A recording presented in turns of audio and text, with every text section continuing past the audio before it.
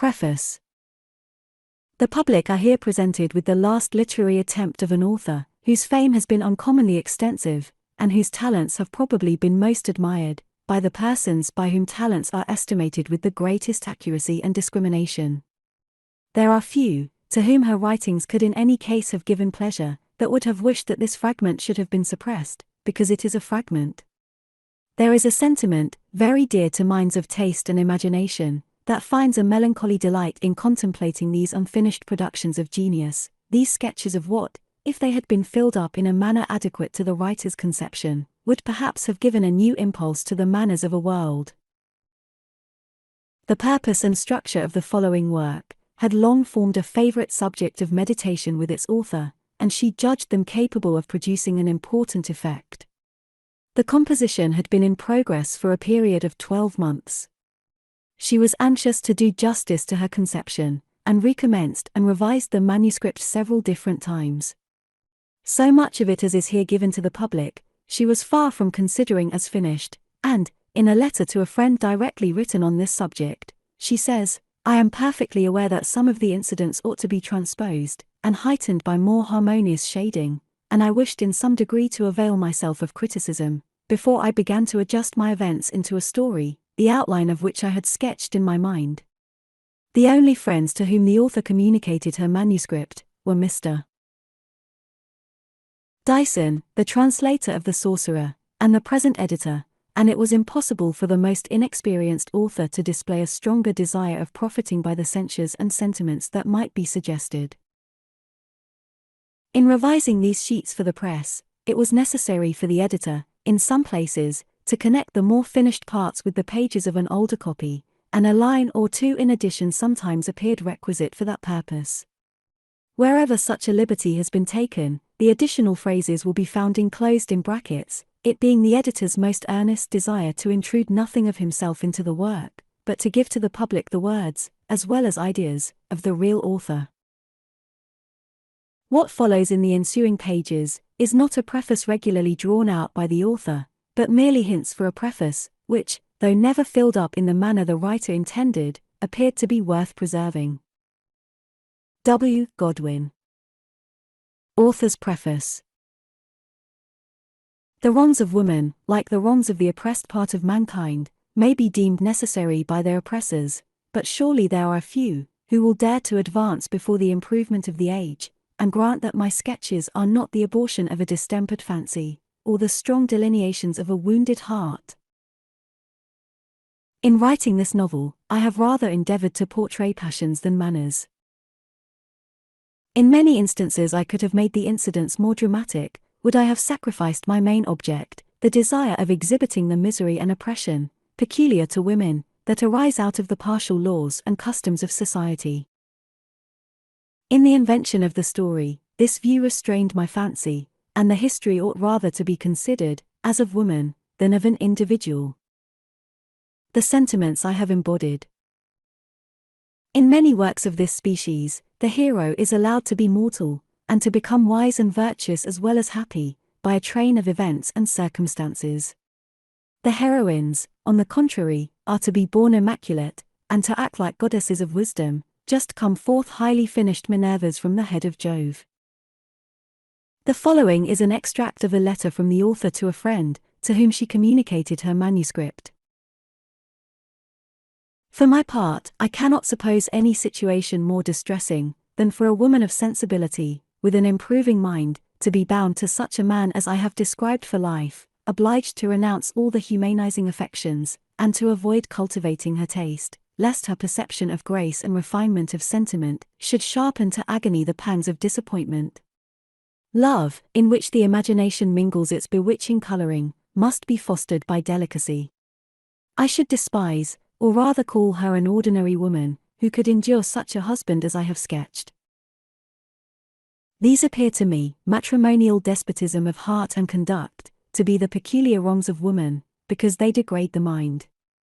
What are termed great misfortunes, may more forcibly impress the mind of common readers, they have more of what may justly be termed stage effect, but it is the delineation of finer sensations, which, in my opinion, constitutes the merit of our best novels. This is what I have in view, and to show the wrongs of different classes of women, equally oppressive, though, from the difference of education, necessarily various. Chapter 1. Abodes of horror have frequently been described, and castles, filled with spectres and chimeras, conjured up by the magic spell of genius to harrow the soul, and absorb the wandering mind. But, formed of such stuff as dreams are made of, what were they to the mansion of despair, in one corner of which Maria sat, endeavoring to recall her scattered thoughts? Surprise, astonishment, that bordered on distraction, seemed to have suspended her faculties, till, waking by degrees to a keen sense of anguish, a whirlwind of rage and indignation roused her torpid pulse. One recollection with frightful velocity following another, threatened to fire her brain, and make her a fit companion for the terrific inhabitants, whose groans and shrieks were no unsubstantial sounds of whistling winds, or startled birds, modulated by a romantic fancy, which amuse while they affright, but such tones of misery as carry a dreadful certainty directly to the heart. What effect must they then have produced on one, true to the touch of sympathy, and tortured by maternal apprehension? Her infant's image was continually floating on Maria's sight, and the first smile of intelligence remembered, as none but a mother, an unhappy mother, can conceive. She heard her half speaking, half cooing, and felt the little twinkling fingers on her burning bosom, a bosom bursting with the nutriment for which this cherished child might now be pining in vain. From a stranger she could indeed receive the maternal aliment. Maria was grieved at the thought, but who would watch her with a mother's tenderness, a mother's self-denial? The retreating shadows of former sorrows rushed back in a gloomy train, and seemed to be pictured on the walls of her prison, magnified by the state of mind in which they were viewed. Still she mourned for her child, lamented she was a daughter, and anticipated the aggravated ills of life that her sex rendered almost inevitable, even while dreading she was no more. To think that she was blotted out of existence was agony, when the imagination had been long employed to expand her faculties, yet to suppose her turned adrift on an unknown sea, was scarcely less afflicting. After being 2 days the prey of impetuous, varying emotions, Maria began to reflect more calmly on her present situation, for she had actually been rendered incapable of sober reflection, by the discovery of the act of atrocity of which she was the victim. She could not have imagined that, in all the fermentation of civilized depravity, a similar plot could have entered a human mind. She had been stunned by an unexpected blow, yet life, however joyless, was not to be indolently resigned, or misery endured without exertion, and proudly termed patience. She had hitherto meditated only to point the dart of anguish, and suppressed the heart-heavings of indignant nature merely by the force of contempt. Now she endeavored to brace her mind to fortitude, and to ask herself what was to be her employment in her dreary cell. Was it not to effect her escape, to fly to the succor of her child, and to baffle the selfish schemes of her tyrant, her husband? These thoughts roused her sleeping spirit, and the self-possession returned, that seemed to have abandoned her in the infernal solitude into which she had been precipitated. The first emotions of overwhelming impatience began to subside, and resentment gave place to tenderness, and more tranquil meditation, though anger once more stopped the calm current of reflection when she attempted to move her manacled arms. But this was an outrage that could only excite momentary feelings of scorn, which evaporated in a faint smile, for Maria was far from thinking a personal insult the most difficult to endure with magnanimous indifference. She approached the small grated window of her chamber, and for a considerable time only regarded the blue expanse, though it commanded a view of a desolate garden, and of part of a huge pile of buildings, that, after having been suffered, for half a century, to fall to decay, had undergone some clumsy repairs, merely to render it habitable. The ivy had been torn off the turrets, and the stones not wanted to patch up the breaches of time, and exclude the warring elements, left in heaps in the disordered court. Maria contemplated this scene she knew not how long, or rather gazed on the walls, and pondered on her situation. To the master of this most horrid of prisons, she had, soon after her entrance, raved of injustice, in accents that would have justified his treatment, had not a malignant smile, when she appealed to his judgment, with a dreadful conviction stifled her remonstrating complaints. By force, or openly, what could be done? But surely some expedient might occur to an active mind, without any other employment, and possessed of sufficient resolution to put the risk of life into the balance with the chance of freedom. A woman entered in the midst of these reflections, with a firm, deliberate step, strongly marked features, and large black eyes, which she fixed steadily on Maria's, as if she designed to intimidate her, saying at the same time, "You had better sit down and eat your dinner, than look at the clouds." "I have no appetite," replied Maria, who had previously determined to speak mildly. "Why then should I eat?" "But, in spite of that, you must and shall eat something.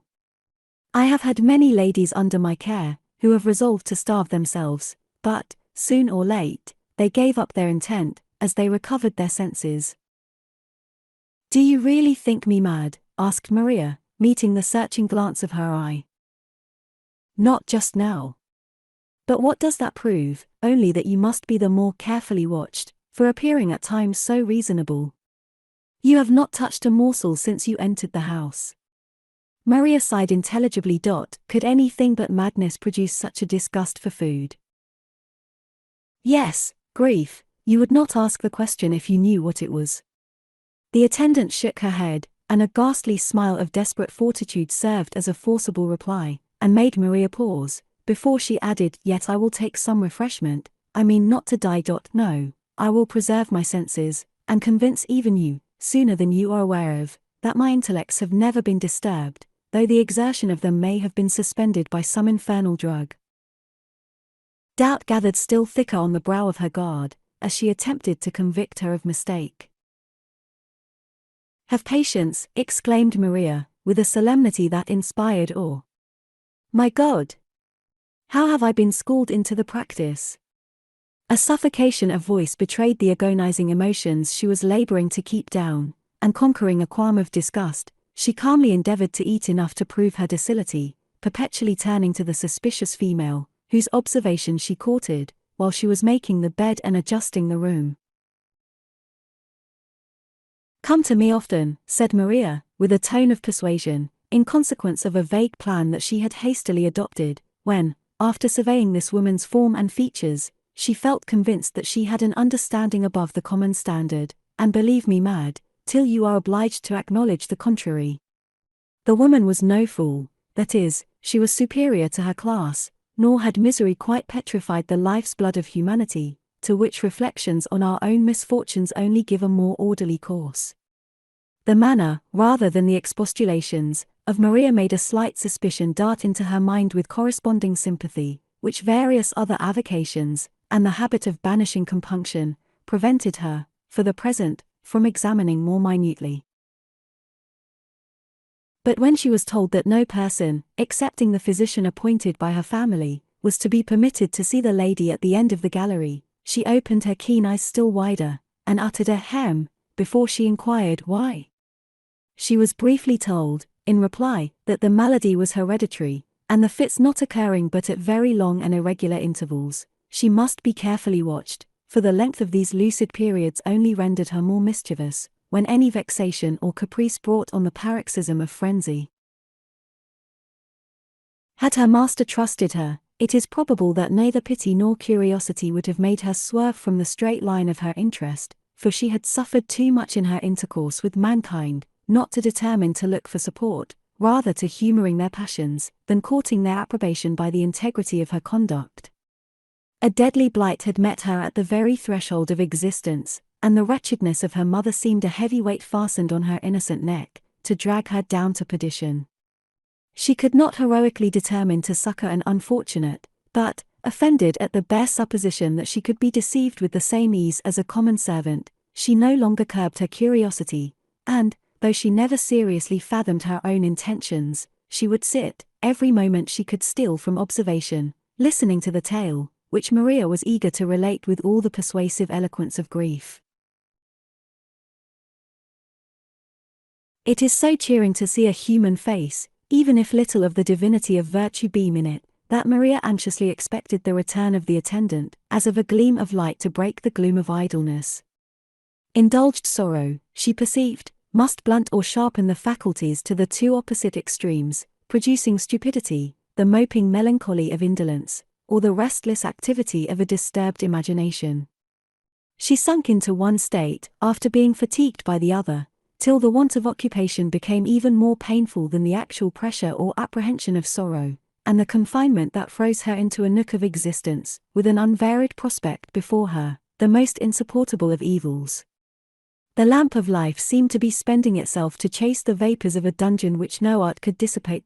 And to what purpose did she rally all her energy? Was not the world a vast prison, and women born slaves?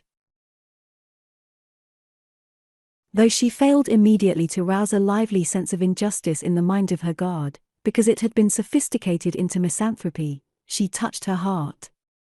Jemima, she had only a claim to a Christian name, which had not procured her any Christian privileges, could patiently hear of Maria's confinement on false pretenses. She had felt the crushing hand of power, hardened by the exercise of injustice, and ceased to wonder at the perversions of the understanding, which systematize oppression. But, when told that her child, only 4 months old, had been torn from her, even while she was discharging the tenderest maternal office, the woman awoke in a bosom long estranged from feminine emotions, and Jemima determined to alleviate all in her power, without hazarding the loss of her place, the sufferings of a wretched mother, apparently injured, and certainly unhappy.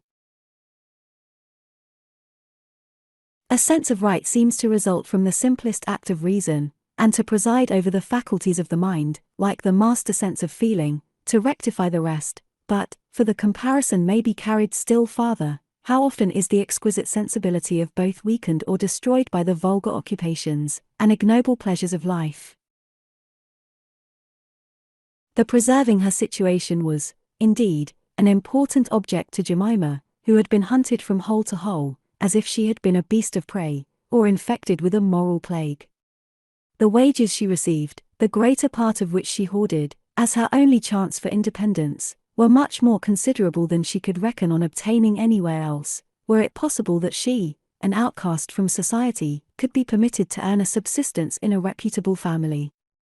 Hearing Maria perpetually complain of listlessness, and the not being able to beguile grief by resuming her customary pursuits, she was easily prevailed on, by compassion, and that involuntary respect for abilities, which those who possess them can never eradicate, to bring her some books and implements for writing. Maria's conversation had amused and interested her, and the natural consequence was a desire, scarcely observed by herself, of obtaining the esteem of a person she admired. The remembrance of better days was rendered more lively, and the sentiments then acquired appearing less romantic than they had for a long period, a spark of hope roused her mind to new activity. How grateful was her attention to Maria! Oppressed by a dead weight of existence, or preyed on by the gnawing worm of discontent, with what eagerness did she endeavor to shorten the long days, which left no traces behind. She seemed to be sailing on the vast ocean of life, without seeing any landmark to indicate the progress of time. To find employment was then to find variety, the animating principle of nature. Chapter 2. Earnestly as Maria endeavored to soothe, by reading, the anguish of her wounded mind, her thoughts would often wander from the subject she was led to discuss, and tears of maternal tenderness obscured the reasoning page. She descanted on the ills which flesh is heir to, with bitterness, when the recollection of her babe was revived by a tale of fictitious woe, that bore any resemblance to her own, and her imagination was continually employed, to conjure up and embody the various phantoms of misery, which folly and vice had let loose on the world. The loss of her babe was the tender string, against other cruel remembrances she labored to steel her bosom, and even a ray of hope, in the midst of her gloomy reveries, would sometimes gleam on the dark horizon of futurity, while persuading herself that she ought to cease to hope, since happiness was nowhere to be found. But of her child, debilitated by the grief with which its mother had been assailed before it saw the light, she could not think without an impatient struggle. I, alone, by my active tenderness, could have saved, she would exclaim, from an early blight, this sweet blossom, and, cherishing it, I should have had something still to love. In proportion as other expectations were torn from her, this tender one had been fondly clung to, and knit into her heart. The books she had obtained were soon devoured by one who had no other resource to escape from sorrow, and the feverish dreams of ideal wretchedness or felicity, which equally weaken the intoxicated sensibility. Writing was then the only alternative, and she wrote some rhapsodies descriptive of the state of her mind, but the events of her past life pressing on her, she resolved circumstantially to relate them, with the sentiments that experience, and more matured reason, would naturally suggest. They might perhaps instruct her daughter, and shield her from the misery, the tyranny, her mother knew not how to avoid. This thought gave life to her diction, her soul flowed into it, and she soon found the task of recollecting almost obliterated impressions very interesting. She lived again in the revived emotions of youth, and forgot her present in the retrospect of sorrows that had assumed an unalterable character. Though this employment lightened the weight of time, yet, never losing sight of her main object, Maria did not allow any opportunity to slip of winning on the affections of Jemima, for she discovered in her a strength of mind that excited her esteem, clouded as it was by the misanthropy of despair. An insulated being, from the misfortune of her birth, she despised and preyed on the society by which she had been oppressed, and loved not her fellow creatures, because she had never been beloved. No mother had ever fondled her, no father or brother had protected her from outrage, and the man who had plunged her into infamy, and deserted her when she stood in greatest need of support, deigned not to smooth with kindness the road to ruin. Thus degraded, was she let loose on the world, and virtue, never nurtured by affection, assumed the stern aspect of selfish independence. This general view of her life, Maria gathered from her exclamations and dry remarks. Jemima indeed displayed a strange mixture of interest and suspicion, for she would listen to her with earnestness, and then suddenly interrupt the conversation, as if afraid of resigning, by giving way to her sympathy, her dear-bought knowledge of the world. Maria alluded to the possibility of an escape, and mentioned a compensation, or reward, but the style in which she was repulsed made her cautious, and determined not to renew the subject, till she knew more of the character she had to work on. Jemima's countenance, and dark hints, seemed to say, "You are an extraordinary woman, but let me consider, this may only be one of your lucid intervals." Nay, the very energy of Maria's character made her suspect that the extraordinary animation she perceived might be the effect of madness. Should her husband then substantiate his charge, and get possession of her estate, from whence would come the promised annuity, or more desired protection? Besides, might not a woman, anxious to escape, conceal some of the circumstances which made against her? Was truth to be expected from one who had been entrapped, kidnapped, in the most fraudulent manner? In this train Jemima continued to argue, the moment after compassion and respect seemed to make her swerve, and she still resolved not to be wrought on to do more than soften the rigour of confinement, till she could advance on surer ground. Maria was not permitted to walk in the garden, but sometimes, from her window, she turned her eyes from the gloomy walls, in which she pined life away, on the poor wretches who strayed along the walks, and contemplated the most terrific of ruins, that of a human soul. What is the view of the fallen column, the mouldering arch, of the most exquisite workmanship, when compared with this living memento of the fragility, the instability, of reason, and the wild luxuriancy of noxious passions? Enthusiasm turned adrift, like some rich stream overflowing its banks, rushes forward with destructive velocity, inspiring a sublime concentration of thought. Thus thought Maria, these are the ravages over which humanity must ever mournfully ponder, with a degree of anguish not excited by crumbling marble, or cankering brass, unfaithful to the trust of monumental fame. It is not over the decaying productions of the mind, embodied with the happiest art, we grieve most bitterly. The view of what has been done by man produces a melancholy, yet aggrandizing, sense of what remains to be achieved by human intellect, but a mental convulsion, which, like the devastation of an earthquake, throws all the elements of thought and imagination into confusion, makes contemplation giddy, and we fearfully ask on what ground we ourselves stand. Melancholy and imbecility mark the features of the wretches allowed to breathe at large, for the frantic, those who in a strong imagination had lost a sense of woe, were closely confined. The playful tricks and mischievous devices of their disturbed fancy, that suddenly broke out, could not be guarded against, when they were permitted to enjoy any portion of freedom, for, so active was their imagination, that every new object which accidentally struck their senses, awoke to frenzy their restless passions, as Maria learned from the burden of their incessant ravings. Sometimes, with a strict injunction of silence, Jemima would allow Maria, at the close of evening, to stray along the narrow avenues that separated the dungeon-like apartments, leaning on her arm. What a change of scene! Maria wished to pass the threshold of her prison, yet, when by chance she met the eye of rage glaring on her, yet unfaithful to its office, she shrunk back with more horror and affright than if she had stumbled over a mangled corpse. Her busy fancy pictured the misery of a fond heart, watching over a friend thus estranged, absent, though present over a poor wretch lost to reason and the social joys of existence, and losing all consciousness of misery in its excess.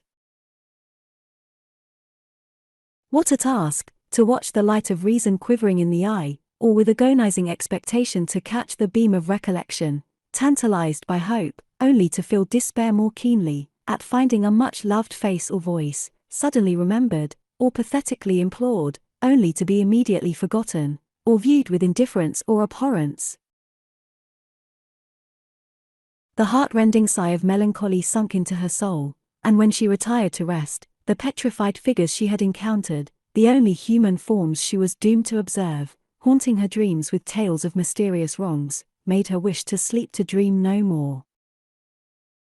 Day after day rolled away, and tedious as the present moment appeared, they passed in such an unvaried tenor. Maria was surprised to find that she had already been 6 weeks buried alive, and yet had such faint hopes of effecting her enlargement. She was, earnestly as she had sought for employment, now angry with herself for having been amused by writing her narrative, and grieved to think that she had for an instant thought of anything but contriving to escape. Jemima had evidently pleasure in her society. Still, though she often left her with a glow of kindness, she returned with the same chilling air, and, when her heart appeared for a moment to open, some suggestion of reason forcibly closed it, before she could give utterance to the confidence Maria's conversation inspired. Discouraged by these changes, Maria relapsed into despondency, when she was cheered by the alacrity with which Jemima brought her a fresh parcel of books, assuring her that she had taken some pains to obtain them from one of the keepers, who attended a gentleman confined in the opposite corner of the gallery. Maria took up the books with emotion. "They come," said she, "perhaps, from a wretch condemned, like me, to reason on the nature of madness, by having wrecked minds continually under his eye, and almost to wish himself, as I do, mad, to escape from the contemplation of it." Her heart throbbed with sympathetic alarm, and she turned over the leaves with awe, as if they had become sacred from passing through the hands of an unfortunate being, oppressed by a similar fate. Dryden's Fables, Milton's Paradise Lost, with several modern productions, composed the collection. It was a mine of treasure. Some marginal notes, in Dryden's Fables, caught her attention. They were written with force and taste, and, in one of the modern pamphlets, there was a fragment left, containing various observations on the present state of society and government, with a comparative view of the politics of Europe and America. These remarks were written with a degree of generous warmth, when alluding to the enslaved state of the laboring majority, perfectly in unison with Maria's mode of thinking. She read them over and over again, and fancy, treacherous fancy, began to sketch a character, congenial with her own, from these shadowy outlines. Was he mad?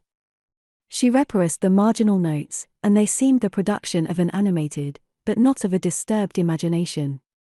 Confined to this speculation, every time she reread them, some fresh refinement of sentiment, or acuteness of thought impressed her, which she was astonished at herself for not having before observed. What a creative power has an affectionate heart! There are beings who cannot live without loving, as poets love, and who feel the electric spark of genius, wherever it awakens sentiment or grace. Maria had often thought, when disciplining her wayward heart, that to charm was to be virtuous. They who make me wish to appear the most amiable and good in their eyes, must possess in a degree, she would exclaim, the graces and virtues they call into action. She took up a book on the powers of the human mind, but her attention strayed from cold arguments on the nature of what she felt, while she was feeling, and she snapped the chain of the theory to read Dryden's Giscard and Sigismunda. Maria, in the course of the ensuing day, returned some of the books, with the hope of getting others and more marginal notes. Thus shut out from human intercourse, and compelled to view nothing but the prison of vexed spirits, to meet a wretch in the same situation, was more surely to find a friend, than to imagine a countryman one, in a strange land, where the human voice conveys no information to the eager ear. "Did you ever see the unfortunate being to whom these books belong?" asked Maria, when Jemima brought her slipper. "Yes. He sometimes walks out, between 5 and 6, before the family is stirring, in the morning, with 2 keepers, but even then his hands are confined." "What? Is he so unruly?" inquired Maria, with an accent of disappointment. "No, not that I perceive," replied Jemima, "but he has an untamed look, a vehemence of eye, that excites apprehension. Were his hands free, he looks as if he could soon manage both his guards, yet he appears tranquil." "If he be so strong, he must be young," observed Maria. 3 or 4 and 30, I suppose, but there is no judging of a person in his situation. "Are you sure that he is mad?" interrupted Maria with eagerness. Jemima quitted the room, without replying. "No, no, he certainly is not," exclaimed Maria, answering herself. The man who could write those observations was not disordered in his intellects. She sat musing, gazing at the moon, and watching its motion as it seemed to glide under the clouds. Then, preparing for bed, she thought, of what use could I be to him, or he to me, if it be true that he is unjustly confined? Could he aid me to escape, who is himself more closely watched? Still I should like to see him. She went to bed, dreamed of her child, yet woke exactly at 5:30 o'clock, and starting up, only wrapped a gown around her, and ran to the window. The morning was chill, it was the latter end of September, yet she did not retire to warm herself and think in bed, till the sound of the servants, moving about the house, convinced her that the unknown would not walk in the garden that morning. She was ashamed at feeling disappointed, and began to reflect, as an excuse to herself, on the little objects which attract attention when there is nothing to divert the mind, and how difficult it was for women to avoid growing romantic, who have no active duties or pursuits. At breakfast, Jemima inquired whether she understood French. For, unless she did, the stranger's stock of books was exhausted. Maria replied in the affirmative, but forbore to ask any more questions respecting the person to whom they belonged. And Jemima gave her a new subject for contemplation, by describing the person of a lovely maniac, just brought into an adjoining chamber. She was singing the pathetic ballad of old Rob with the most heart-melting falls and pauses. Jemima had half opened the door, when she distinguished her voice, and Maria stood close to it, scarcely daring to respire, lest a modulation should escape her, so exquisitely sweet, so passionately wild. She began with sympathy to portray to herself another victim, when the lovely warbler flew, as it were, from the spray, and a torrent of unconnected exclamations and questions burst from her, interrupted by fits of laughter, so horrid, that Maria shut the door, and, turning her eyes up to heaven, exclaimed, "Gracious God!" Several minutes elapsed before Maria could inquire respecting the rumor of the house, for this poor wretch was obviously not confined without a cause, and then Jemima could only tell her, that it was said, she had been married, against her inclination, to a rich old man, extremely jealous, no wonder, for she was a charming creature, and that, in consequence of his treatment, or something which hung on her mind, she had, during her first lying in, lost her senses. What a subject of meditation even to the very confines of madness. Woman, fragile flower! Why were you suffered to adorn a world exposed to the inroad of such stormy elements, thought Maria, while the poor maniac's strain was still breathing on her ear, and sinking into her very soul. Towards the evening, Jemima brought her Rousseau's Heloise, and she sat reading with eyes and heart, till the return of her guard to extinguish the light. One instance of her kindness was, the permitting Maria to have one, till her own hour of retiring to rest. She had read this work long since, but now it seemed to open a new world to her, the only one worth inhabiting. Sleep was not to be wooed, yet, far from being fatigued by the restless rotation of thought, she rose and opened her window, just as the thin watery clouds of twilight made the long silent shadows visible. The air swept across her face with a voluptuous freshness that thrilled to her heart, awakening indefinable emotions, and the sound of a waving branch, or the twittering of a startled bird, alone broke the stillness of reposing nature. Absorbed by the sublime sensibility which renders the consciousness of existence felicity, Maria was happy, till an autumnal scent, wafted by the breeze of morn from the fallen leaves of the adjacent wood, made her recollect that the season had changed since her confinement, yet life afforded no variety to solace an afflicted heart. She returned dispirited to her couch, and thought of her child till the broad glare of day again invited her to the window. She looked not for the unknown, still how great was her vexation at perceiving the back of a man, certainly he, with his 2 attendants, as he turned into a side path which led to the house. A confused recollection of having seen somebody who resembled him, immediately occurred, to puzzle and torment her with endless conjectures. 5 minutes sooner, and she should have seen his face, and been out of suspense. Was ever anything so unlucky? His steady, bold step, and the whole air of his person, bursting as it were from a cloud, pleased her, and gave an outline to the imagination to sketch the individual form she wished to recognize.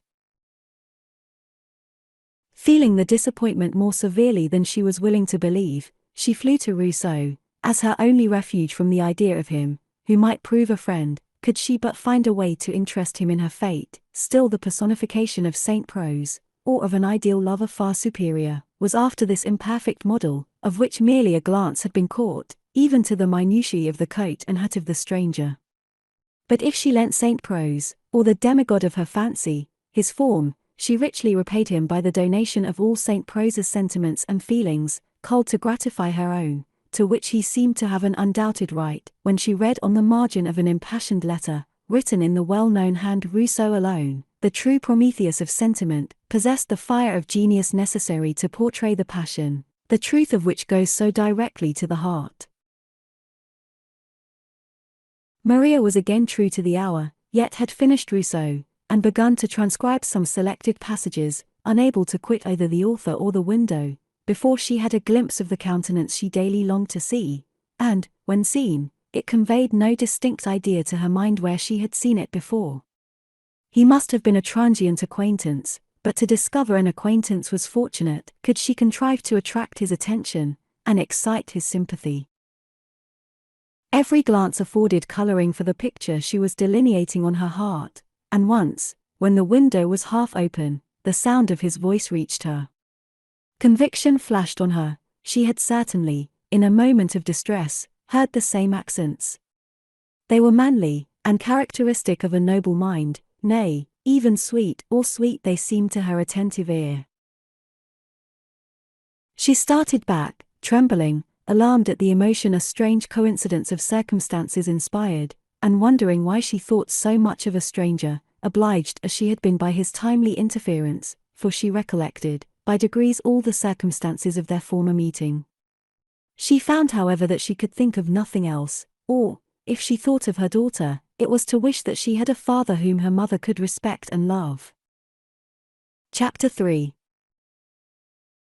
When perusing the first parcel of books, Maria had, with her pencil, written in one of them a few exclamations, expressive of compassion and sympathy, which she scarcely remembered, till turning over the leaves of one of the volumes, lately brought to her, a slip of paper dropped out, which Jemima hastily snatched up.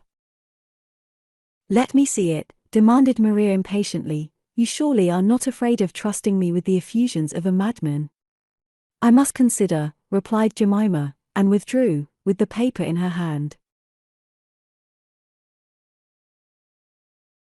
In a life of such seclusion, the passions gain undue force. Maria therefore felt a great degree of resentment and vexation, which she had not time to subdue, before Jemima, returning, delivered the paper. "Whoever you are, who partake of my fate, accept my sincere commiseration," I would have said protection, but the privilege of man is denied me. My own situation forces a dreadful suspicion on my mind. I may not always languish in vain for freedom. Say are you, I cannot ask the question, yet I will remember you when my remembrance can be of any use. I will inquire why you are so mysteriously detained, and I will have an answer. Henry Darnford. By the most pressing entreaties, Maria prevailed on Jemima to permit her to write a reply to this note. Another and another succeeded, in which explanations were not allowed relative to their present situation, but Maria, with sufficient explicitness, alluded to a former obligation, and they insensibly entered on an interchange of sentiments on the most important subjects. To write these letters was the business of the day, and to receive them the moment of sunshine.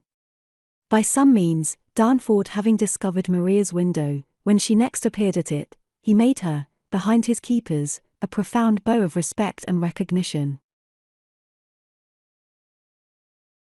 2 or 3 weeks glided away in this kind of intercourse, during which period Jemima, to whom Maria had given the necessary information respecting her family, had evidently gained some intelligence, which increased her desire of pleasing her charge, though she could not yet determine to liberate her.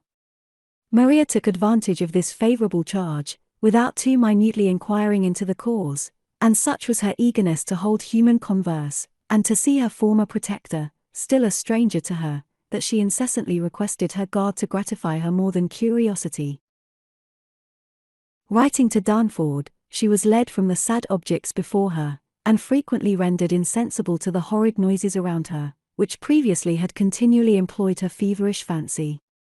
Thinking it selfish to dwell on her own sufferings, when in the midst of wretches, who had not only lost all that endears life, but their very selves, her imagination was occupied with melancholy earnestness to trace the mazes of misery, through which so many wretches must have passed to this gloomy receptacle of disjointed souls, to the grand source of human corruption.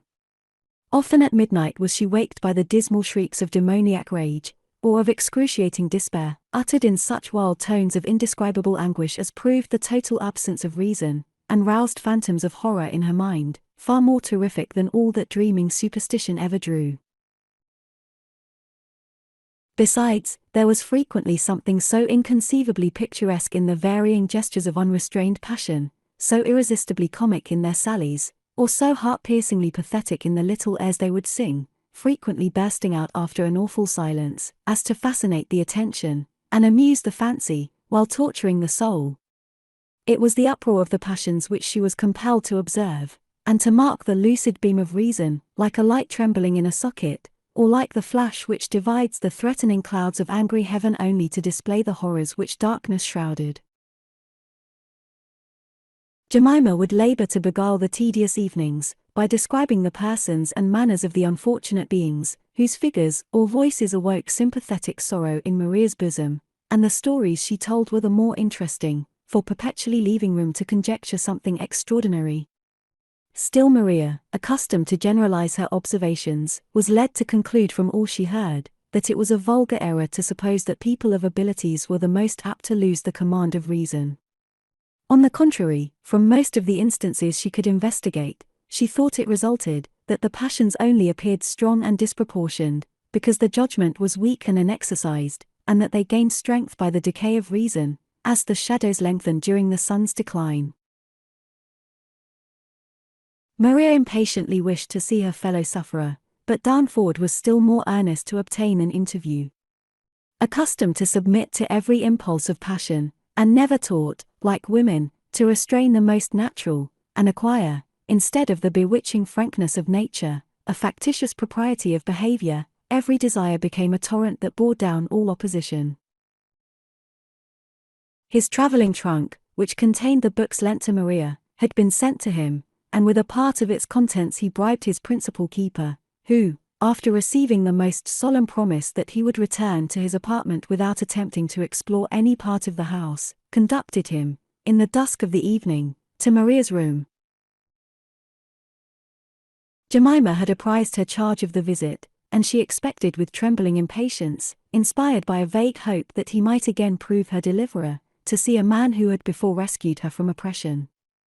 He entered with an animation of countenance, formed to captivate an enthusiast, and hastily turned his eyes from her to the apartment, which he surveyed with apparent emotions of compassionate indignation.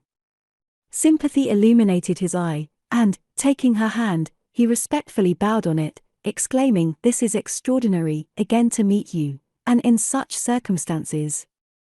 Still, impressive as was the coincidence of events which brought them once more together, their full hearts did not overflow. And though, after this first visit, they were permitted frequently to repeat their interviews, they were for some time employed in a reserved conversation, to which all the world might have listened, excepting, when discussing some literary subject, flashes of sentiment, enforced by each relaxing feature, seemed to remind them that their minds were already acquainted. By degrees, Darnford entered into the particulars of his story.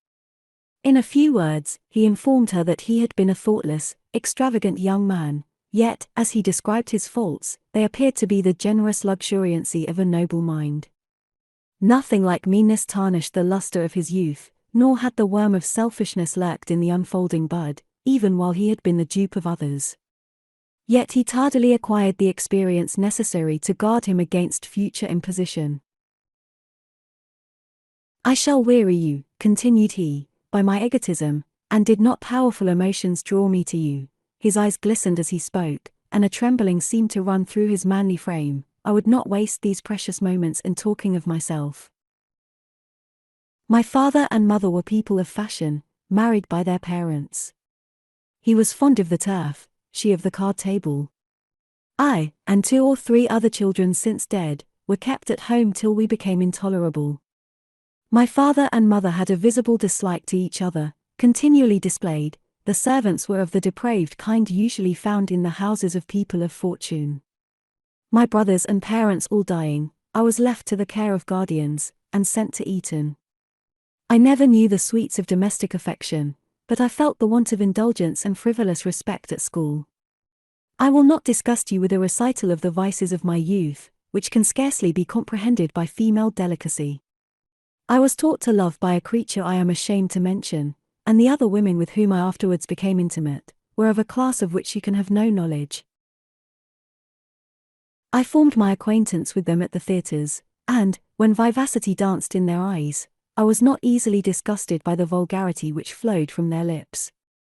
Having spent, a few years after I was of age, the whole of a considerable patrimony, excepting a few hundreds, I had no resource but to purchase a commission in a new raised regiment, destined to subjugate America.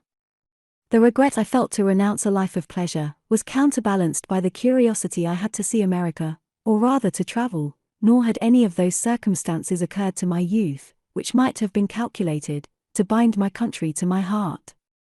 I shall not trouble you with the details of a military life. My blood was still kept in motion, till, towards the close of the contest, I was wounded and taken prisoner. Confined to my bed, or chair, by a lingering cure, my only refuge from the preying activity of my mind was books, which I read with great avidity, profiting by the conversation of my host, a man of sound understanding. My political sentiments now underwent a total change, and, dazzled by the hospitality of the Americans, I determined to take up my abode with freedom. I, therefore, with my usual impetuosity, sold my commission, and travelled into the interior parts of the country, to lay out my money to advantage. Added to this, I did not much like the puritanical manners of the large towns. Inequality of condition was their most disgustingly galling. The only pleasure wealth afforded was to make an ostentatious display of it, for the cultivation of the fine arts, or literature, had not introduced into the first circles that polish of manners which renders the rich so essentially superior to the poor in Europe.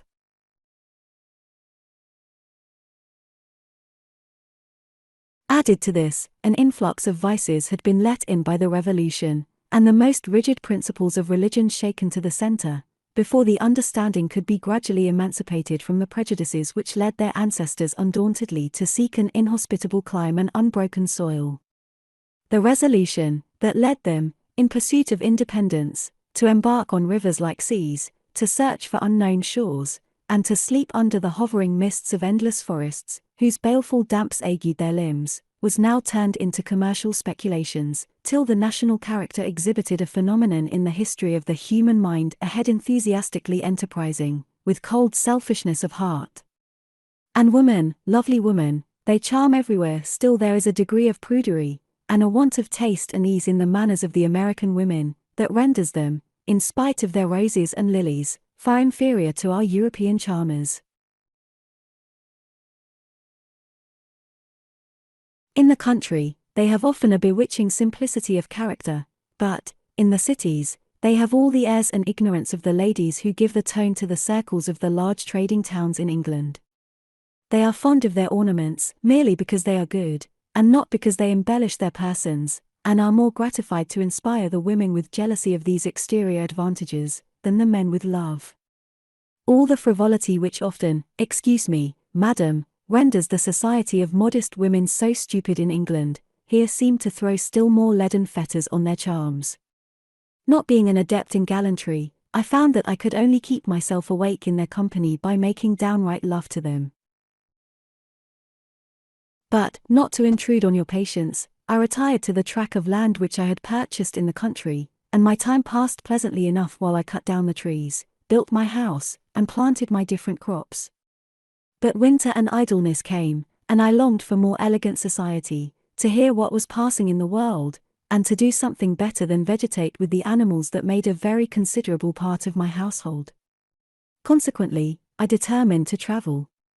Motion was a substitute for variety of objects, and, passing over immense tracts of country, I exhausted my exuberant spirits, without obtaining much experience. I everywhere saw industry the forerunner and not the consequence, of luxury, but this country, everything being on an ample scale, did not afford those picturesque views, which a certain degree of cultivation is necessary gradually to produce. The eye wandered without an object to fix upon over immeasurable plains, and lakes that seemed replenished by the ocean, whilst eternal forests of small clustering trees obstructed the circulation of air, and embarrassed the path, without gratifying the eye of taste. No cottage smiling in the waste, no travellers hailed us, to give life to silent nature, or, if perchance we saw the print of a footstep in our path, it was a dreadful warning to turn aside, and the head ached as if assailed by the scalping knife. The Indians who hovered on the skirts of the European settlements had only learned of their neighbors to plunder, and they stole their guns from them to do it with more safety. From the woods and back settlements, I returned to the towns, and learned to eat and drink most valiantly, but without entering into commerce, and I detested commerce. I found I could not live there, and, growing heartily weary of the land of liberty and vulgar aristocracy, seated on her bags of dollars, I resolved once more to visit Europe. I wrote to a distant relation in England, with whom I had been educated, mentioning the vessel in which I intended to sail. Arriving in London, my senses were intoxicated. I ran from street to street, from theatre to theatre, and the women of the town, again I must beg pardon for my habitual frankness, appeared to me like angels.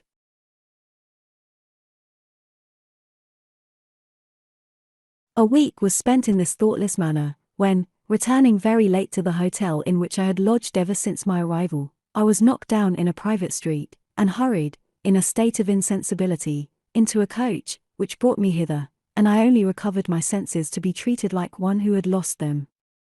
My keepers are deaf to my remonstrances and inquiries, yet assure me that my confinement shall not last long. Still I cannot guess, though I weary myself with conjectures, why I am confined, or in what part of England this house is situated. I imagine sometimes that I hear the sea roar, and wished myself again on the Atlantic, till I had a glimpse of you. A few moments were only allowed to Maria to comment on this narrative, when Darnford left her to her own thoughts, to the never-ending, still beginning, task of weighing his words, recollecting his tones of voice, and feeling them reverberate on her heart. Chapter 4. Pity and the forlorn seriousness of adversity have both been considered as dispositions favorable to love, while satirical writers have attributed the propensity to the relaxing effect of idleness. What chance then had Maria of escaping, when pity, sorrow, and solitude all conspired to soften her mind, and nourish romantic wishes, and, from a natural progress, romantic expectations? Maria was 26. But, such was the native soundness of her constitution, that time had only given to her countenance the character of her mind. Revolving thought, and exercised affections had banished some of the playful graces of innocence, producing insensibly that irregularity of features which the struggles of the understanding to trace or govern the strong emotions of the heart are wont to imprint on the yielding mass. Grief and care had mellowed, without obscuring, the bright tints of youth, and the thoughtfulness which resided on her brow did not take from the feminine softness of her features. Nay, such was the sensibility which often mantled over it, that she frequently appeared, like a large proportion of her sex, only born to feel, and the activity of her well-proportioned, and even almost voluptuous figure, inspired the idea of strength of mind, rather than of body. There was a simplicity sometimes indeed in her manner, which bordered on infantine ingenuousness, that led people of common discernment to underrate her talents, and smile at the flights of her imagination. But those who could not comprehend the delicacy of her sentiments, were attached by her unfailing sympathy, so that she was very generally beloved by characters of very different descriptions. Still, she was too much under the influence of an ardent imagination to adhere to common rules. There are mistakes of conduct which at 25 prove the strength of the mind, that, 10 or 15 years after, would demonstrate its weakness, its incapacity to acquire a sane judgment. The youths who are satisfied with the ordinary pleasures of life, and do not sigh after ideal phantoms of love and friendship, will never arrive at great maturity of understanding. But if these reveries are cherished, as is too frequently the case with women, when experience ought to have taught them in what human happiness consists, they become as useless as they are wretched.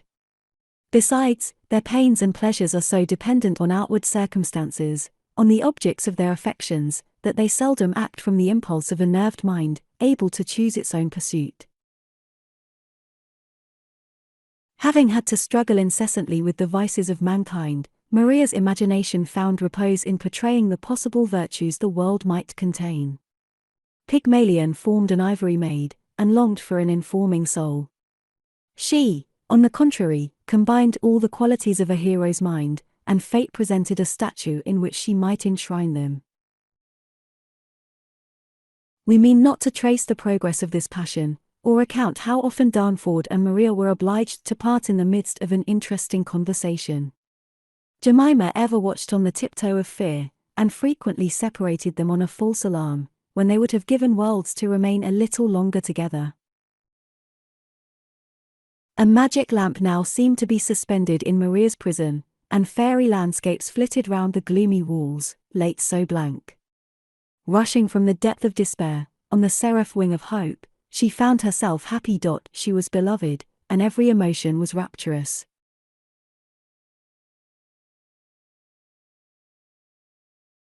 To Darnford she had not shown a decided affection. The fear of outrunning his, a sure proof of love, made her often assume a coldness and indifference foreign from her character, and, even when giving way to the playful emotions of a heart just loosened from the frozen bond of grief, there was a delicacy in her manner of expressing her sensibility, which made him doubt whether it was the effect of love. One evening, when Jemima left them, to listen to the sound of a distant footstep, which seemed cautiously to approach, he seized Maria's hand. It was not withdrawn. They conversed with earnestness of their situation, and, during the conversation, he once or twice gently drew her towards him. He felt the fragrance of her breath, and longed, yet feared, to touch the lips from which it issued. Spirits of purity seemed to guard them, while all the enchanting graces of love sported on her cheeks, and languished in her eyes. Jemima entering, he reflected on his diffidence with poignant regret, and, she once more taking alarm, he ventured, as Maria stood near his chair, to approach her lips with a declaration of love. She drew back with solemnity. He hung down his head abashed, but lifting his eyes timidly, they met hers. she had determined, during that instant, and suffered their rays to mingle. He took, with more ardor, reassured, a half-consenting, half-reluctant kiss, reluctant only from modesty, and there was a sacredness in her dignified manner of reclining her glowing face on his shoulder, that powerfully impressed him. Desire was lost in more ineffable emotions, and to protect her from insult and sorrow, to make her happy, seemed not only the first wish of his heart, but the most noble duty of his life. Such angelic confidence demanded the fidelity of honor, but could he, feeling her in every pulsation, could he ever change, could he be a villain? The emotion with which she, for a moment, allowed herself to be pressed to his bosom, the tear of rapturous sympathy, mingled with a soft melancholy sentiment of recollected disappointment, said more of truth and faithfulness than the tongue could have given utterance to in hours. They were silent, yet discoursed, how eloquently! Till, after a moment's reflection, Maria drew her chair by the side of his, and, with a composed sweetness of voice, and supernatural benignity of countenance, said, "I must open my whole heart to you. You must be told who I am, why I am here, and why, telling you I am a wife, I blush not that the blush spoke the rest." Jemima was again at her elbow, and the restraint of her presence did not prevent an animated conversation, in which love, sly urchin, was ever at bo-peep. So much of heaven did they enjoy, that paradise bloomed around them, or they, by a powerful spell, had been transported into Armida's garden. Love, the grand enchanter, lapped them in Elysium, and every sense was harmonized to joy and social ecstasy. So animated, indeed, were their accents of tenderness, in discussing what, in other circumstances, would have been commonplace subjects, that Jemima felt, with surprise, a tear of pleasure trickling down her rugged cheeks.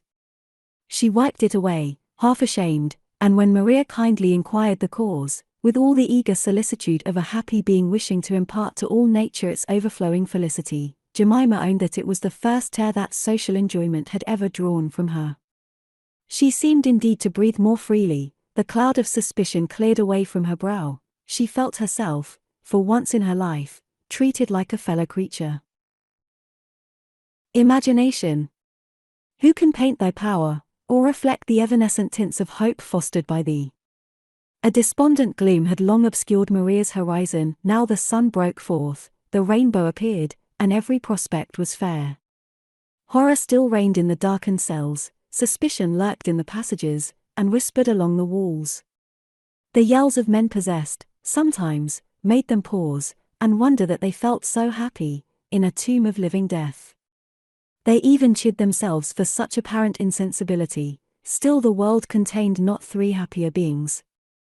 And Jemima, after again patrolling the passage, was so softened by the air of confidence which breathed around her, that she voluntarily began an account of herself. Chapter 5.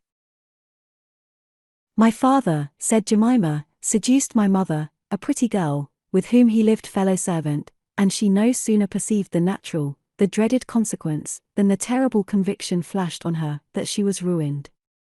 Honesty, and a regard for her reputation, had been the only principles inculcated by her mother, and they had been so forcibly impressed, that she feared shame, more than the poverty to which it would lead. Her incessant importunities to prevail upon my father to screen her from reproach by marrying her, as he had promised in the fervour of seduction, estranged him from her so completely, that her very person became distasteful to him, and he began to hate, as well as despise me, before I was born.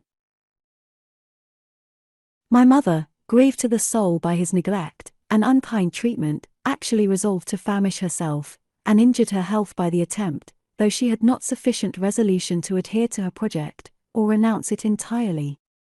Death came not at her call, yet sorrow, and the methods she adopted to conceal her condition, still doing the work of a housemaid, had such an effect on her constitution, that she died in the wretched garret, where her virtuous mistress had forced her to take refuge in the very pangs of labour, though my father, after a slight reproof, was allowed to remain in his place allowed by the mother of 6 children, who, scarcely permitting a footstep to be heard, during her month's indulgence, felt no sympathy for the poor wretch, denied every comfort required by her situation.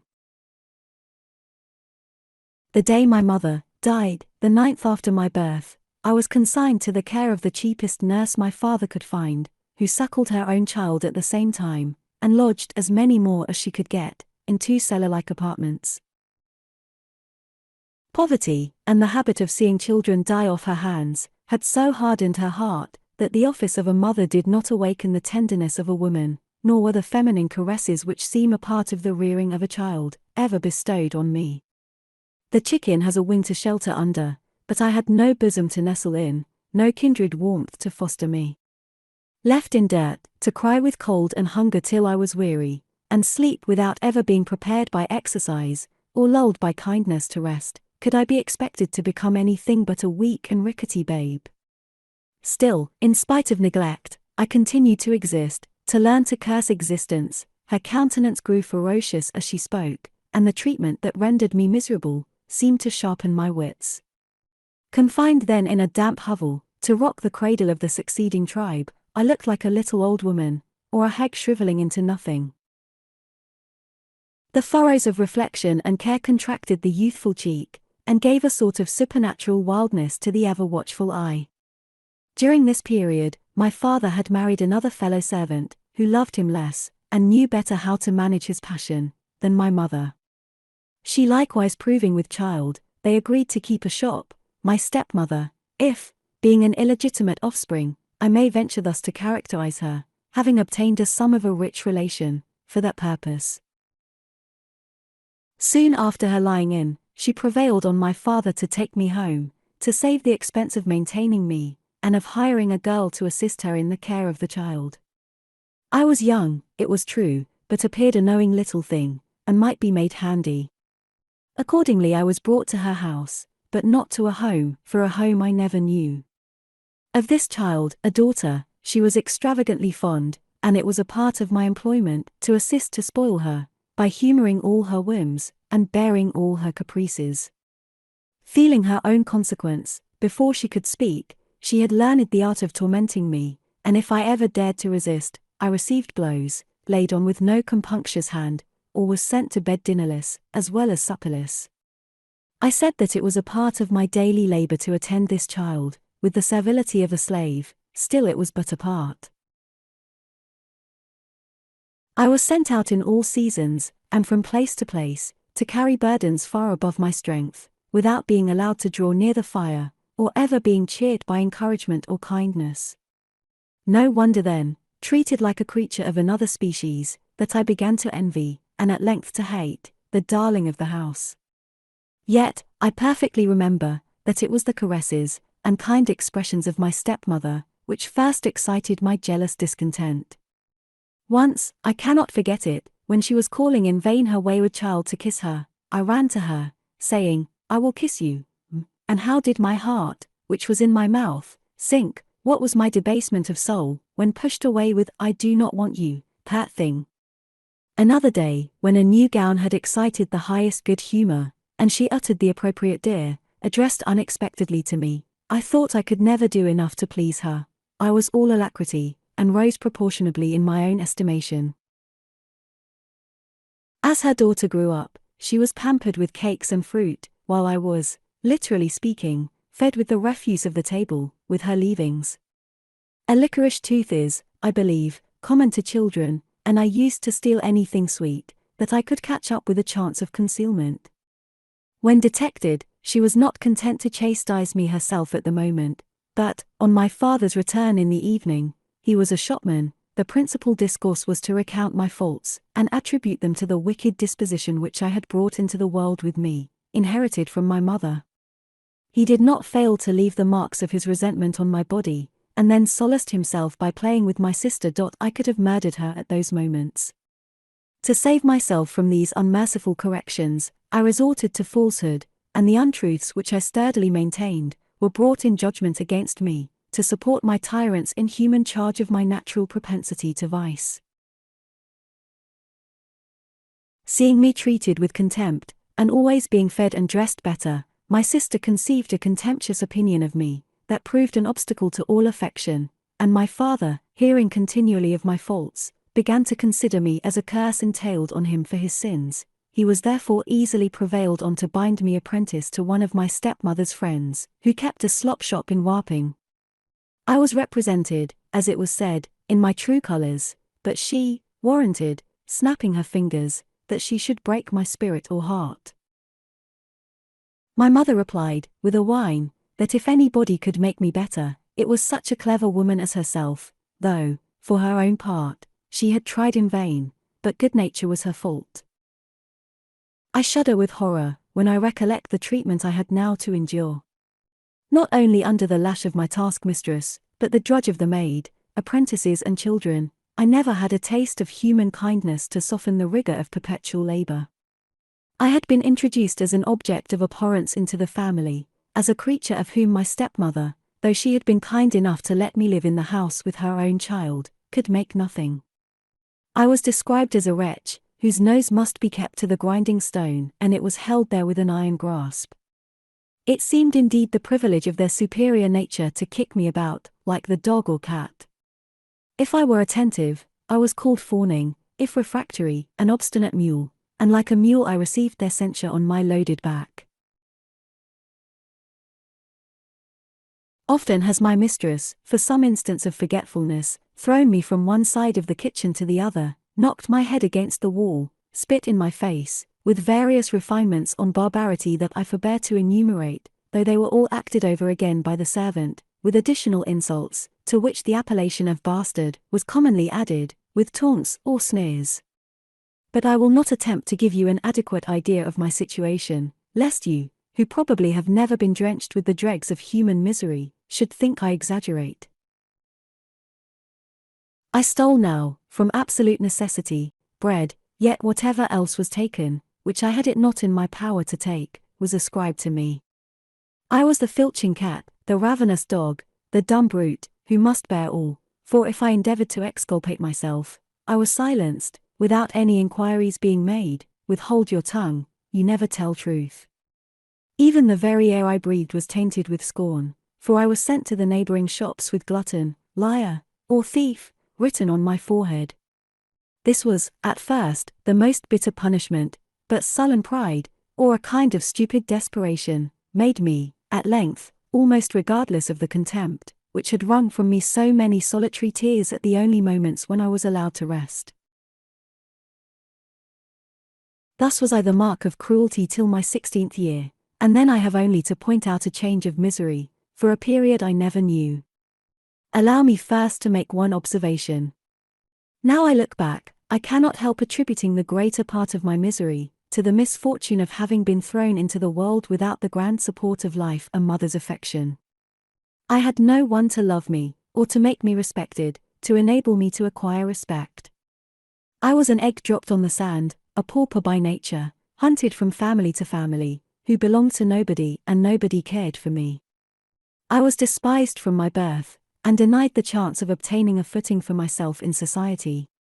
Yes, I had not even the chance of being considered as a fellow creature, yet all the people with whom I lived, brutalized as they were by the low cunning of trade, and the despicable shifts of poverty, were not without bowels, though they never yearned for me. I was, in fact, born a slave, and chained by infamy to slavery during the whole of existence, without having any companions to alleviate it by sympathy, or teach me how to rise above it by their example. But, to resume the thread of my tale. At 16, I suddenly grew tall, and something like comeliness appeared on a Sunday, when I had time to wash my face, and put on clean clothes. My master had once or twice caught hold of me in the passage, but I instinctively avoided his disgusting caresses. One day, however, when the family were at a Methodist meeting, he contrived to be alone in the house with me, and by blows, yes, blows and menaces, compelled me to submit to his ferocious desire, and, to avoid my mistress's fury, I was obliged in future to comply, and skulk to my loft at his command, in spite of increasing loathing. The anguish which was now pent up in my bosom, seemed to open a new world to me. I began to extend my thoughts beyond myself, and grieve for human misery, till I discovered, with horror, what horror, that I was with child. I know not why I felt a mixed sensation of despair and tenderness, excepting that, ever called a bastard appeared to me an object of the greatest compassion in creation. I communicated this dreadful circumstance to my master, who was almost equally alarmed at the intelligence, for he feared his wife, and public censure at the meeting. After some weeks of deliberation had elapsed, I in continual fear that my altered shape would be noticed, my master gave me a medicine in a phial, which he desired me to take, telling me, without any circumlocution, for what purpose it was designed. I burst into tears. I thought it was killing myself, yet was such a self as I worth preserving. He cursed me for a fool, and left me to my own reflections. I could not resolve to take this infernal potion, but I wrapped it up in an old gown, and hid it in a corner of my box. Nobody yet suspected me, because they had been accustomed to view me as a creature of another species. But the threatening storm at last broke over my devoted head. Never shall I forget it. One Sunday evening when I was left, as usual, to take care of the house, my master came home intoxicated, and I became the prey of his brutal appetite. His extreme intoxication made him forget his customary caution, and my mistress entered and found us in a situation that could not have been more hateful to her than me. Her husband was pot valiant, he feared her not at the moment, nor had he then much reason, for she instantly turned the whole force of her anger another way. She tore off my cap, scratched, kicked, and buffeted me, till she had exhausted her strength, declaring, as she rested her arm, that I had wheedled her husband from her. But, could anything better be expected from a wretch, whom she had taken into her house out of pure charity? What a torrent of abuse rushed out! Till, almost breathless, she concluded with saying, that I was born a strumpet, it ran in my blood, and nothing good could come to those who harbored me. My situation was, of course, discovered, and she declared that I should not stay another night under the same roof with an honest family. I was therefore pushed out of doors, and my trumpery thrown after me, when it had been contemptuously examined in the passage, lest I should have stolen anything. Behold me then in the street, utterly destitute. Whither could I creep for shelter?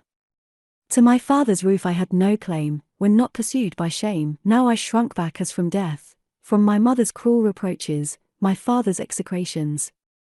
I could not endure to hear him curse the day I was born, though life had been a curse to me. Of death I thought, but with a confused emotion of terror, as I stood leaning my head on a post, and starting at every footstep, lest it should be my mistress coming to tear my heart out. One of the boys of the shop passing by, heard my tale, and immediately repaired to his master, to give him a description of my situation, and he touched the right key, the scandal it would give rise to, if I were left to repeat my tale to every inquirer. This plea came home to his reason, who had been sobered by his wife's rage, the fury of which fell on him when I was out of her reach, and he sent the boy to me with half a guinea, desiring him to conduct me to a house, where beggars, and other wretches, the refuse of society, nightly lodged. This night was spent in a state of stupefaction, or desperation. I detested mankind, and abhorred myself. In the morning I ventured out, to throw myself in my master's way, at his usual hour of going abroad. I approached him, he damned me for declared I had disturbed the peace of the family, and that he had sworn to his wife, never to take any more notice of me.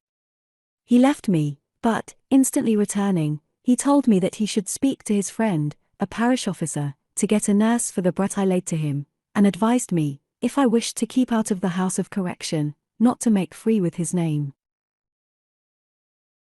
I hurried back to my hole, and, rage giving place to despair, sought for the potion that was to procure abortion, and swallowed it, with a wish that it might destroy me, at the same time that it stopped the sensations of newborn life, which I felt with indescribable emotion.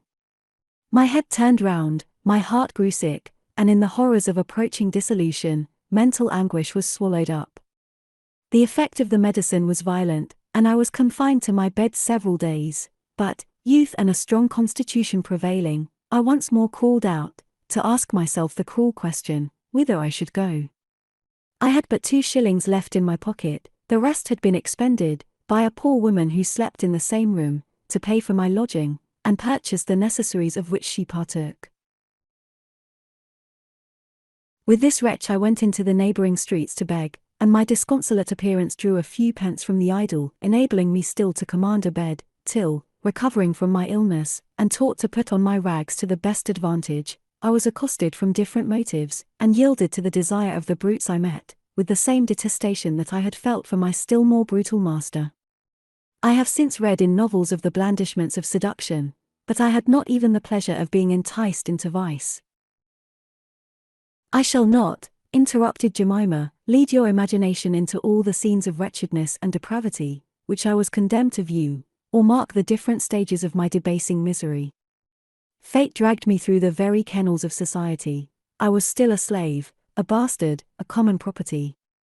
Become familiar with vice, for I wished to conceal nothing from you. I picked the pockets of the drunkards who abused me, and proved by my conduct that I deserved the epithets with which they loaded me at moments when distrust ought to cease.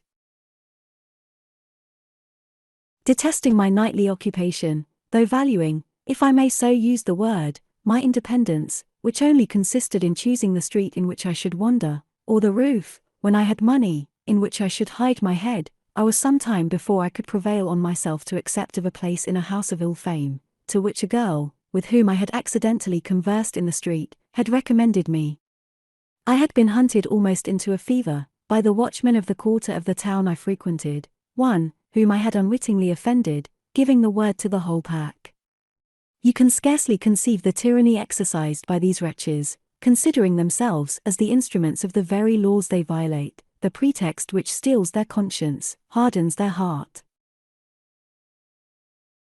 Not content with receiving from us, outlaws of society, let other women talk of favors, a brutal gratification gratuitously as a privilege of office, they extort a tithe of prostitution, and harass with threats the poor creatures whose occupation affords not the means to silence the growl of avarice.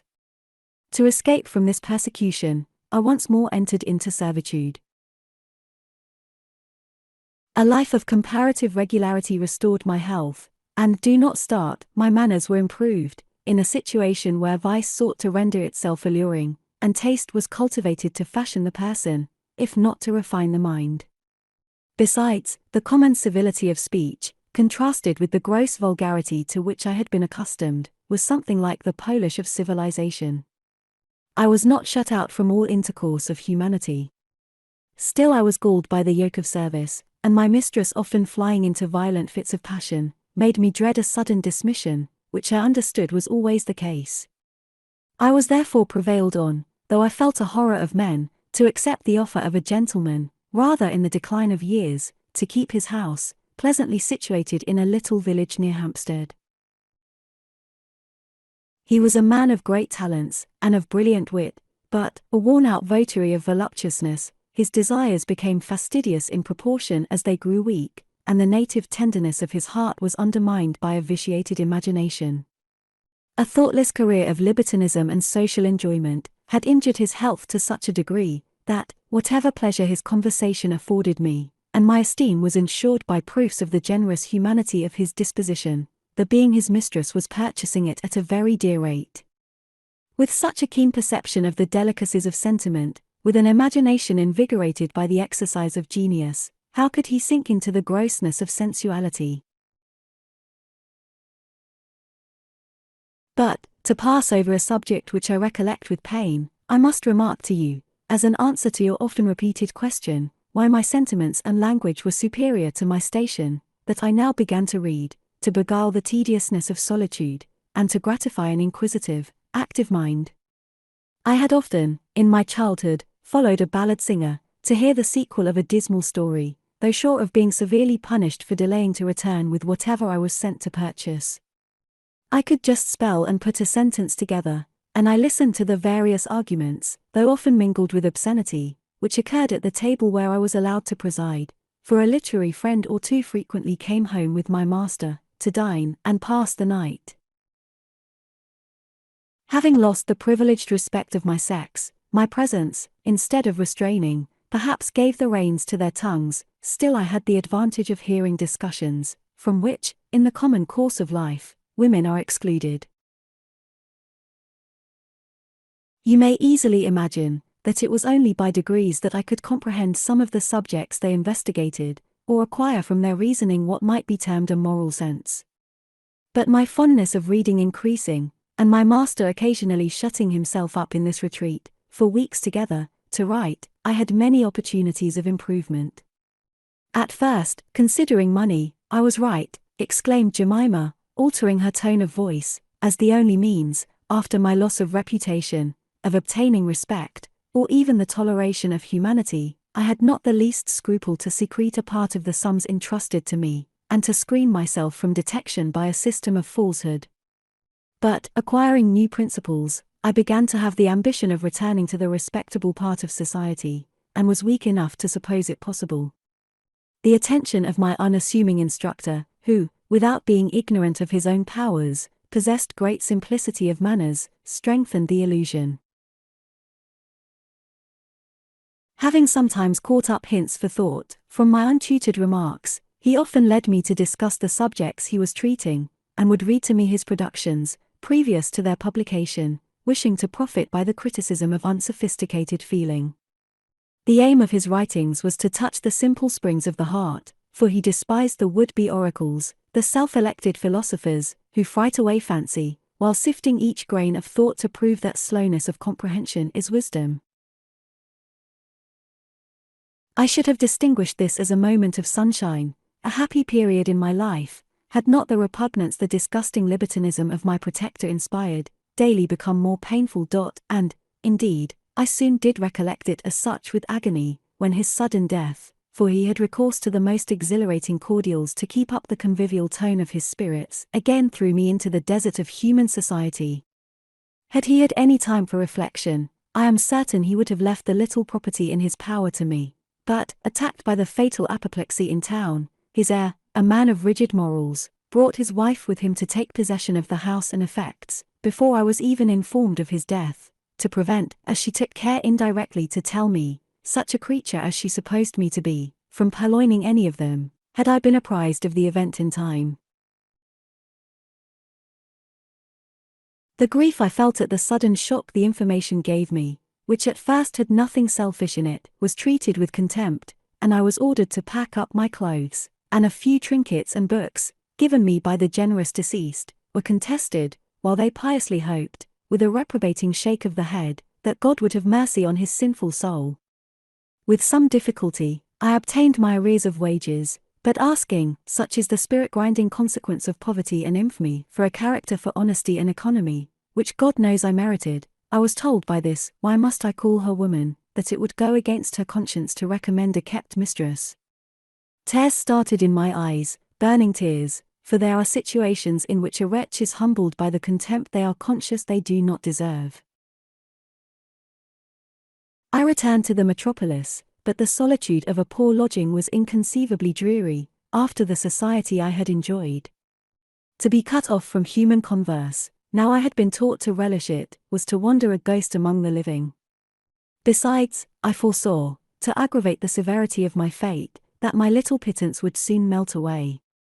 I endeavored to obtain needlework, but, not having been taught early, and my hands being rendered clumsy by hard work, I did not sufficiently excel to be employed by the ready-made linen shops, when so many women, better qualified, were suing for it. The want of a character prevented my getting a place, for, irksome as servitude would have been to me, I should have made another trial, had it been feasible. Not that I disliked employment, but the inequality of condition to which I must have submitted. I had acquired a taste for literature, during the 5 years I had lived with a literary man, occasionally conversing with men of the first abilities of the age, and now to descend to the lowest vulgarity, was a degree of wretchedness not to be imagined and felt. I had not, it is true, tasted the charms of affection, but I had been familiar with the graces of humanity. One of the gentlemen, whom I had frequently dined in company with, while I was treated like a companion, met me in the street, and inquired after my health. I seized the occasion, and began to describe my situation, but he was in haste to join, at dinner, a select party of choice spirits. Therefore, without waiting to hear me, he impatiently put a guinea into my hand, saying, it was a pity such a sensible woman should be in distress. He wished me well from his soul. To another I wrote, stating my case, and requesting advice. He was an advocate for unequivocal sincerity, and had often, in my presence, descanted on the evils which arise in society from the despotism of rank and riches. In reply, I received a long essay on the energy of the human mind, with continual allusions to his own force of character. He added that the woman who could write such a letter as I had sent him could never be in want of resources, were she to look into herself, and exert her powers. Misery was the consequence of indolence, and, as to my being shut out from society, it was the lot of man to submit to certain privations. How often have I heard, said Jemima, interrupting her narrative, in conversation, and read in books, that every person willing to work may find employment. It is the vague assertion, I believe, of insensible indolence, when it relates to men, but, with respect to women, I am sure of its fallacy, unless they will submit to the most menial bodily labor, and even to be employed at hard labor is out of the reach of many, whose reputation misfortune or folly has tainted. How writers, professing to be friends to freedom, and the improvement of morals, can assert that poverty is no evil, I cannot imagine. No more can I, interrupted Maria, yet they even expatiate on the peculiar happiness of indigence, though in what it can consist, excepting in brutal rest, when a man can barely earn a subsistence, I cannot imagine. The mind is necessarily imprisoned in its own little tenement, and, fully occupied by keeping it in repair, has not time to rove abroad for improvement. The book of knowledge is closely clasped against those who must fulfill their daily task of severe manual labor or die, and curiosity, rarely excited by thought or information, seldom moves on the stagnate lake of ignorance. As far as I have been able to observe, replied Jemima, prejudices, caught up by chance, are obstinately maintained by the poor, to the exclusion of improvement. They have not time to reason or reflect to any extent, or minds sufficiently exercised to adopt the principles of action, which form perhaps the only basis of contentment in every station. An independence, said Darnford, they are necessarily strangers to, even the independence of despising their persecutors. If the poor are happy, or can be happy, things are very well as they are. And I cannot conceive on what principle those writers contend for a change of system, who support this opinion. The authors on the other side of the question are much more consistent, who grant the fact, yet, insisting that it is the lot of the majority to be oppressed in this life, kindly turn them over to another, to rectify the false weights and measures of this, as the only way to justify the dispensations of Providence. I have not, continued Darnford, an opinion more firmly fixed by observation in my mind, than that, though riches may fail to produce proportionate happiness, poverty most commonly excludes it, by shutting up all the avenues to improvement. And as for the affections, added Maria, with a sigh, how gross, and even tormenting do they become, unless regulated by an improving mind. The culture of the heart ever, I believe, keeps pace with that of the mind. But pray go on, addressing Jemima, though your narrative gives rise to the most painful reflections on the present state of society. Not to trouble you, continued she, with a detailed description of all the painful feelings of unavailing exertion, I have only to tell you, that at last I got recommended to wash in a few families, who did me the favor to admit me into their houses, without the most strict inquiry, to wash from 1 in the morning till 8 at night, for 18 or 20 pence a day. On the happiness to be enjoyed over a washing tub I need not comment, yet you will allow me to observe, that this was a wretchedness of situation peculiar to my sex. A man with half my industry, and, I may say, abilities, could have procured a decent livelihood, and discharged some of the duties which knit mankind together, whilst I, who had acquired a taste for the rational, nay, in honest pride let me assert it, the virtuous enjoyments of life, was cast aside as the filth of society. Condemned to labor, like a machine, only to earn bread, and scarcely that, I became melancholy and desperate. I have now to mention a circumstance which fills me with remorse, and fear it will entirely deprive me of your esteem. A tradesman became attached to me, and visited me frequently, and I at last obtained such a power over him, that he offered to take me home to his house. Consider, dear madam, I was famishing. Wonder not that I became a wolf. The only reason for not taking me home immediately was the having a girl in the house, with child by him, and this girl, I advised him, yes, I did. Would I could forget it, to turn out of doors, and one night he determined to follow my advice. Poor wretch! She fell upon her knees, reminded him that he had promised to marry her, that her parents were honest. What did it avail? She was turned out. She approached her father's door, in the skirts of London, listened at the shutters, but could not knock. A watchman had observed her go and returned several times. Poor wretch, the remorse Jemima spoke of seemed to be stinging her to the soul, as she proceeded. She left it, and, approaching a tub where horses were watered, she sat down in it, and, with desperate resolution, remained in that attitude till resolution was no longer necessary. I happened that morning to be going out to wash, anticipating the moment when I should escape from such hard labor. I passed by, just as some men, going to work, drew out the stiff, cold corpse. Let me not recall the horrid moment. I recognized her pale visage. I listened to the tale told by the spectators, and my heart did not burst.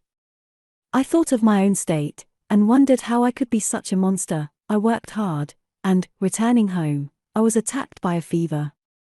I suffered both in body and mind. I determined not to live with the wretch. But he did not try me, he left the neighborhood. I once more returned to the washtub. Still this state, miserable as it was, admitted of aggravation. Lifting one day a heavy load, a tub fell against my shin, and gave me great pain. I did not pay much attention to the hurt, till it became a serious wound, being obliged to work as usual, or starve. But, finding myself at length unable to stand for any time, I thought of getting into an hospital. Hospitals, it should seem, for they are comfortless abodes for the sick, were expressly endowed for the reception of the friendless, yet I, who had on that plea a right to assistance, wanted the recommendation of the rich and respectable, and was several weeks languishing for admittance. Fees were demanded on entering, and, what was still more unreasonable, security for burying me, that expense not coming into the letter of the charity. A guinea was the stipulated sum. I could as soon have raised 1,000,000, and I was afraid to apply to the parish for an order, lest they should have passed me, I knew not whither. The poor woman at whose house I lodged, compassionating my state, got me into the hospital, and the family where I received the hurt, sent me 5 shillings, 3 and 6 of which I gave at my admittance, I know not for what. My leg grew quickly better, but I was dismissed before my cure was completed, because I could not afford to have my linen washed to appear decently, as the virago of a nurse said, when the gentlemen, the surgeons, came. I cannot give you an adequate idea of the wretchedness of an hospital. Everything is left to the care of people intent on gain. The attendants seem to have lost all feeling of compassion in the bustling discharge of their offices. Death is so familiar to them, that they are not anxious to ward it off. Everything appeared to be conducted for the accommodation of the medical men and their pupils, who came to make experiments on the poor, for the benefit of the rich. One of the physicians, I must not forget to mention, gave me half a crown, and ordered me some wine, when I was at the lowest ebb. I thought of making my case known to the ladylike matron, but her forbidding countenance prevented me. She condescended to look on the patients, and make general inquiries, 2 or 3 times a week, but the nurses knew the hour when the visit of ceremony would commence, and everything was as it should be.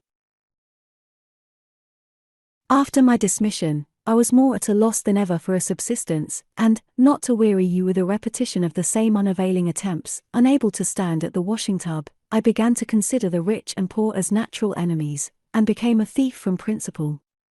I could not now cease to reason, but I hated mankind.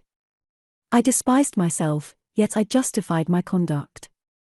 I was taken, tried, and condemned to 6 months' imprisonment in a house of correction. My soul recoils with horror from the remembrance of the insults I had to endure, till, branded with shame, I was turned loose in the street, penniless. I wandered from street to street, till, exhausted by hunger and fatigue, I sunk down senseless at a door, where I had vainly demanded a morsel of bread. I was sent by the inhabitant to the workhouse, to which he had surlily bid me go, saying, he paid enough in conscience to the poor, when, with parched tongue, I implored his charity. If those well-meaning people who exclaim against beggars were acquainted with the treatment the poor receive in many of these wretched asylums, they would not stifle so easily involuntary sympathy, by saying that they have all parishes to go to, or wonder that the poor dread to enter the gloomy walls. What are the common run of workhouses, but prisons, in which many respectable old people, worn out by immoderate labor, sink into the grave in sorrow, to which they are carried like dogs? Alarmed by some indistinct noise, Jemima rose hastily to listen, and Maria, turning to Darnford, said, I have indeed been shocked beyond expression when I have met a pauper's funeral. A coffin carried on the shoulders of 3 or 4 ill-looking wretches, whom the imagination might easily convert into a band of assassins, hastening to conceal the corpse, and quarrelling about the prey on their way.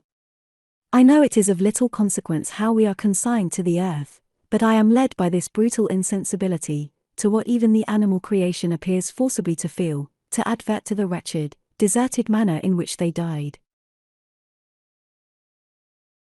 True, rejoined Darnford, and, till the rich will give more than a part of their wealth, till they will give time and attention to the wants of the distressed, never let them boast of charity. Let them open their hearts, and not their purses, and employ their minds in the service. If they are really actuated by humanity, all charitable institutions will always be the prey of the lowest order of knaves.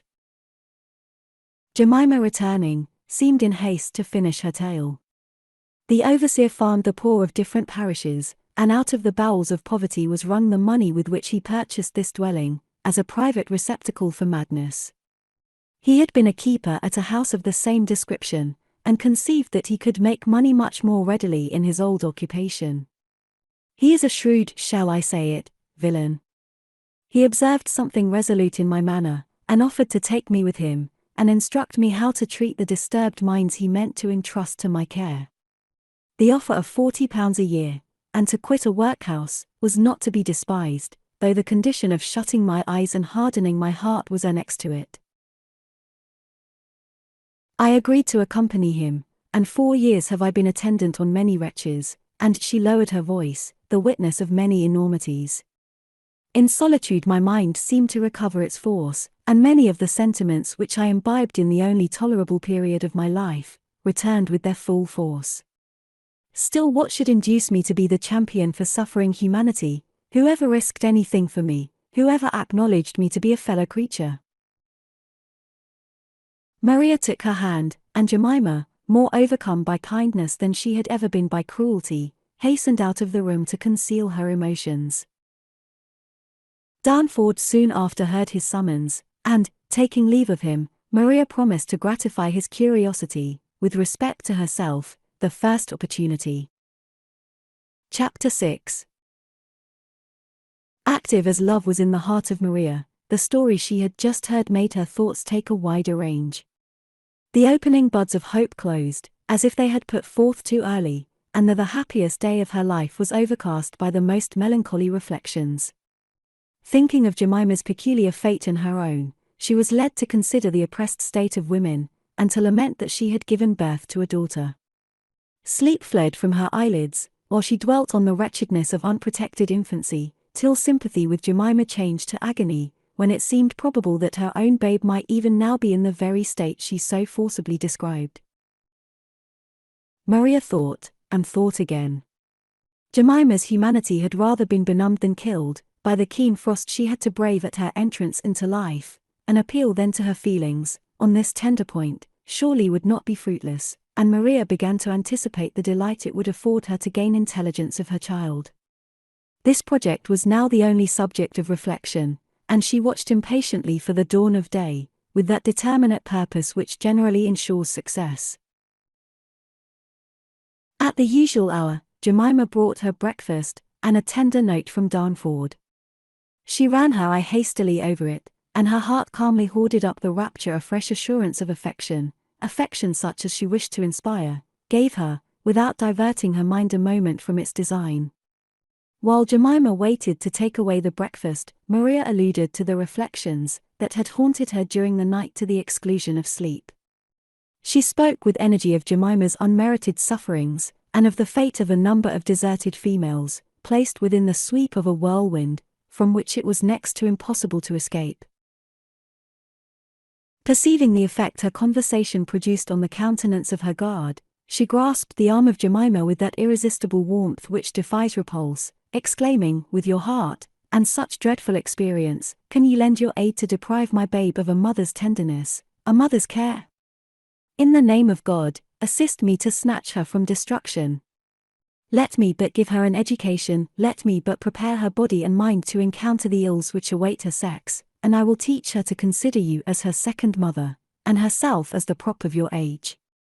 Yes, Jemima, look at me, observe me closely, and read my very soul. You merit a better fate." She held out her hand with a firm gesture of assurance, "and I will procure it for you, as a testimony of my esteem, as well as of my gratitude." Jemima had not power to resist this persuasive torrent, and, owning that the house in which she was confined was situated on the banks of the Thames, only a few miles from London, and not on the sea-coast, as Darnford had supposed, she promised to invent some excuse for her absence, and go herself to trace the situation, and inquire concerning the health of this abandoned daughter. Her manner implied an intention to do something more, but she seemed unwilling to impart her design, and Maria, glad to have obtained the main point, thought it best to leave her to the workings of her own mind, convinced that she had the power of interesting her still more in favor of herself and child, by a simple recital of facts. In the evening, Jemima informed the impatient mother that on the morrow she should hasten to town before the family hour of rising, and received all the information necessary, as a clue to her search. The good night Maria uttered was peculiarly solemn and affectionate. Glad expectation sparkled in her eye, and, for the first time since her detention, she pronounced the name of her child with pleasurable fondness, and, with all the garrulity of a nurse, described her first smile when she recognized her mother. Recollecting herself, a still kinder adieu, with a "God bless you," that seemed to include a maternal benediction, dismissed Jemima. The dreary solitude of the ensuing day, lengthened by impatiently dwelling on the same idea, was intolerably wearisome. She listened for the sound of a particular clock, which some directions of the wind allowed her to hear distinctly. She marked the shadow gaining on the wall, and, twilight thickening into darkness, her breath seemed oppressed while she anxiously counted 9. The last sound was a stroke of despair on her heart, for she expected every moment, without seeing Jemima, to have her light extinguished by the savage female who supplied her place. She was even obliged to prepare for bed, restless as she was, not to disoblige her new attendant. She had been cautioned not to speak too freely to her, but the caution was needless. Her countenance would still more emphatically have made her shrink back. Such was the ferocity of manner, conspicuous in every word and gesture of this hag, that Maria was afraid to inquire why Jemima, who had faithfully promised to see her before her door was shut for the night, came not, and, when the key turned in the lock, to consign her to a night of suspense, she felt a degree of anguish which the circumstances scarcely justified. Continually on the watch, the shutting of a door, or the sound of a footstep, made her start and tremble with apprehension, something like what she felt, when, at her entrance, dragged along the gallery, she began to doubt whether she were not surrounded by demons. Fatigued by an endless rotation of thought and wild alarms, she looked like a spectre, when Jemima entered in the morning, especially as her eyes darted out of her head, to read in Jemima's countenance, almost as pallid, the intelligence she dared not trust her tongue to demand. Jemima put down the tea things, and appeared very busy in arranging the table. Maria took up a cup with trembling hand, then forcibly recovering her fortitude, and restraining the convulsive movement which agitated the muscles of her mouth, she said, "Spare yourself the pain of preparing me for your information. I adjure you, my child is dead." Jemima solemnly answered, "Yes," with a look expressive of compassion and angry emotions.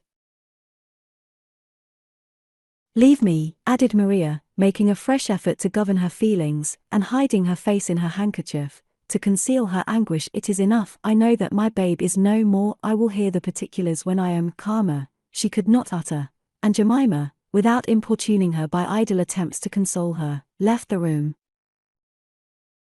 Plunged in the deepest melancholy, she would not admit Darnford's visits, and such is the force of early associations even on strong minds, that, for a while, she indulged the superstitious notion that she was justly punished by the death of her child, for having for an instant ceased to regret her loss.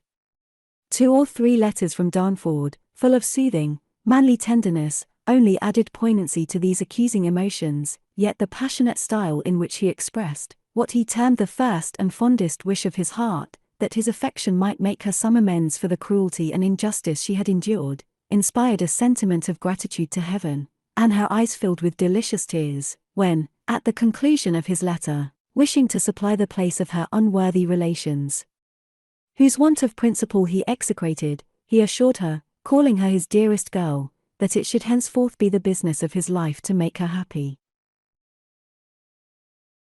He begged, in a note sent the following morning, to be permitted to see her, when his presence would be no intrusion on her grief, and so earnestly entreat to be allowed, according to promise, to beguile the tedious moments of absence, by dwelling on the events of her past life, that she sent him the memoirs which had been written for her daughter, promising Jemima the perusal as soon as he returned them. Chapter 7. Addressing these memoirs to you, my child, uncertain whether I shall ever have an opportunity of instructing you, many observations will probably flow from my heart, which only a mother schooled in misery, could make.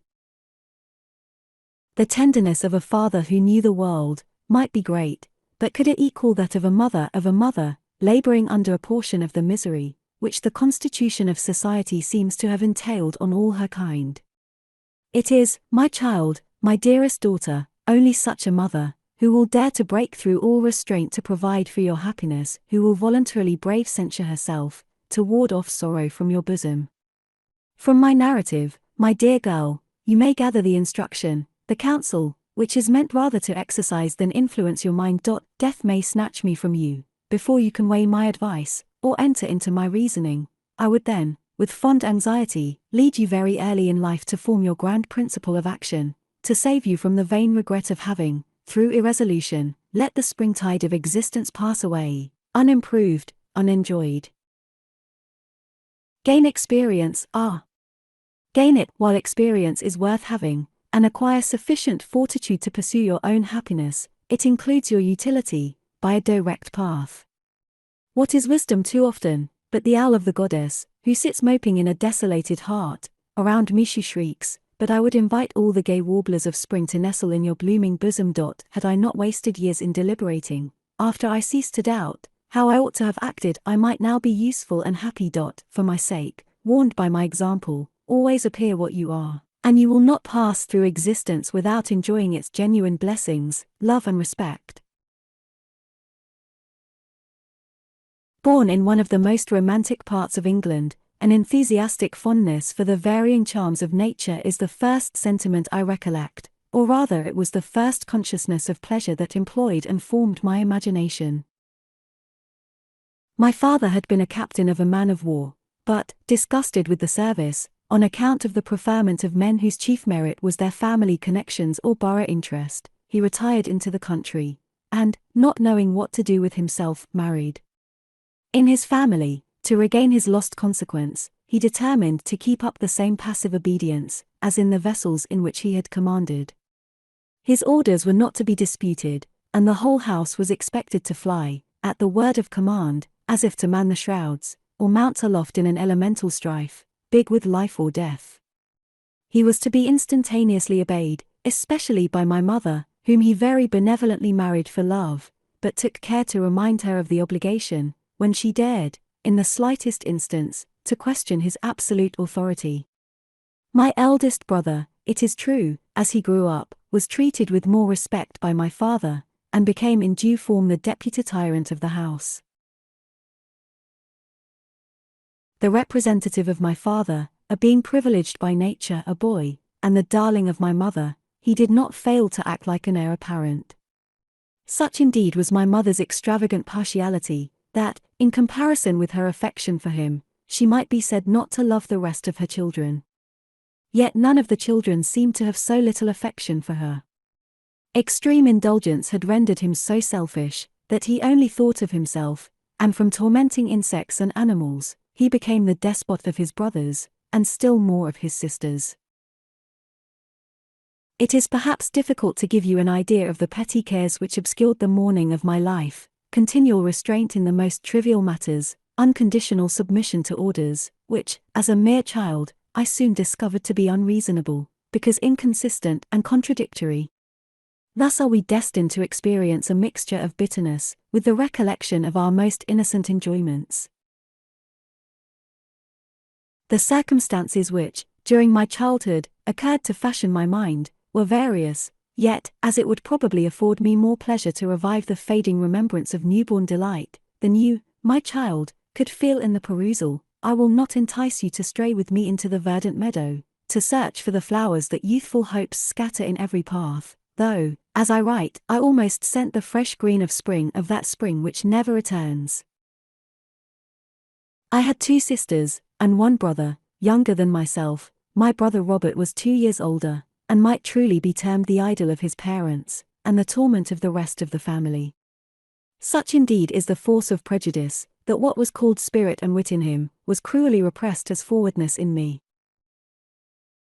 My mother had an indolence of character, which prevented her from paying much attention to our education.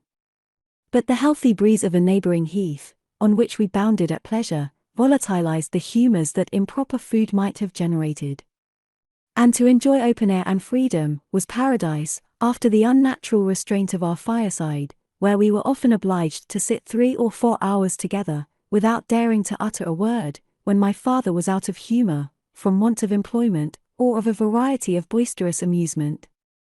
I had however one advantage, an instructor, the brother of my father, who, intended for the church, had of course received a liberal education. But, becoming attached to a young lady of great beauty and large fortune, and acquiring in the world some opinions not consonant with the profession for which he was designed, he accepted, with the most sanguine expectations of success, the offer of a nobleman to accompany him to India, as his confidential secretary.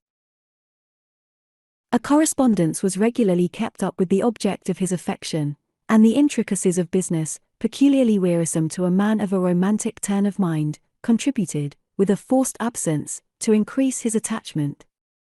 Every other passion was lost in this master one, and only served to swell the torrent.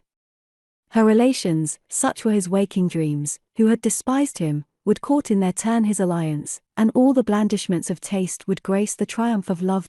While he basked in the warm sunshine of love, friendship also promised to shed its dewy freshness, for a friend, whom he loved next to his mistress, was the confidant, who forwarded the letters from one to the other, to elude the observation of prying relations. A friend false in similar circumstances, is, my dearest girl, an old tale, yet, let not this example, or the frigid caution of cold-blooded moralists, make you endeavor to stifle hopes, which are the buds that naturally unfold themselves during the spring of life. Whilst your own heart is sincere, always expect to meet one glowing with the same sentiments, for to fly from pleasure, is not to avoid pain. My uncle realized, by good luck, rather than management, a handsome fortune, and returning on the wings of love, lost in the most enchanting reveries, to England, to share it with his mistress and his friend, he found them united. There were some circumstances, not necessary for me to recite, which aggravated the guilt of the friend beyond measure, and the deception, that had been carried on to the last moment, was so base, it produced the most violent effect on my uncle's health and spirits. His native country, the world, lately a garden of blooming sweets, blasted by treachery, seemed changed into a parched desert, the abode of hissing serpents. Disappointment rankled in his heart, and, brooding over his wrongs, he was attacked by a raging fever, followed by a derangement of mind, which only gave place to habitual melancholy, as he recovered more strength of body. Declaring an intention never to marry, his relations were ever clustering about him, paying the grossest adulation to a man who, disgusted with mankind, received them with scorn or bitter sarcasms. Something in my countenance pleased him when I began to prattle. Since his return, he appeared dead to affection, but I soon, by showing him innocent fondness, became a favorite, and endeavoring to enlarge and strengthen my mind, I grew dear to him in proportion as I imbibed his sentiments. He had a forcible manner of speaking, rendered more so by a certain impressive wildness of look and gesture, calculated to engage the attention of a young and ardent mind. It is not then surprising that I quickly adopted his opinions in preference, and reverenced him as one of a superior order of beings.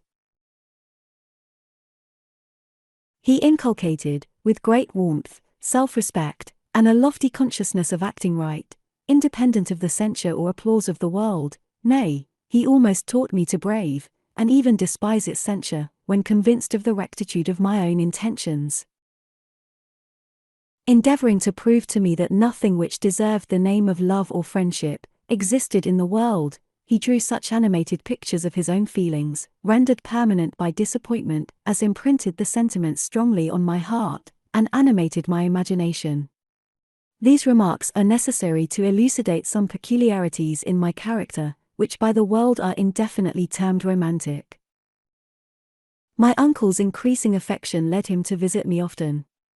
Still, unable to rest in any place, he did not remain long in the country to soften domestic tyranny, but he brought me books, for which I had a passion, and they conspired with his conversation, to make me form an ideal picture of life.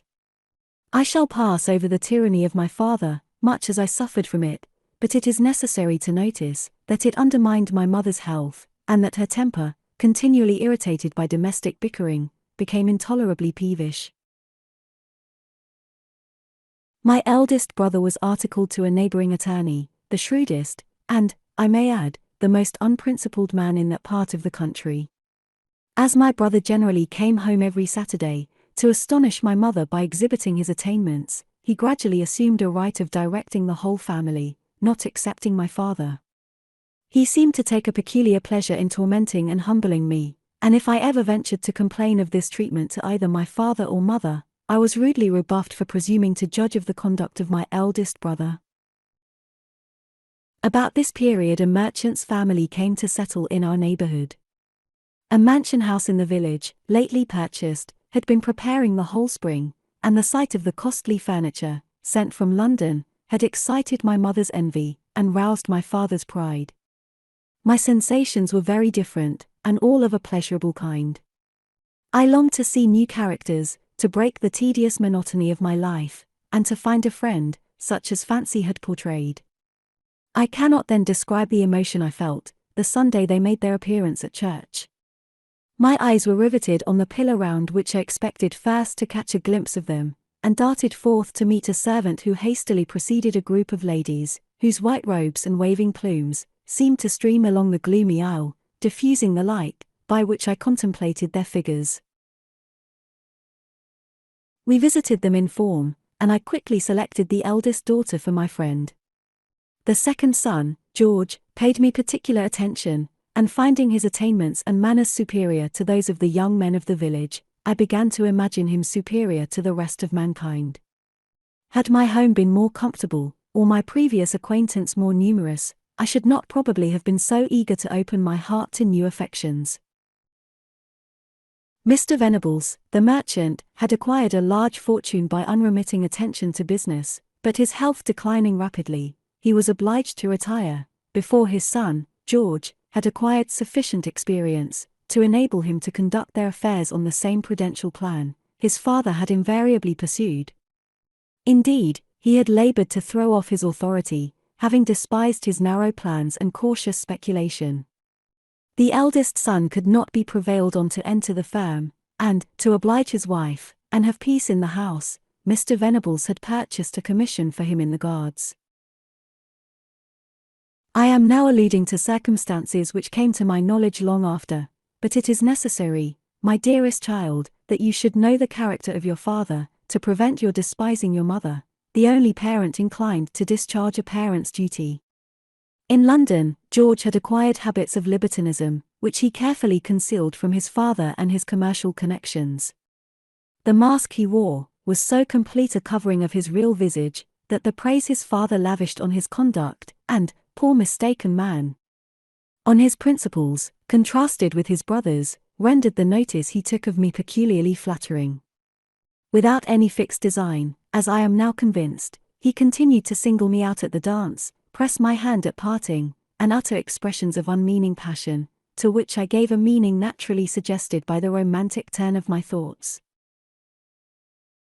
His stay in the country was short, his manners did not entirely please me, but, when he left us, the colouring of my picture became more vivid. Whither did not my imagination lead me? In short, I fancied myself in love with the disinterestedness, fortitude, generosity, dignity, and humanity, with which I had invested the hero I dubbed. A circumstance which soon after occurred, rendered all these virtues palpable. The incident is perhaps worth relating on other accounts, and therefore I shall describe it distinctly. I had a great affection for my nurse, old Mary, for whom I used often to work, to spare her eyes. Mary had a younger sister, married to a sailor, while she was suckling me, for my mother only suckled my eldest brother, which might be the cause of her extraordinary partiality. Peggy, Mary's sister, lived with her, till her husband, becoming a mate in a West Indian trader, got a little beforehand in the world. He wrote to his wife from the first port in the Channel, after his most successful voyage, to request her to come to London to meet him. He even wished her to determine on living there for the future, to save him the trouble of coming to her the moment he came on shore, and to turn a penny by keeping a green stall. It was too much to set out on a journey the moment he had finished a voyage, and 50 miles by land was worse than 1,000 leagues by sea. She packed up her alls, and came to London, but did not meet honest Daniel. A common misfortune prevented her, and the poor are bound to suffer for the good of their country. He was pressed in the river and never came on shore. Peggy was miserable in London, not knowing, as she said, the face of any living soul. Besides, her imagination had been employed, anticipating a month or 6 weeks' happiness with her husband. Daniel was to have gone with her to Sadler's Wells, and Westminster Abbey, and to many sights, which he knew she never heard of in the country. Peggy too was thrifty, and how could she manage to put his plan in execution alone? He had acquaintance, but she did not know the very name of their places of abode. His letters were made up of "How do you does," and "God bless you's." Information was reserved for the hour of meeting. She too had her portion of information, near at heart. Molly and Jackie were grown such little darlings, she was almost angry that Daddy did not see their tricks. She had not half the pleasure she should have had from their prattle, could she have recounted to him each night the pretty speeches of the day. Some stories, however, were stored up, and Jackie could say "Papa" with such a sweet voice, it must delight his heart. Yet when she came, and found no Daniel to greet her, when Jackie called "Papa," she wept, bidding God bless his innocent soul, that did not know what sorrow was. But more sorrow was in store for Peggy, innocent as she was. Daniel was killed in the first engagement, and then the "Papa" was agony, sounding to the heart. She had lived sparingly on his wages, while there was any hope of his return, but, that gone, she returned with a breaking heart to the country, to a little market town, nearly 3 miles from our village. She did not like to go to service, to be snubbed about, after being her own mistress. To put her children out to nurse was impossible. How far would her wages go? And to send them to her husband's parish, a distant one, was to lose her husband twice over. I had heard all from Mary, and made my uncle furnish a little cottage for her, to enable her to sell. So sacred was poor Daniel's advice, now he was dead and gone, a little fruit, toys, and cakes. The minding of the shop did not require her whole time, nor even the keeping her children clean, and she loved to see them clean, so she took in washing, and altogether made a shift to earn bread for her children, still weeping for Daniel, when Jackie's arch looks made her think of his father. It was pleasant to work for her children. Yes, from morning till night, could she have had a kiss from their father, God rest his soul. Yes, had it pleased Providence to have let him come back without a leg or an arm, it would have been the same thing to her, for she did not love him because he maintained them. No, she had hands of her own. The country people were honest, and Peggy left her linen out to dry very late. A recruiting party, as she supposed, passing through, made free with a large wash, for it was all swept away, including her own and her children's little stock. This was a dreadful blow, 24 of shirts, stocks and handkerchiefs. She gave the money which she had laid by for half a year's rent, and promised to pay 2 shillings a week till all was cleared, so she did not lose her employment. This 2 shillings a week, and the buying of few necessaries for the children, drove her so hard, that she had not a penny to pay her rent with, when her 12 months became due. She was now with Mary, and had just told her tale, which Mary instantly repeated. It was intended for my ear. Many houses in this town, producing a borough interest, were included in the estate purchased by Mr. Venables, and the attorney with whom my brother lived, was appointed his agent, to collect and raise the rents. He demanded Peggy's, and, in spite of her entreaties, her poor goods had been seized and sold. So that she had not, and what was worse her children, for she had known sorrow enough, a bed to lie on. She knew that I was good-natured, right charitable, yet not liking to ask for more than needs must, she scorned to petition while people could anyhow be made to wait. But now, should she be turned out of doors, she must expect nothing less than to lose all her customers, and then she must beg or starve, and what would become of her children, had Daniel not been pressed? But God knows best, all this could not have happened. I had 2 mattresses on my bed. What did I want with 2, when such a worthy creature must lie on the ground? My mother would be angry, but I could conceal it till my uncle came down, and then I would tell him all the whole truth, and if he absolved me, heaven would. I begged the housemaid to come upstairs with me. Servants always feel for the distresses of poverty, and so would the rich if they knew what it was. She assisted me to tie up the mattress, I discovering, at the same time, that 1 blanket would serve me till winter. Could I persuade my sister, who slept with me, to keep my secret? She entering in the midst of the package, I gave her some new feathers, to silence her. We got the mattress down the back stairs, unperceived, and I helped to carry it, taking with me all the money I had, and what I could borrow from my sister.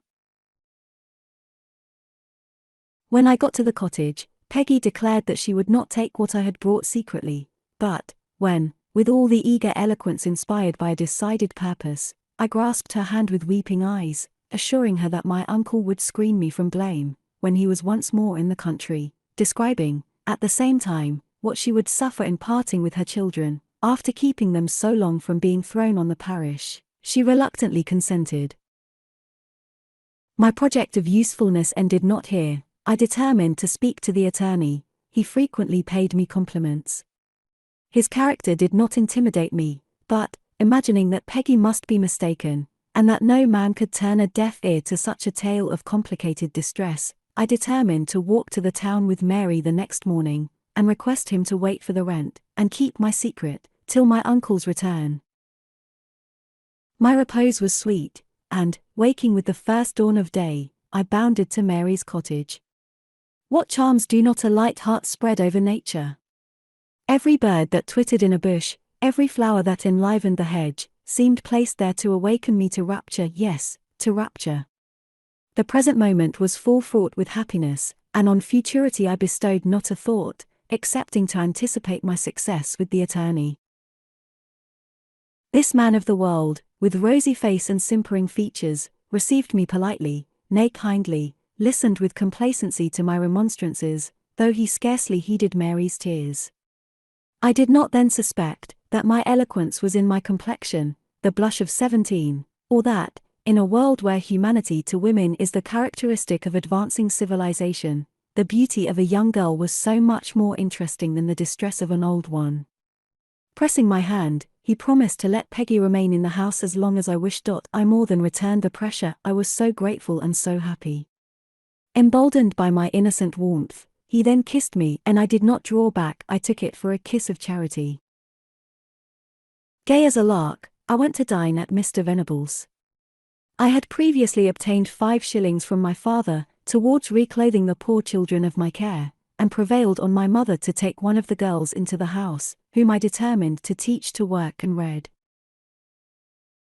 After dinner, when the younger part of the circle retired to the music room, I recounted with energy my tale, that is, I mentioned Peggy's distress, without hinting at the steps I had taken to relieve her. Miss Venables gave me half a crown, the F 5 shillings, but George sat unmoved.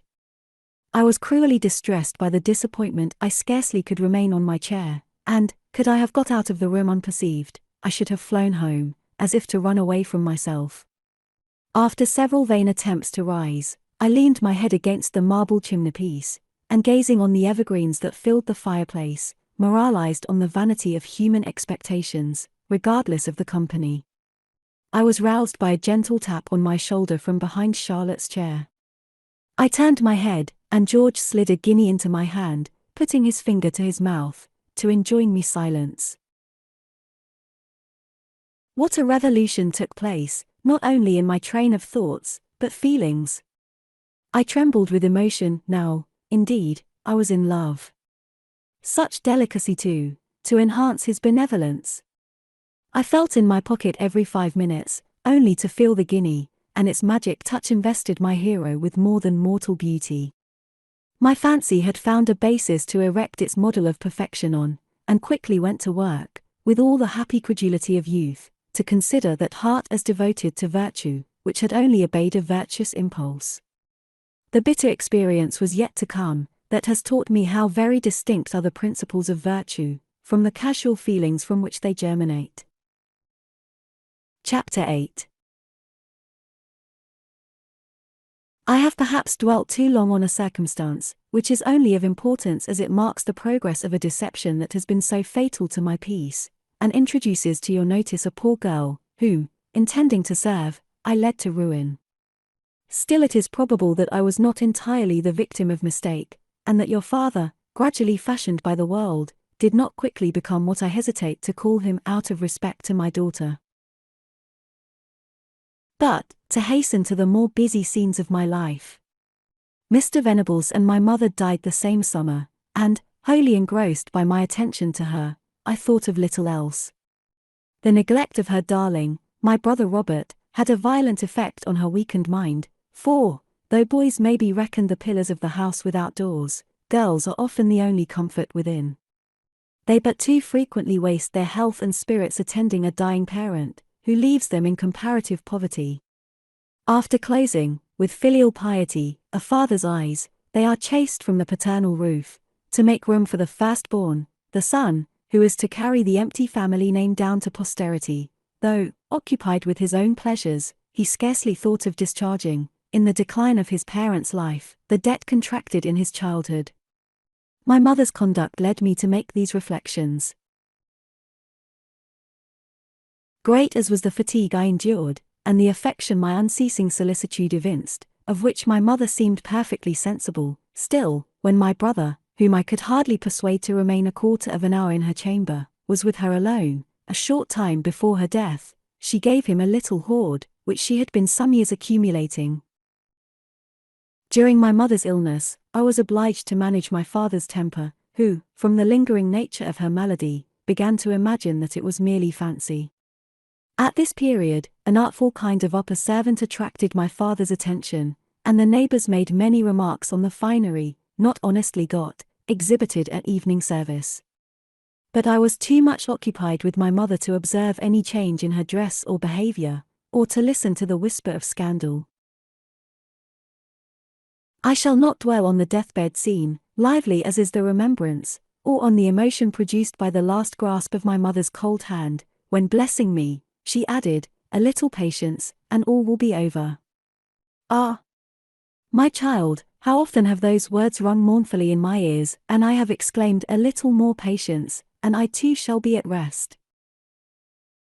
My father was violently affected by her death, recollected instances of his unkindness, and wept like a child. My mother had solemnly recommended my sisters to my care, and bid me be a mother to them.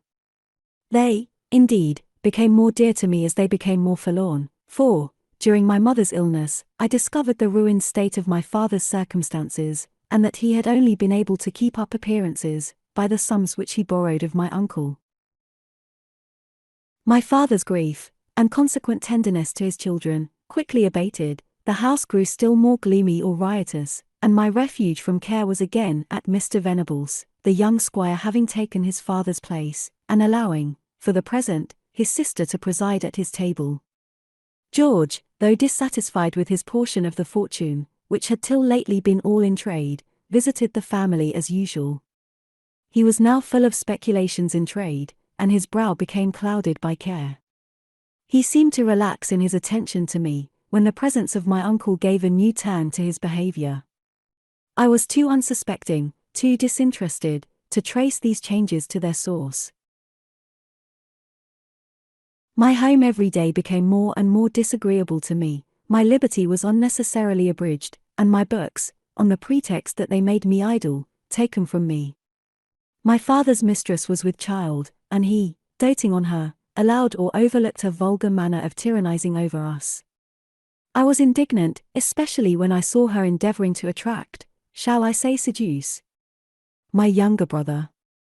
By allowing women but one way of rising in the world, the fostering the libertinism of men, society makes monsters of them, and then their ignoble vices are brought forward as a proof of inferiority of intellect. The wearisomeness of my situation can scarcely be described. Though my life had not passed in the most even tenor with my mother, it was paradise to that I was destined to endure with my father's mistress, jealous of her illegitimate authority. My father's former occasional tenderness, in spite of his violence of temper, had been soothing to me, but now he only met me with reproofs or portentous frowns. The housekeeper, as she was now termed, was the vulgar despot of the family, and assuming the new character of a fine lady, she could never forgive the contempt which was sometimes visible in my countenance, when she uttered with pomposity her bad English, or affected to be well-bred.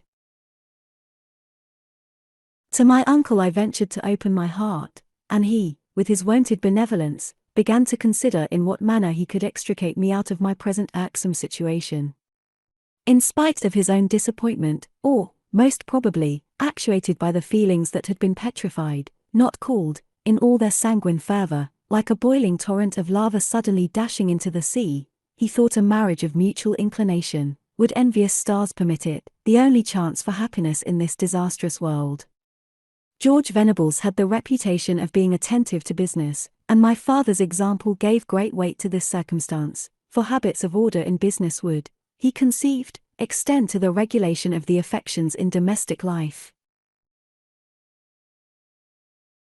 George seldom spoke in my uncle's company, except to utter a short, judicious question, or to make a pertinent remark, with all due deference to his superior judgment, so that my uncle seldom left his company without observing that the young man had more in him than people supposed.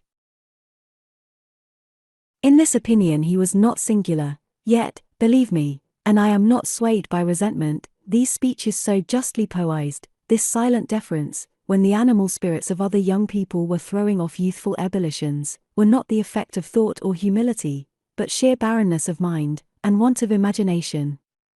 A colt of metal will curvet and show his paces. Yes, my dear girl, these prudent young men want all the fire necessary to ferment their faculties, and are characterized as wise, only because they are not foolish. It is true that George was by no means so great a favorite of mine as during the first year of our acquaintance, still, as he often coincided in opinion with me, and echoed my sentiments, and having myself no other attachment, I heard with pleasure my uncle's proposal, but thought more of obtaining my freedom than of my lover. But, when George, seemingly anxious for my happiness, pressed me to quit my present painful situation, my heart swelled with gratitude. I knew not that my uncle had promised him £5,000. Had this truly generous man mentioned his intention to me, I should have insisted on £1,000 being settled on each of my sisters. George would have contested, I should have seen his selfish soul, and gracious God have been spared the misery of discovering, when too late, that I was united to a heartless, unprincipled wretch. All my schemes of usefulness would not then have been blasted. The tenderness of my heart would not have heated my imagination with visions of the ineffable delight of happy love, nor would the sweet duty of a mother have been so cruelly interrupted. But I must not suffer the fortitude I have so hardly acquired, to be undermined by unavailing regret. Let me hasten forward to describe the turbid stream in which I had to wade, but let me exultingly declare that it is past, my soul holds fellowship with him no more. He cut the Gordian knot, which my principles, mistaken ones, respected, he dissolved the tie, the fetters rather, that ate into my very vitals, and I should rejoice, conscious that my mind is freed, though confined in hell itself, the only place that even fancy can imagine more dreadful than my present abode. These varying emotions will not allow me to proceed. I heave sigh after sigh, yet my heart is still oppressed. For what am I reserved? Why was I not born a man, or why was I born at all? Chapter 9. I resume my pen to fly from thought. I was married, and we hastened to London. I had purposed taking one of my sisters with me, for a strong motive for marrying was the desire of having a home at which I could receive them, now their own grew so uncomfortable, as not to deserve the cheering appellation. An objection was made to her accompanying me, that appeared plausible, and I reluctantly acquiesced. I was however willingly allowed to take with me Molly, poor Peggy's daughter. London and preferment are ideas commonly associated in the country, and, as blooming as May, she bade adieu to Peggy with weeping eyes. I did not even feel hurt at the refusal in relation to my sister, till hearing what my uncle had done for me, I had the simplicity to request, speaking with warmth of their situation, that he would give them £1,000 apiece, which seemed to me but justice. He asked me, giving me a kiss, if I had lost my senses. I started back, as if I had found a wasp in a rose bush. I expostulated. He sneered, and the demon of discord entered our paradise, to poison with his pestiferous breath every opening joy. I had sometimes observed defects in my husband's understanding, but, led astray by a prevailing opinion, that goodness of disposition is of the first importance in the relative situations of life, in proportion as I perceived the narrowness of his understanding, fancy enlarged the boundary of his heart. Fatal error! How quickly is the so much vaunted milkiness of nature turned into gall, by an intercourse with the world, if more generous juices do not sustain the vital source of virtue. One trait in my character was extreme credulity, but, when my eyes were once opened, I saw but too clearly all I had before overlooked. My husband was sunk in my esteem, still there are youthful emotions, which, for a while, fill up the chasm of love and friendship. Besides, it required some time to enable me to see his whole character in a just light, or rather to allow it to become fixed. While circumstances were ripening my faculties, and cultivating my taste, commerce and gross relaxations were shutting his against any possibility of improvement, till, by stifling every spark of virtue in himself, he began to imagine that it nowhere existed. Do not let me lead you astray, my child. I do not mean to assert that any human being is entirely incapable of feeling the generous emotions, which are the foundation of every true principle of virtue, but they are frequently, I fear, so feeble, that, like the inflammable quality which more or less lurks in all bodies, they often lie forever dormant, the circumstances never occurring, necessary to call them into action. I discovered however by chance, that, in consequence of some losses in trade, the natural effect of his gambling desire to start suddenly into riches, the £5,000 given me by my uncle, had been paid very opportunely. This discovery, strange as you may think the assertion, gave me pleasure. My husband's embarrassments indebted him to me. I was glad to find an excuse for his conduct to my sisters, and my mind became calmer. My uncle introduced me to some literary society, and the theatres were a never-failing source of amusement to me. My delighted I followed Mrs. Siddons, when, with dignified delicacy, she played Caliph, and I involuntarily repeated after her, in the same tone, and with a long-drawn sigh. Hearts like ours were paired, not matched. These were, at first, spontaneous emotions, though, Becoming acquainted with men of wit and polished manners, I could not sometimes help regretting my early marriage, and that, in my haste to escape from a temporary dependence, and expand my newly fledged wings, in an unknown sky, I had been caught in a trap, and caged for life. Still the novelty of London, and the attentive fondness of my husband, for he had some personal regard for me, made several months glide away. Yet, not forgetting the situation of my sisters, who were still very young, I prevailed on my uncle to settle £1,000 on each, and to place them in a school near town, where I could frequently visit, as well as have them at home with me.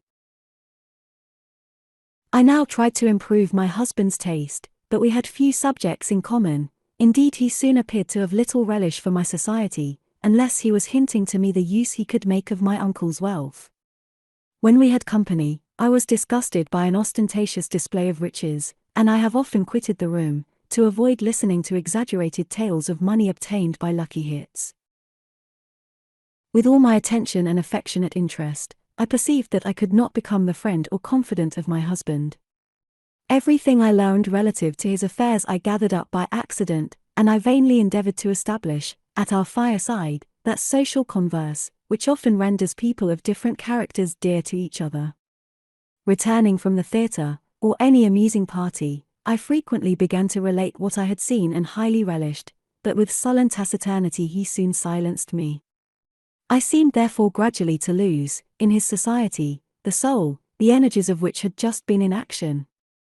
To such a degree, in fact, did his cold, reserved manner affect me, that, after spending some days with him alone, I have imagined myself the most stupid creature in the world, till the abilities of some casual visitor convinced me that I had some dormant animation, and sentiments above the dust in which I had been grovelling.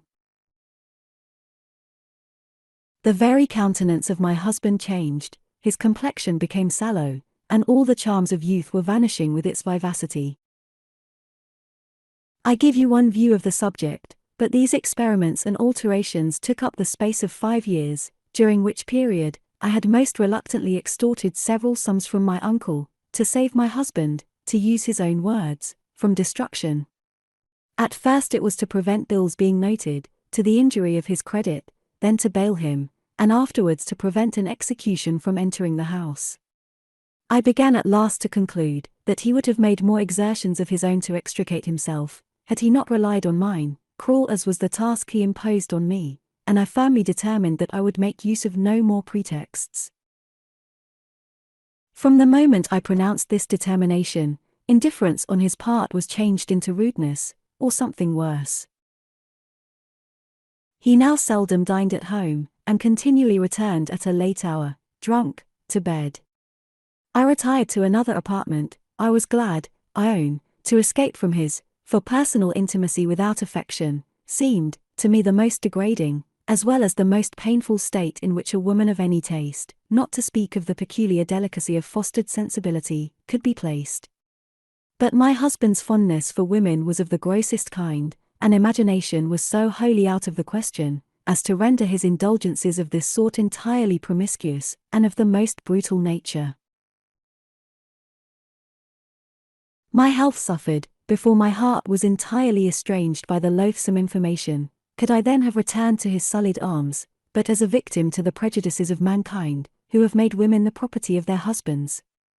I discovered even, by his conversation, when intoxicated, that his favourites were wantons of the lowest class, who could by their vulgar, indecent mirth, which he called nature, rouse his sluggish spirits. Meretricious ornaments and manners were necessary to attract his attention. He seldom looked twice at a modest woman, and sat silent in their company, and the charms of youth and beauty had not the slightest effect on his senses, unless the possessors were initiated in vice. His intimacy with profligate women, and his habits of thinking, gave him a contempt for female endowments, and he would repeat, when wine had loosed his tongue, most of the commonplace sarcasms levelled at them, by men who do not allow them to have minds, because mind would be an impediment to gross enjoyment. Men who are inferior to their fellow men, are always most anxious to establish their superiority over women. But where are these reflections leading me? Women who have lost their husband's affection, are justly reproved for neglecting their persons, and not taking the same pains to keep, as to gain a heart, but who thinks of giving the same advice to men, though women are continually stigmatized for being attached to fops, and from the nature of their education, are more susceptible of disgust. Yet why a woman should be expected to endure a sloven, with more patience than a man, and magnanimously to govern herself, I cannot conceive, unless it be supposed arrogant in her to look for respect as well as a maintenance. It is not easy to be pleased, because, after promising to love, in different circumstances, we are told that it is our duty. I cannot, I am sure, though, when attending the sick, I never felt disgust, forget my own sensations, when rising with health and spirit, and after scenting the sweet morning, I have met my husband at the breakfast table. The active attention I had been giving to domestic regulations, which were generally settled before he rose, or a walk, gave a glow to my countenance, that contrasted with his squalid appearance. The squeamishness of stomach alone, produced by the last night's intemperance, which he took no pains to conceal, destroyed my appetite. I think I now see him lolling in an armchair, in a dirty powdering gown, soiled linen, ungartered stockings, and tangled hair, yawning and stretching himself. The newspaper was immediately called for, if not brought in on the tea-board, from which he would scarcely lift his eyes while I poured out the tea, excepting to ask for some brandy to put into it, or to declare that he could not eat. In answer to any question, in his best humour, it was a drawling "What do you say, child?" But if I demanded money for the house expenses, which I put off till the last moment, his customary reply, often prefaced with an oath, was, "Do you think me, madam, made of money?" The butcher, the baker, must wait, and, what was worse, I was often obliged to witness his surly dismission of tradesmen, who were in want of their money, and whom I sometimes paid with the presents my uncle gave me for my own use. At this juncture my father's mistress, by terrifying his conscience, prevailed on him to marry her. He was already become a Methodist, and my brother, who now practiced for himself, had discovered a flaw in the settlement made on my mother's children, which set it aside, and he allowed my father, whose distress made him submit to anything, a tithe of his own, or rather our fortune. My sisters had left school, but were unable to endure home, which my father's wife rendered as disagreeable as possible, to get rid of girls whom she regarded as spies on her conduct. They were accomplished, yet may you never be reduced to the same destitute state. Scarcely conceive the trouble I had to place them in the situation of governesses, the only one in which even a well-educated woman, with more than ordinary talents, can struggle for a subsistence, and even this is a dependence next to menial. Is it then surprising that so many forlorn women, with human passions and feelings, take refuge in infamy?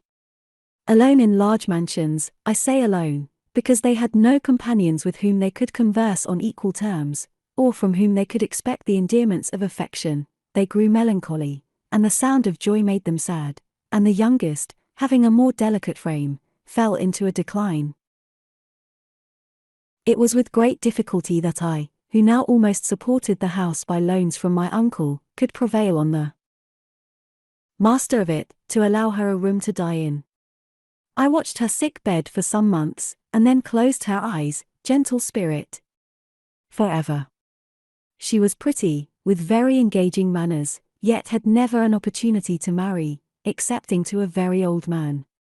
She had abilities sufficient to have shone in any profession, had there been any professions for women, though she shrunk at the name of milliner or mantua maker as degrading to a gentlewoman. I would not term this feeling false pride to any one but you, my child, whom I fondly hope to see. Yes, I will indulge the hope for a moment, possessed of that energy of character which gives dignity to any station, and with that clear, firm spirit that will enable you to choose a situation for yourself, or submit to be classed in the lowest, if it be the only one in which you can be the mistress of your own actions. Soon after the death of my sister, an incident occurred, to prove to me that the heart of a libertine is dead to natural affection, and to convince me, that the being who has appeared all tenderness, to gratify a selfish passion, is as regardless of the innocent fruit of it, as of the object, when the fit is over. I had casually observed an old, mean-looking woman, who called on my husband every 2 or 3 months to receive some money. One day, entering the passage of his little counting house, as she was going out, I heard her say, "The child is very weak, she cannot live long, she will soon die out of your way, so you need not grudge her a little physic." "So much the better," he replied, "and pray mind your own business, good woman." I was struck by his unfeeling, inhuman tone of voice, and drew back, determined when the woman came again, to try to speak to her, not out of curiosity, I had heard enough, but with the hope of being useful to a poor, outcast girl. A month or 2 elapsed before I saw this woman again, and then she had a child in her hand that tottered along, scarcely able to sustain her own weight. They were going away, to return at the hour Mr. Venables was expected. He was now from home. I desired the woman to walk into the parlor. She hesitated, yet obeyed. I assured her that I should not mention to my husband, the words seemed to weigh on my respiration, that I had seen her, or his child. The woman stared at me with astonishment, and I turned my eyes on the squalid object that accompanied her. She could hardly support herself, her complexion was sallow, and her eyes inflamed, with an indescribable look of cunning, mixed with the wrinkles produced by the peevishness of pain. "Poor child!" I exclaimed. "Ah! You may well say poor child," replied the woman. "I brought her here to see whether he would have the heart to look at her, and not get some advice. I do not know what they deserve who nursed her. Why, her legs bent under her like a bow when she came to me, and she has never been well since, but, if they were no better paid than I am, it is not to be wondered at, sure enough." On further inquiry I was informed that this miserable spectacle was the daughter of a servant, a country girl, who caught Mr. Venables' eye, and whom he seduced. On his marriage he sent her away, her situation being too visible. After her delivery, she was thrown on the town, and died in an hospital within the year. The babe was sent to a parish nurse, and afterwards to this woman, who did not seem much better, but what was to be expected from such a close bargain? She was only paid 3 shillings a week for board and washing. The woman begged me to give her some old clothes for the child, assuring me that she was almost afraid to ask master for money to buy even a pair of shoes. I grew sick at heart. And, fearing Mr. Venables might enter, and oblige me to express my abhorrence, I hastily inquired where she lived, promised to pay her 2 shillings a week more, and to call on her in a day or 2, putting a trifle into her hand as a proof of my good intention. If the state of this child affected me, what were my feelings at a discovery I made respecting Peggy? Chapter 10. My father's situation was now so distressing, that I prevailed on my uncle to accompany me to visit him, and to lend me his assistance, to prevent the whole property of the family from becoming the prey of my brother's rapacity, for, to extricate himself out of present difficulties, my father was totally regardless of futurity. I took down with me some presents for my stepmother. It did not require an effort for me to treat her with civility, or to forget the past. This was the first time I had visited my native village, since my marriage. But with what different emotions did I return from the busy world, with a heavy weight of experience benumbing my imagination, to scenes that whispered recollections of joy and hope most eloquently to my heart. The first scent of the wild flowers from the heath thrilled through my veins, awakening every sense to pleasure. The icy hand of despair seemed to be removed from my bosom, and, forgetting my husband, the nurtured visions of a romantic mind, bursting on me with all their original wildness and gay exuberance, were again hailed as sweet realities. I forgot, with equal facility, that I ever felt sorrow, or knew care in the country, while a transient rainbow stole athwart the cloudy sky of despondency. The picturesque form of several favourite trees, and the porches of rude cottages, with their smiling hedges, were recognized with the gladsome playfulness of childish vivacity. I could have kissed the chickens that pecked on the common, and longed to pat the cows, and frolic with the dogs that sported on it. I gazed with delight on the windmill, and thought it lucky that it should be in motion, at the moment I passed by, and entering the dear green lane, which led directly to the village, the sound of the well-known rookery gave that sentimental tinge to the varying sensations of my active soul, which only served to heighten the luster of the luxuriant scenery. But, spying, as I advanced, the spire, peeping over the withered tops of the aged elms that composed the rookery, my thoughts flew immediately to the churchyard, and tears of affection, such was the effect of my imagination, bedewed my mother's grave. Sorrow gave place to devotional feelings. I wandered through the church in fancy, as I used sometimes to do on a Saturday evening. I recollected with what fervor I addressed the God of my youth, and once more with rapturous love looked above my sorrows to the Father of nature. I pause, feeling forcibly all the emotions I am describing, and, reminded, as I register my sorrows, of the sublime calm I have felt, when in some tremendous solitude, my soul rested on itself, and seemed to fill the universe, I insensibly breathe soft, hushing every wayward emotion, as if fearing to sully with a sigh, a contentment so ecstatic. Having settled my father's affairs, and, by my exertions in his favour, made my brother my sworn foe, I returned to London. My husband's conduct was now changed. I had during my absence, received several affectionate, penitential letters from him, and he seemed on my arrival, to wish by his behaviour to prove his sincerity. I could not then conceive why he acted thus, and, when the suspicion darted into my head, that it might arise from observing my increasing influence with my uncle, I almost despised myself for imagining that such a degree of debasing selfishness could exist. He became, unaccountable as was the change, tender and attentive, and, attacking my weak side, made a confession of his follies, and lamented the embarrassments in which I, who merited a far different fate, might be involved. He besought me to aid him with my counsel, praised my understanding, and appealed to the tenderness of my heart. This conduct only inspired me with compassion. I wished to be his friend, but love had spread his rosy pinions and fled far, far away, and had not, like some exquisite perfumes, the fine spirit of which is continually mingling with the air, left a fragrance behind, to mark where he had shook his wings.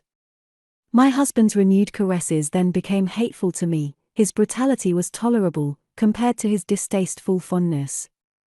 Still, compassion, and the fear of insulting his supposed feelings, by a want of sympathy, made me dissemble, and do violence to my delicacy. What a task!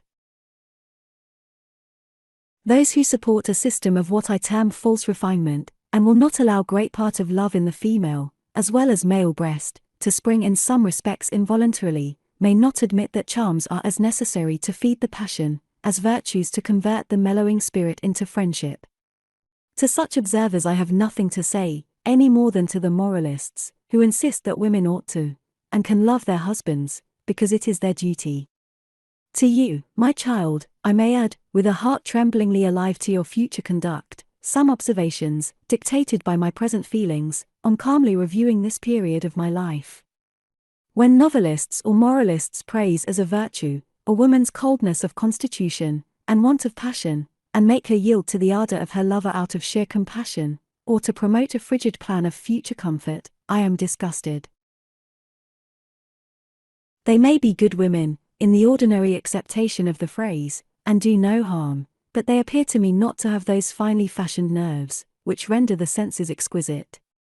They may possess tenderness, but they want that fire of the imagination, which produces active sensibility, and positive virtue. How does the woman deserve to be characterized, who marries one man, with a heart and imagination devoted to another? Is she not an object of pity or contempt, when thus sacrilegiously violating the purity of her own feelings? Nay, it is as indelicate, when she is indifferent, unless she be constitutionally insensible, then indeed it is a mere affair of barter, and I have nothing to do with the secrets of trade. Yes, eagerly as I wish you to possess true rectitude of mind, and purity of affection, I must insist that a heartless conduct is the contrary of virtuous. Truth is the only basis of virtue, and we cannot, without depraving our minds, endeavor to please a lover or husband, but in proportion as he pleases us. Men, more effectually to enslave us, may inculcate this partial morality, and lose sight of virtue in subdividing it into the duties of particular stations, but let us not blush for nature without a cause. After these remarks, I am ashamed to own that I was pregnant. The greatest sacrifice of my principles in my whole life was the allowing my husband again to be familiar with my person, though to this cruel act of self-denial, when I wished the earth to open and swallow me, you owe your birth, and I the unutterable pleasure of being a mother. There was something of delicacy in my husband's bridal attentions, but now his tainted breath, pimpled face, and bloodshot eyes were not more repugnant to my senses than his gross manners and loveless familiarity to my taste. A man would only be expected to maintain, yes, barely grant a subsistence, to a woman rendered odious by habitual intoxication, but who would expect him, or think it possible to love her? And unless youth and genial years were flown, it would be thought equally unreasonable to insist, under penalty of forfeiting almost everything reckoned valuable in life, that he should not love another, whilst woman, weak in reason, impotent in will, is required to moralize, sentimentalize herself to stone, and pine her life away, laboring to reform her imbruted mate. He may even spend in dissipation and intemperance, the very intemperance which renders him so hateful, her property, and by stinting her expenses, not permit her to beguile in society a wearisome, joyless life, for over their mutual fortune she has no power, it must all pass through his hand. And if she be a mother, and in the present state of women, it is a great misfortune to be prevented from discharging the duties, and cultivating the affections of one. What has she not to endure? But I have suffered the tenderness of one to lead me into reflections that I did not think of making, to interrupt my narrative, yet the full heart will overflow. Mr. Venable's embarrassments did not now endear him to me. Still, anxious to befriend him, I endeavored to prevail on him to retrench his expenses, but he had always some plausible excuse to give, to justify his not following my advice.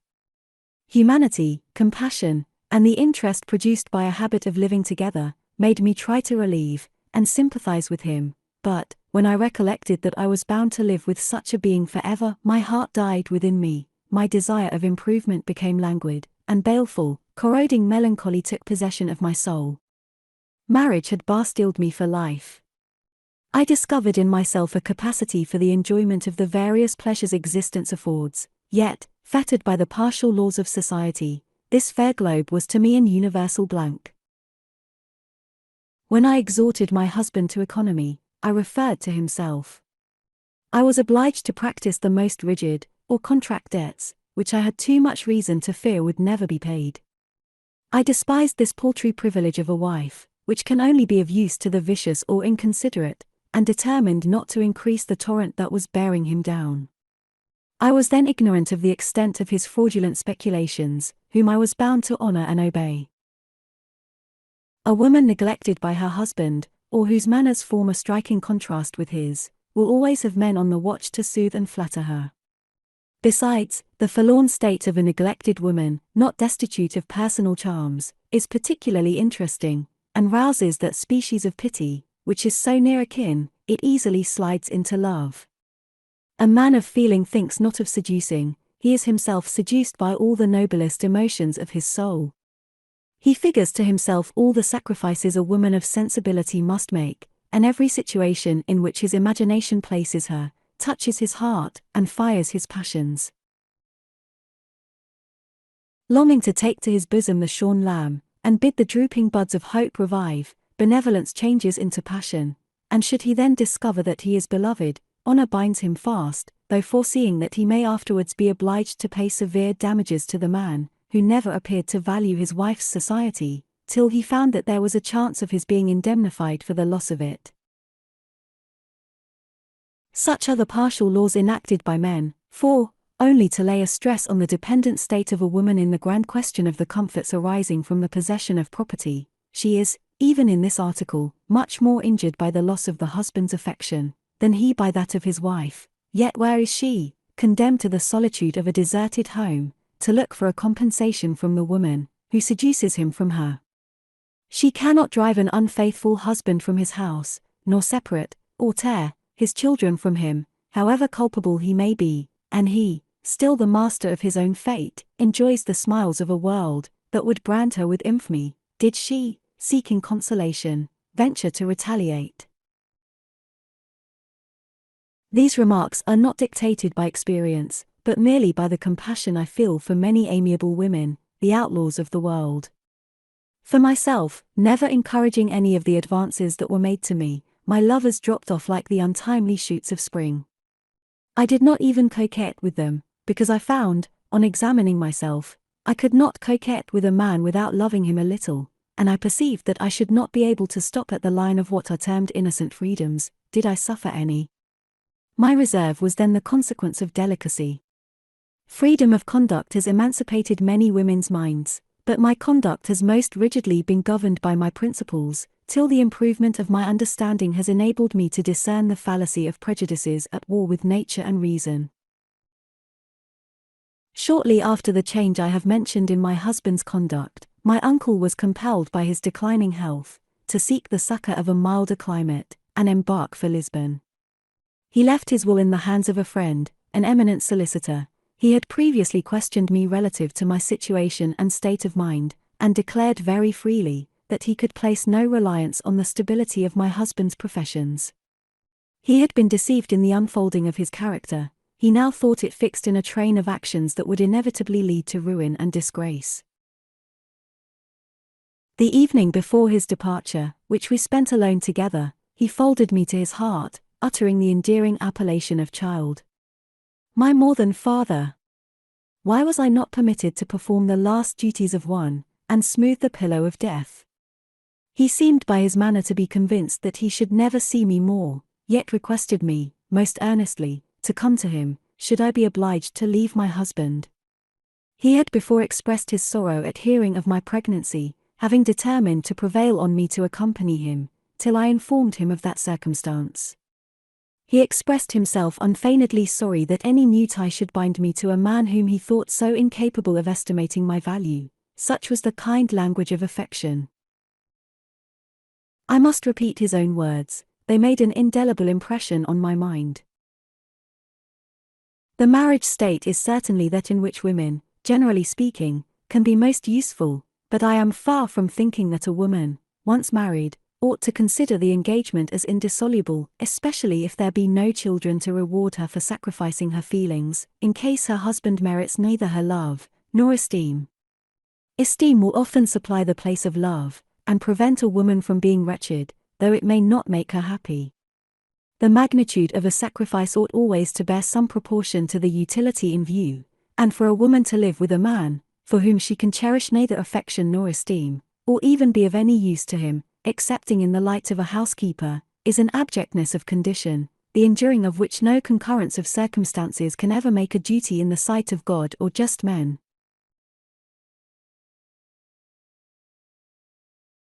If indeed she submits to it merely to be maintained in idleness, she has no right to complain bitterly of her fate, or to act, as a person of independent character might, as if she had a title to disregard general rules.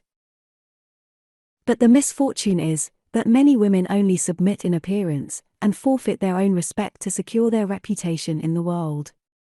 The situation of a woman separated from her husband is undoubtedly very different from that of a man who has left his wife. He, with lordly dignity, has shaken of a clog, and the allowing her food and raiment is thought sufficient to secure his reputation from taint. And, should she have been inconsiderate, he will be celebrated for his generosity and forbearance. Such is the respect paid to the master key of property. A woman, on the contrary, resigning what is termed her natural protector, though he never was so, but in name, is despised and shunned, for asserting the independence of mind distinctive of a rational being, and spurning at slavery. During the remainder of the evening, my uncle's tenderness led him frequently to revert to the subject, and utter, with increasing warmth, sentiments to the same purport. At length it was necessary to say farewell. And we parted, gracious God, to meet no more.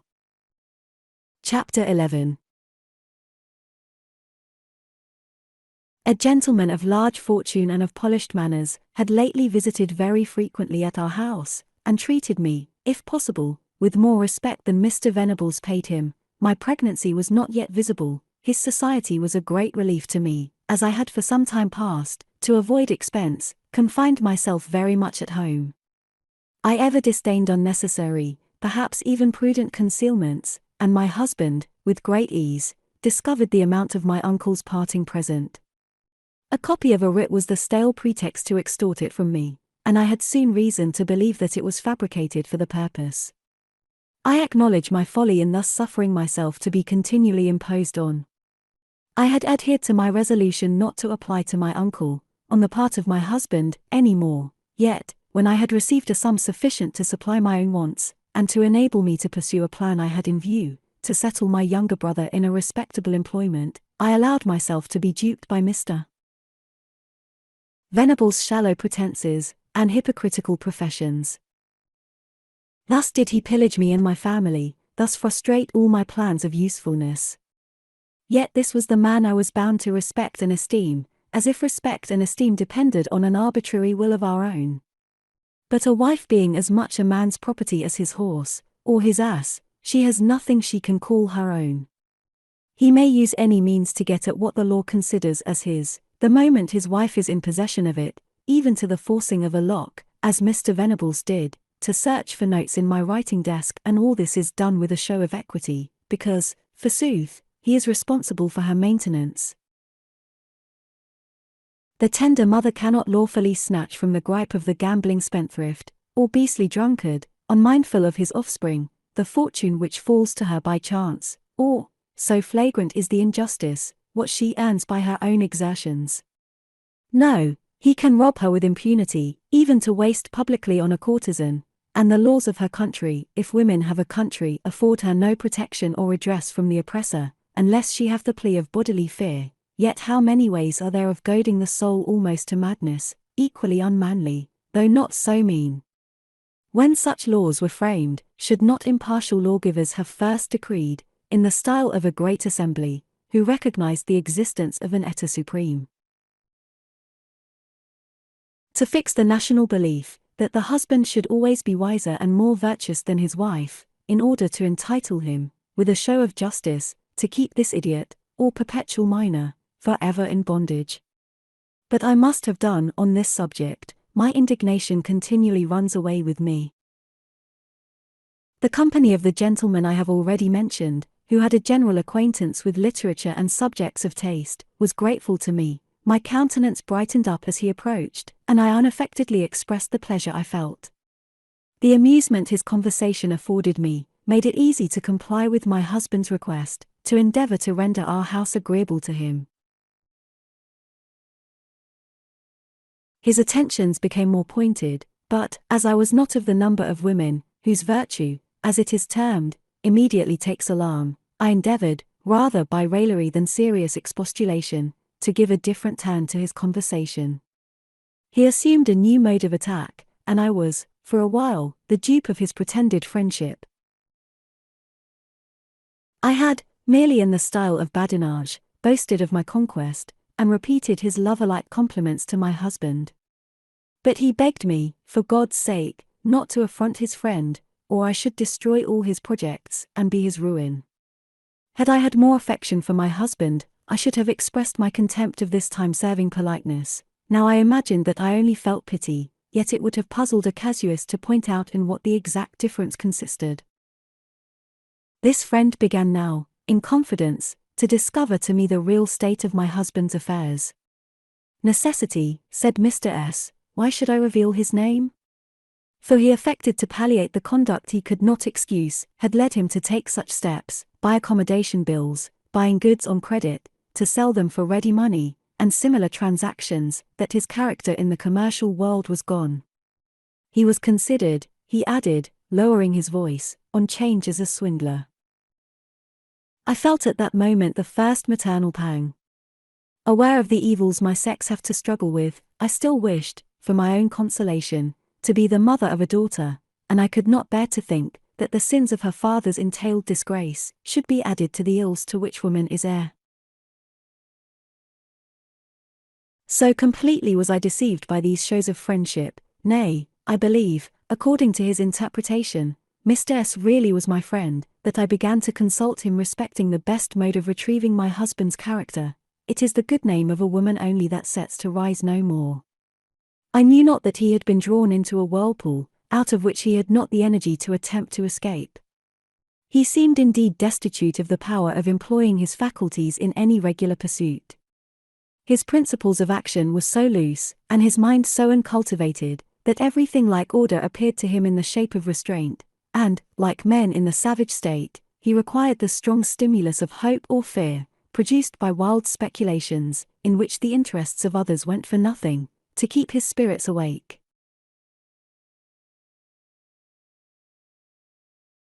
He one time professed patriotism, but he knew not what it was to feel honest indignation, and pretended to be an advocate for liberty, when, with as little affection for the human race as for individuals, he thought of nothing but his own gratification.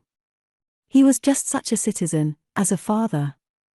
The sums he adroitly obtained by a violation of the laws of his country, as well as those of humanity, he would allow a mistress to squander, though she was, with the same sang-froid, consigned, as were his children, to poverty, when another proved more attractive. On various pretenses, his friend continued to visit me, and, observing my want of money, he tried to induce me to accept of pecuniary aid, but this offer I absolutely rejected, though it was made with such delicacy, I could not be displeased. One day he came, as I thought accidentally, to dinner. My husband was very much engaged in business, and quitted the room soon after the cloth was removed. We conversed as usual, till confidential advice led again to love. I was extremely mortified. I had a sincere regard for him, and hoped that he had an equal friendship for me. I therefore began mildly to expostulate with him. This gentleness he mistook for coy encouragement, and he would not be diverted from the subject. Perceiving his mistake, I seriously asked him how, using such language to me, he could profess to be my husband's friend. A significant sneer excited my curiosity, and he, supposing this to be my only scruple, took a letter deliberately out of his pocket, saying, "Your husband's honor is not inflexible. How could you, with your discernment, think it so? Why, he left the room this very day on purpose to give me an opportunity to explain myself. He thought me too timid, too tardy." I snatched the letter with indescribable emotion. The purport of it was to invite him to dinner, and to ridicule his chivalrous respect for me. He assured him that every woman had her price, and, with gross indecency, hinted that he should be glad to have the duty of a husband taken off his hands. These he termed liberal sentiments. He advised him not to shock my romantic notions, but to attack my credulous generosity, and weak pity, and concluded with requesting him to lend him £500 for a month or 6 weeks. I read this letter twice over, and the firm purpose it inspired calmed the rising tumult of my soul.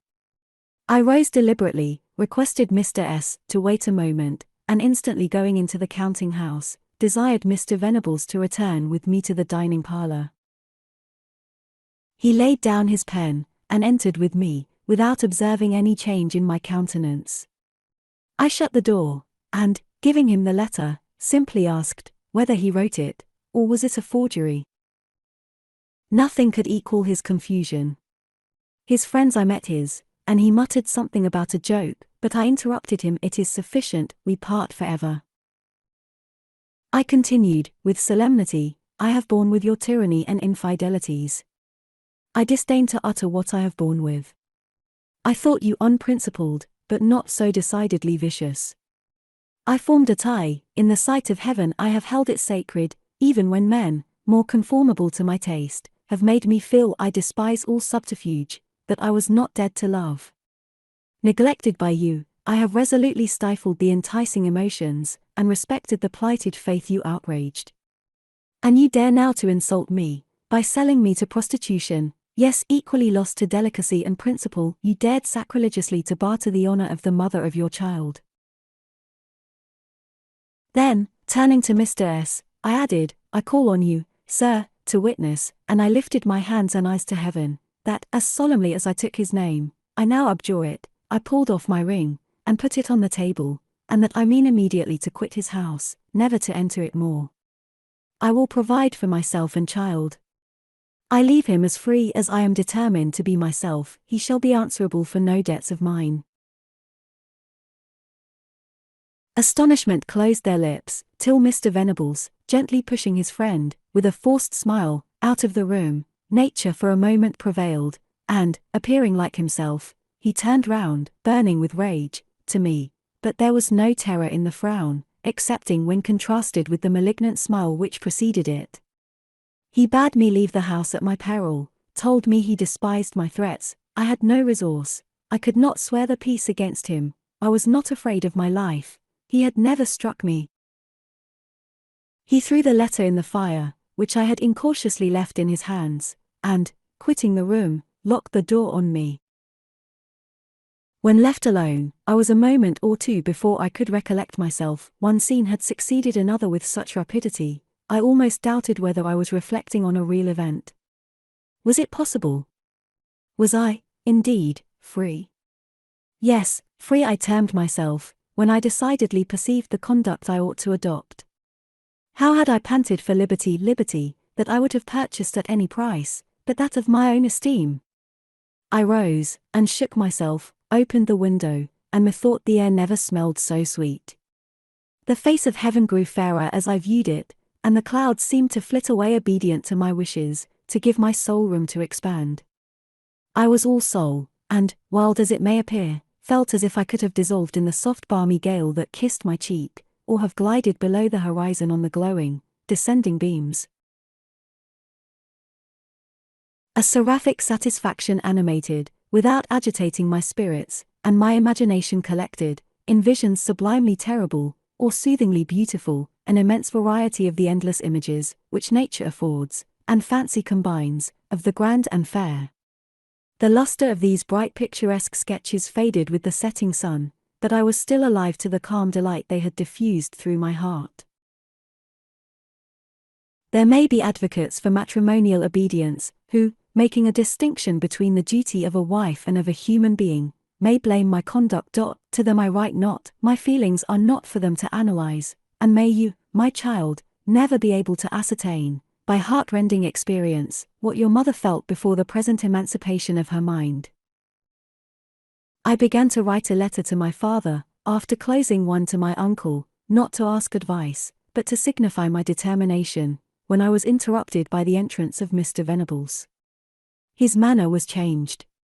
His views on my uncle's fortune made him averse to my quitting his house, or he would, I am convinced, have been glad to have shaken off even the slight restraint my presence imposed on him, the restraint of showing me some respect.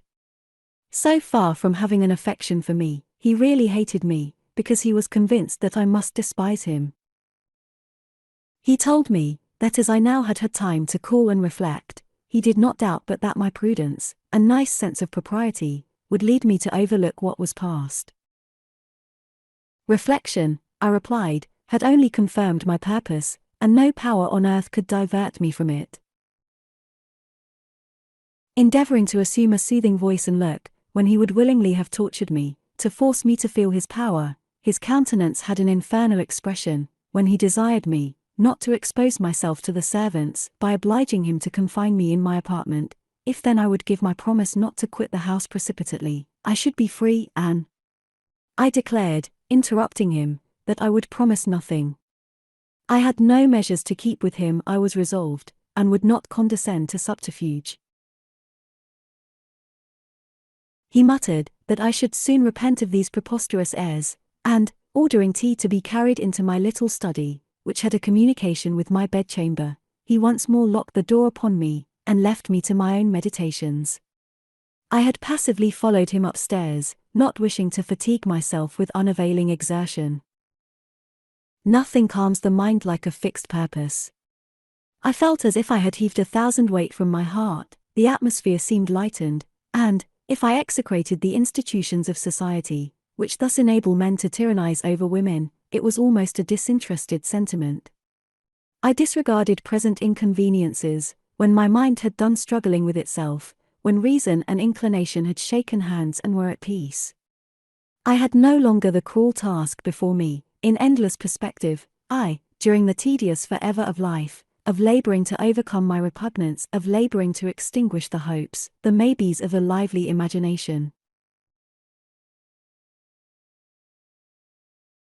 Death I had hailed as my only chance for deliverance, but, while existence had still so many charms, and life promised happiness, I shrunk from the icy arms of an unknown tyrant, though far more inviting than those of the man, to whom I supposed myself bound without any other alternative, and was content to linger a little longer, waiting for I knew not what, rather than leave the warm precincts of the cheerful day, and all the unenjoyed affection of my nature.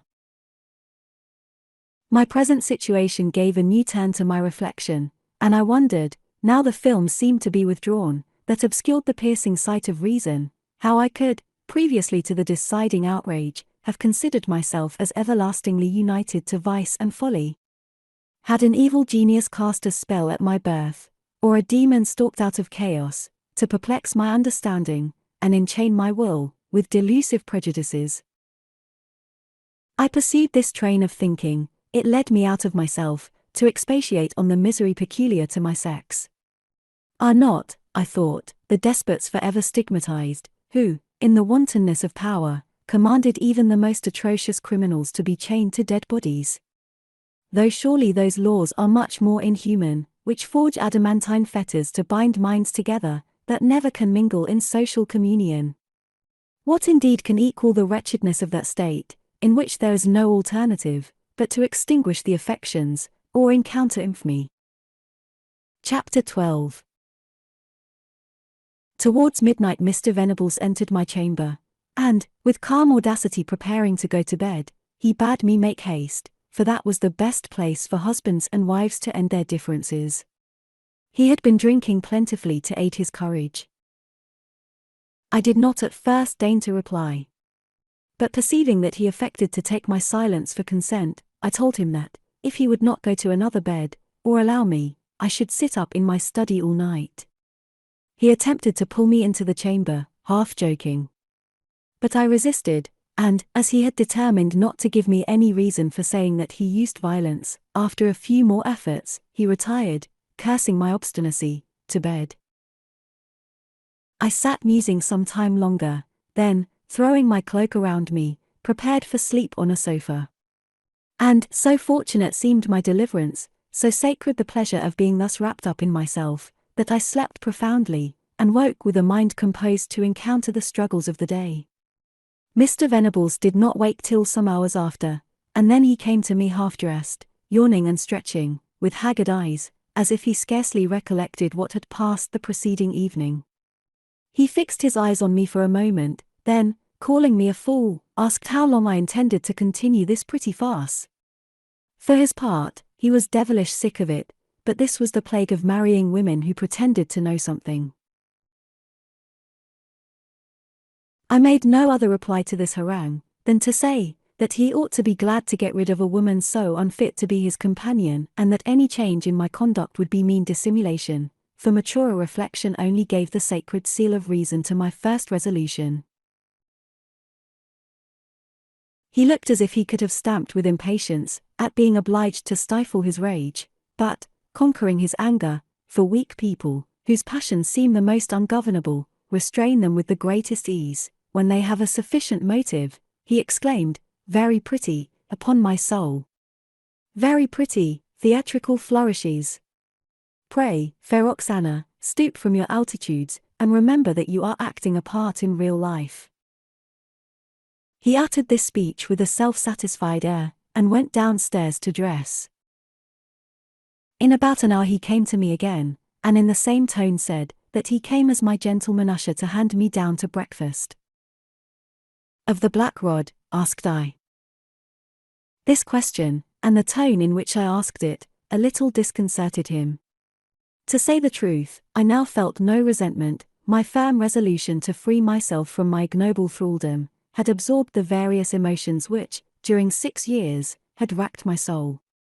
The duty pointed out by my principles seemed clear, and not one tender feeling intruded to make me swerve. The dislike which my husband had inspired was strong, but it only led me to wish to avoid, to wish to let him drop out of my memory. There was no misery, no torture that I would not deliberately have chosen, rather than renew my lease of servitude. During the breakfast, he attempted to reason with me on the folly of romantic sentiments. for this was the indiscriminate epithet he gave to every mode of conduct or thinking superior to his own.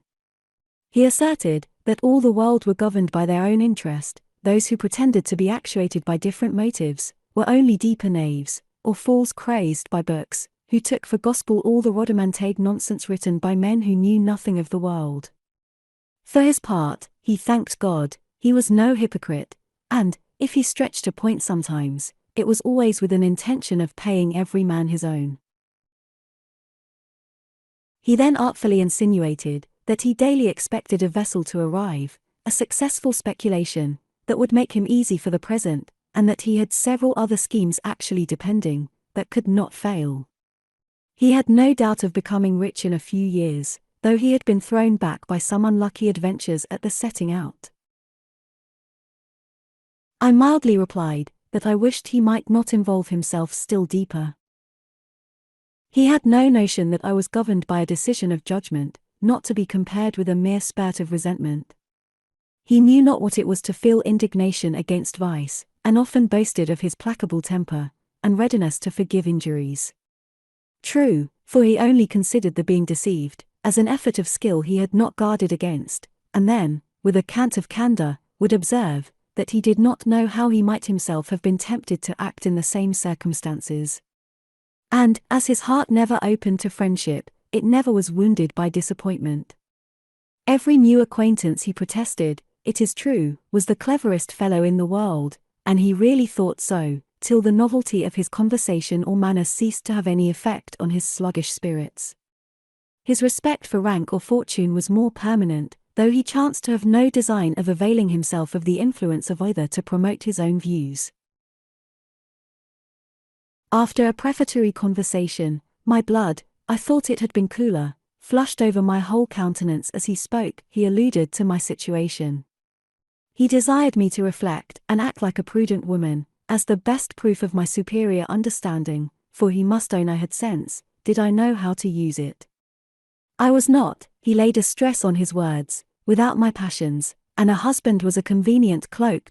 He was liberal in his way of thinking, and why might not we, like many other married people, who were above vulgar prejudices, tacitly consent to let each other follow their own inclination? He meant nothing more. In the letter I made the ground of complaint, and the pleasure which I seemed to take in Mr. S.'s company, led him to conclude that he was not disagreeable to me. A clerk brought in the letters of the day, and I, as I often did, while he was discussing subjects of business, went to the pianoforte, and began to play a favourite air to restore myself, as it were, to nature, and drive the sophisticated sentiments I had just been obliged to listen to, out of my soul. They had excited sensations similar to those I have felt, in viewing the squalid inhabitants of some of the lanes and back streets of the metropolis, mortified at being compelled to consider them as my fellow creatures, as if an ape had claimed kindred with me. Or, as when surrounded by a mephitical fog, I have wished to have a volley of cannon fired, to clear the encumbered atmosphere, and give me room to breathe and move. My spirits were all in arms, and I played a kind of extempore prelude. The cadence was probably wild and impassioned, while, lost in thought, I made the sounds a kind of echo to my train of thinking. Pausing for a moment, I met Mr. Venable's eyes. He was observing me with an air of conceited satisfaction, as much as to say, my last insinuation has done the business, she begins to know her own interest. Then gathering up his letters, he said, that he hoped he should hear no more romantic stuff, well enough in a miss just come from boarding school, and went, as was his custom, to the counting-house. I still continued playing, and, turning to a sprightly lesson, I executed it with uncommon vivacity. I heard footsteps approach the door, and was soon convinced that Mr. Venables was listening. The consciousness only gave more animation to my fingers. He went down into the kitchen, and the cook, probably by his desire, came to me, to know what I would please to order for dinner. Mr. Venables came into the parlour again, with apparent carelessness.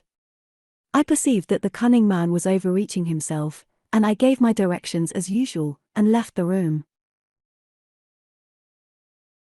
While I was making some alteration in my dress, Mr. Venables peeped in, and, begging my pardon for interrupting me, disappeared.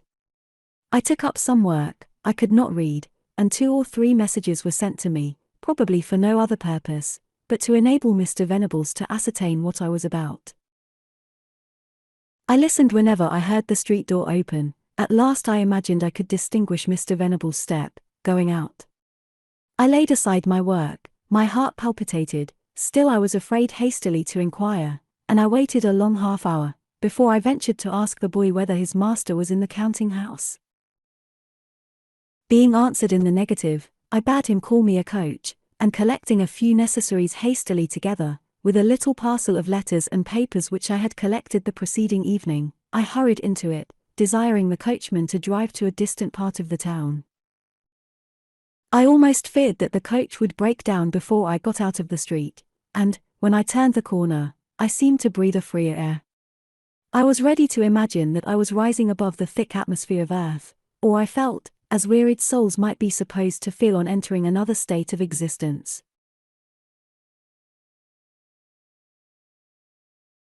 I stopped at 1 or 2 stands of coaches to elude pursuit, and then drove round the skirts of the town to seek for an obscure lodging, where I wished to remain concealed, till I could avail myself of my uncle's protection. I had resolved to assume my own name immediately, and openly to avow my determination, without any formal vindication, the moment I had found a home, in which I could rest free from the daily alarm of expecting to see Mr. Venables enter.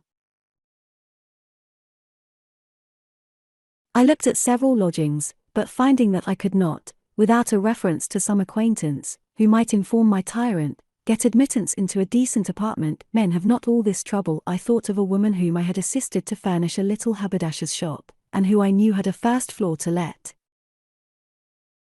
I went to her, and though I could not persuade her that the quarrel between me and Mr. Venables would never be made up, still she agreed to conceal me for the present, yet assuring me at the same time, shaking her head, that, when a woman was once married, she must bear everything. Her pale face, on which appeared 1,000 haggard lines and delving wrinkles, produced by what is emphatically termed fretting, enforced her remark, and I had afterwards an opportunity of observing the treatment she had to endure, which grizzled her into patience. She toiled from morning till night, yet her husband would rob the till, and take away the money reserved for paying bills, and, returning home drunk, he would beat her if she chanced to offend him, though she had a child at the breast. These scenes awoke me at night, and, in the morning, I heard her, as usual, talk to her dear Johnny. He, forsooth, was her master. No slave in the West Indies had one more despotic, but fortunately she was of the true Russian breed of wives. My mind, during the few past days, seemed, as it were, disengaged from my body, but, now the struggle was over, I felt very forcibly the effect which perturbation of spirits produces on a woman in my situation. The apprehension of a miscarriage obliged me to confine myself to my apartment near a fortnight, but I wrote to my uncle's friend for money, promising to call on him, and explain my situation, when I was well enough to go out. Meantime I earnestly entreat him, not to mention my place of abode to any one, lest my husband, such the law considered him, should disturb the mind he could not conquer. I mentioned my intention of setting out for Lisbon, to claim my uncle's protection, the moment my health would permit. The tranquillity, however, which I was recovering, was soon interrupted.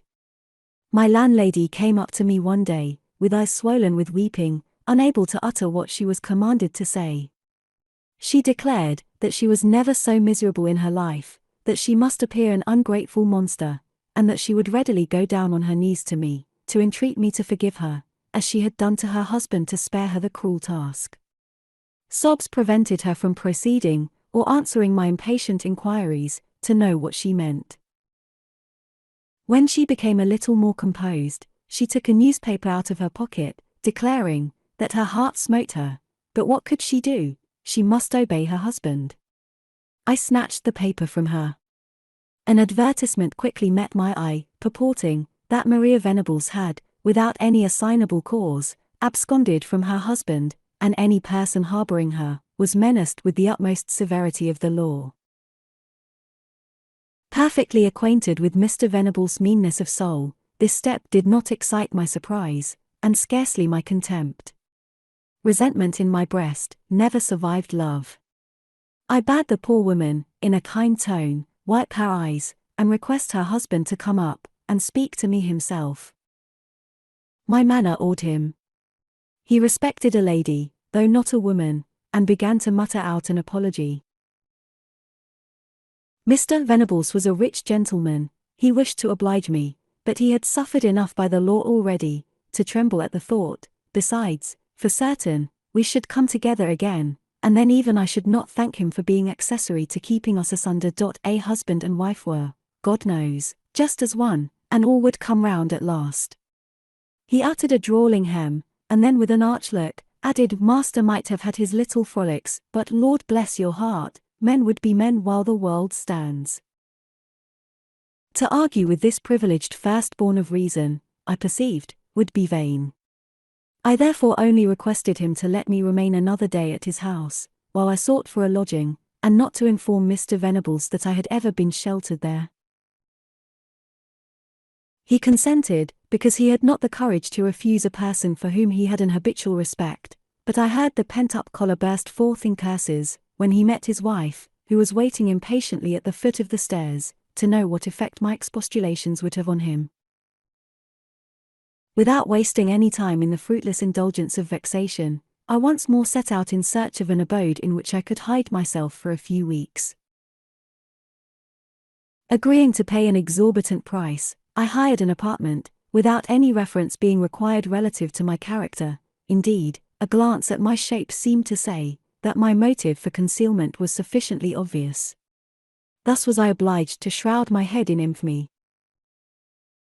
To avoid all danger of detection, I used the appropriate word, my child, for I was hunted out like a felon. I determined to take possession of my new lodgings that very evening. I did not inform my landlady where I was going. I knew that she had a sincere affection for me, and would willingly have run any risk to show her gratitude, yet I was fully convinced that a few kind words from Johnny would have found the woman in her, and her dear benefactress, as she termed me in an agony of tears, would have been sacrificed, to recompense her tyrant for condescending to treat her like an equal. He could be kind-hearted, as she expressed it, when he pleased. And this thawed sternness, contrasted with his habitual brutality, was the more acceptable, and could not be purchased at too dear a rate. The sight of the advertisement made me desirous of taking refuge with my uncle, let what would be the consequence, and I repaired in a hackney coach, afraid of meeting some person who might chance to know me, had I walked, to the chambers of my uncle's friend. He received me with great politeness. My uncle had already prepossessed him in my favor, and listened, with interest, to my explanation of the motives which had induced me to fly from home, and skulk in obscurity, with all the timidity of fear that ought only to be the companion of guilt. He lamented, with rather more gallantry than, in my situation, I thought delicate, that such a woman should be thrown away on a man insensible to the charms of beauty or grace. He seemed at a loss what to advise me to do, to evade my husband's search, without hastening to my uncle, whom, he hesitating said, I might not find alive. He uttered this intelligence with visible regret, requested me, at least, to wait for the arrival of the next packet, offered me what money I wanted, and promised to visit me. He kept his word. Still no letter arrived to put an end to my painful state of suspense. I procured some books and music, to beguile the tedious solitary days. Come, ever smiling liberty, and with thee bring thy jocund train. I sung and sung till, saddened by the strain of joy, I bitterly lamented the fate that deprived me of all social pleasure. Comparative liberty indeed I had possessed myself of, but the jocund train lagged far behind. Chapter 13. By watching my only visitor, my uncle's friend, or by some other means, Mr. Venables discovered my residence, and came to inquire for me. The maid-servant assured him there was no such person in the house. A bustle ensued. I caught the alarm, listened, distinguished his voice, and immediately locked the door. They suddenly grew still, and I waited near a quarter of an hour, before I heard him open the parlor door, and mount the stairs with the mistress of the house, who obsequiously declared that she knew nothing of me. Finding my door locked, she requested me to open it, and prepare to go home with my husband, poor gentleman, to whom I had already occasioned sufficient vexation. I made no reply. Mr. Venables then, in an assumed tone of softness, entreated me to consider what he suffered, and my own reputation, and get the better of childish resentment. He ran on in the same strain, pretending to address me, but evidently adapting his discourse to the capacity of the landlady, who, at every pause, uttered an exclamation of pity, or yes, to be sure, very true, sir. Sick of the farce, and perceiving that I could not avoid the hated interview, I opened the door, and he entered. Advancing with easy assurance to take my hand, I shrunk from his touch, with an involuntary start, as I should have done from a noisome reptile, with more disgust than terror. His conductress was retiring, to give us, as she said, an opportunity to accommodate matters. But I bade her come in, or I would go out, and curiosity impelled her to obey me. Mr. Venables began to expostulate, and this woman, proud of his confidence, to second him. But I calmly silenced her, in the midst of a vulgar harangue, and turning to him, asked why he vainly tormented me, declaring that no power on earth should force me back to his house. After a long altercation, the particulars of which, it would be to no purpose to repeat, he left the room. Some time was spent in loud conversation in the parlour below, and I discovered that he had brought his friend, an attorney, with him. The tumult on the landing place brought out a gentleman, who had recently taken apartments in the house. He inquired why I was thus assailed. The voluble attorney instantly repeated the trite tale. The stranger turned to me, observing, with the most soothing politeness and manly interest, that my countenance told a very different story. He added, that I should not be insulted, or forced out of the house, by anybody. Not by her husband? Asked the attorney. No, sir, not by her husband. Mr. Venables advanced towards him, but there was a decision in his attitude that so well seconded that of his voice. They left the house, at the same time protesting that anyone that should dare to protect me should be prosecuted with the utmost rigor. They were scarcely out of the house when my landlady came up to me again, and begged my pardon, in a very different tone. For, though Mr. Venables had bid her, at her peril, harbour me, he had not attended, I found, to her broad hints, to discharge the lodging.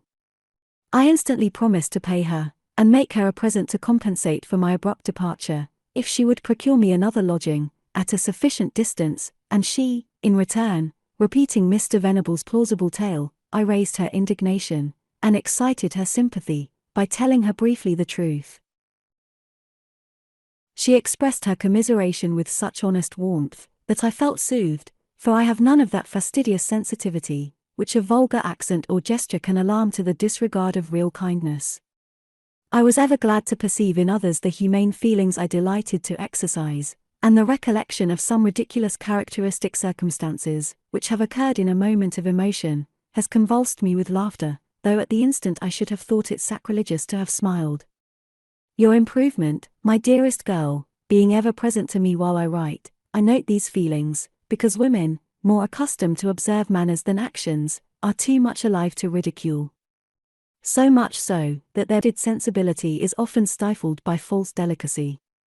True sensibility, the sensibility which is the auxiliary of virtue, and the soul of genius, is in society so occupied with the feelings of others, as scarcely to regard its own sensations. With what reverence have I looked up at my uncle, the dear parent of my mind! When I have seen the sense of his own sufferings, of mind and body, absorbed in a desire to comfort those whose misfortunes were comparatively trivial, he would have been ashamed of being as indulgent to himself as he was to others. Genuine fortitude, he would assert, consisted in governing our own emotions, and making allowance for the weaknesses in our friends that we would not tolerate in ourselves. But where is my fond regret leading me? Women must be submissive, said my landlady. Indeed, what could most women do? Who had they to maintain them, but their husbands? Every woman, and especially a lady, could not go through rough and smooth, as she had done, to earn a little bread. She was in a talking mood, and proceeded to inform me how she had been used in the world.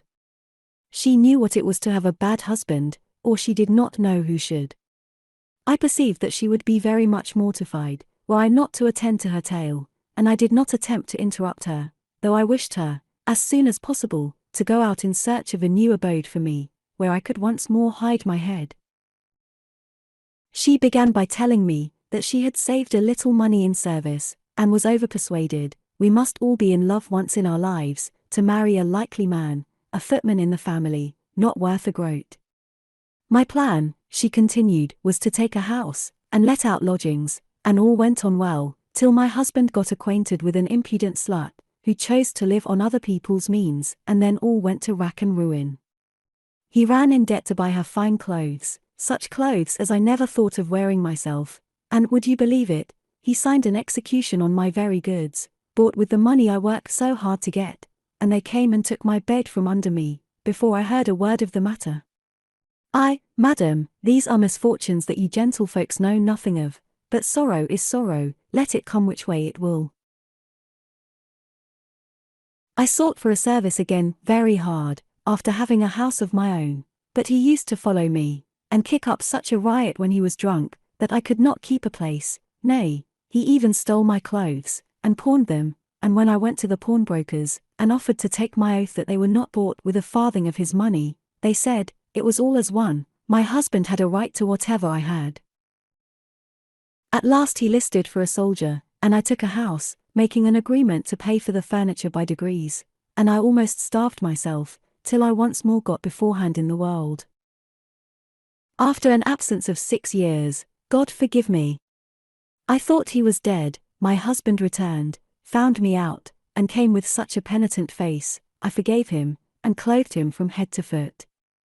But he had not been a week in the house, before some of his creditors arrested him, and, he selling my goods, I found myself once more reduced to beggary, for I was not as well able to work, go to bed late, and rise early, as when I quitted service, and then I thought it hard enough.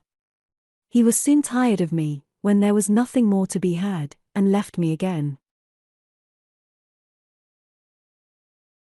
I will not tell you how I was buffeted about, till, hearing for certain that he had died in an hospital abroad, I once more returned to my old occupation, but have not yet been able to get my head above water, so, madam, you must not be angry if I am afraid to run any risk, when I know so well, that women have always the worst of it, when law is to decide.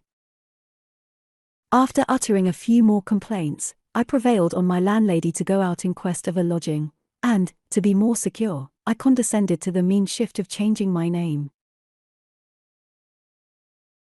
But why should I dwell on similar incidents? I was hunted, like an infected beast, from 3 different apartments, and should not have been allowed to rest in any, had not Mr. Venables, informed of my uncle's dangerous state of health, been inspired with the fear of hurrying me out of the world as I advanced in my pregnancy, by thus tormenting and obliging me to take sudden journeys to avoid him, and then his speculations on my uncle's fortune must prove abortive.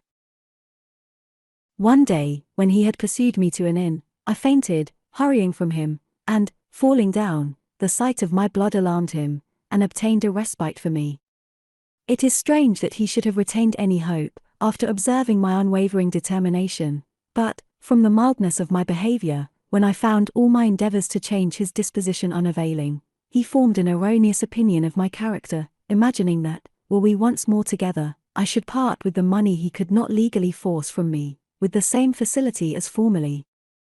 My forbearance and occasional sympathy he had mistaken for weakness of character, and, because he perceived that I disliked resistance, he thought my indulgence and compassion mere selfishness, and never discovered that the fear of being unjust, or of unnecessarily wounding the feelings of another, was much more painful to me, than anything I could have to endure myself. Perhaps it was pride which made me imagine, that I could bear what I dreaded to inflict, and that it was often easier to suffer, than to see the sufferings of others. I forgot to mention that, during this persecution, I received a letter from my uncle, informing me, that he only found relief from continual change of air, and that he intended to return when the spring was a little more advanced, it was now the middle of February, and then we would plan a journey to Italy, leaving the fogs and cares of England far behind. He approved of my conduct, promised to adopt my child, and seemed to have no doubt of obliging Mr. Venables to hear reason. He wrote to his friend, by the same post, desiring him to call on Mr. Venables in his name, and, in consequence of the remonstrances he dictated, I was permitted to lie in tranquilly.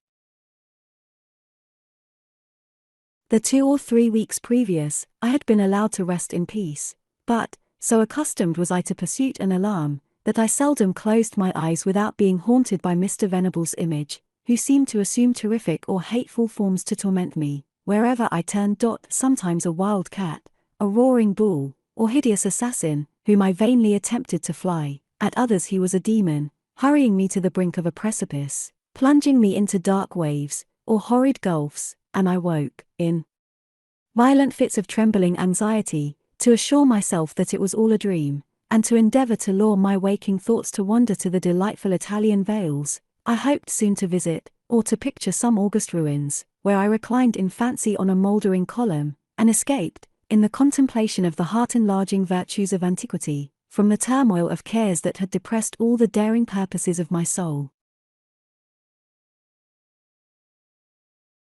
But I was not long allowed to calm my mind by the exercise of my imagination, for the 3rd day after your birth, my child, I was surprised by a visit from my elder brother, who came in the most abrupt manner, to inform me of the death of my uncle.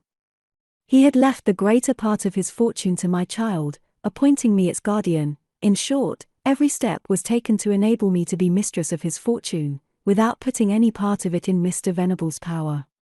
My brother came to vent his rage on me, for having, as he expressed himself, deprived him, my uncle's eldest nephew, of his inheritance, though my uncle's property, the fruit of his own exertion, being all in the funds, or on landed securities, there was not a shadow of justice in the charge. As I sincerely loved my uncle, this intelligence brought on a fever, which I struggled to conquer with all the energy of my mind, for, in my desolate state, I had it very much at heart to suckle you, my poor babe. You seemed my only tie to life, a cherub, to whom I wished to be a father, as well as a mother, and the double duty appeared to me to produce a proportionate increase of affection. But the pleasure I felt, while sustaining you, snatched from the wreck of hope, was cruelly damped by melancholy reflections on my widowed state, widowed by the death of my uncle.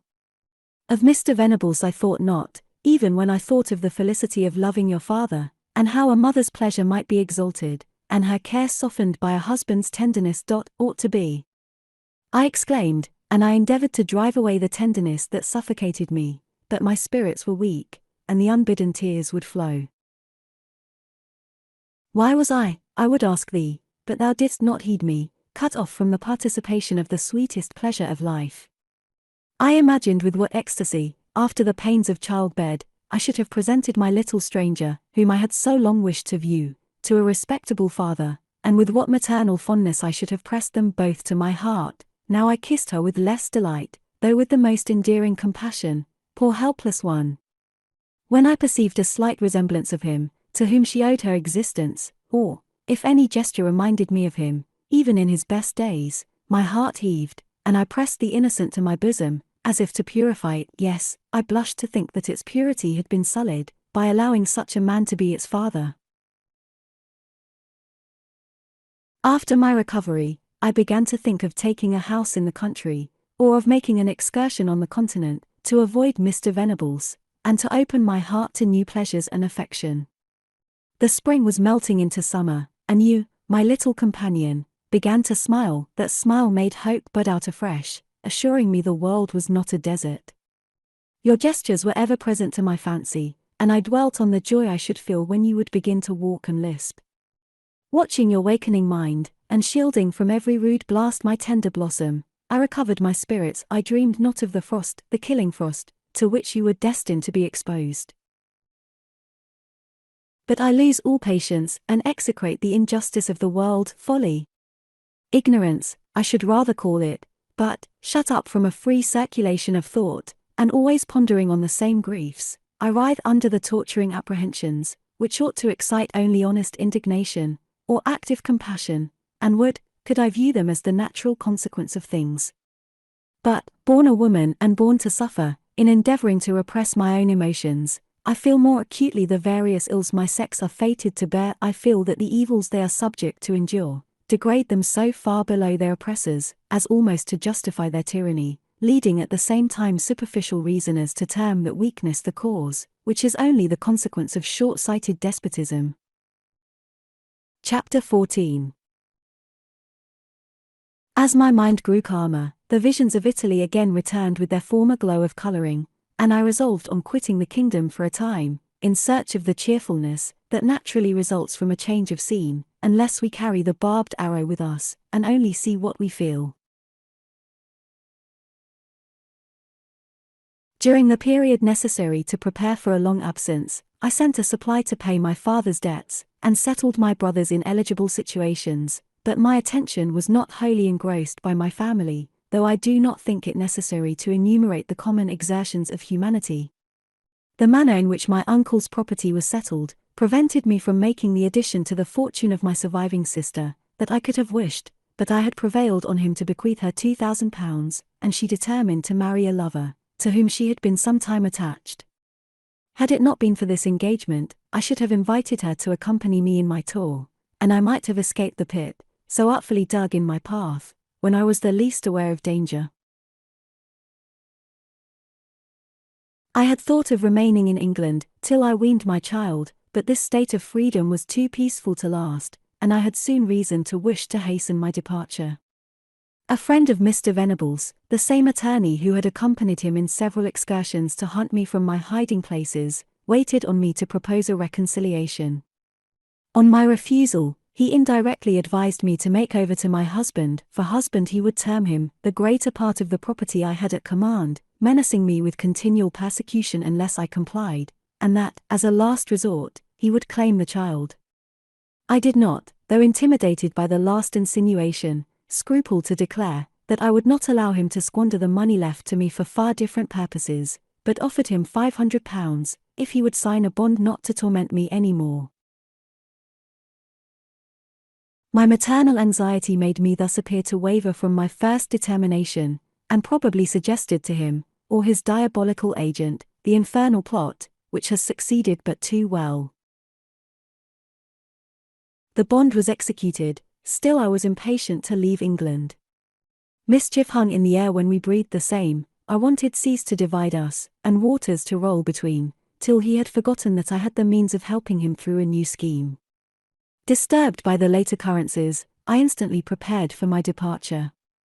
My only delay was waiting for a maidservant, who spoke French fluently, and had been warmly recommended to me.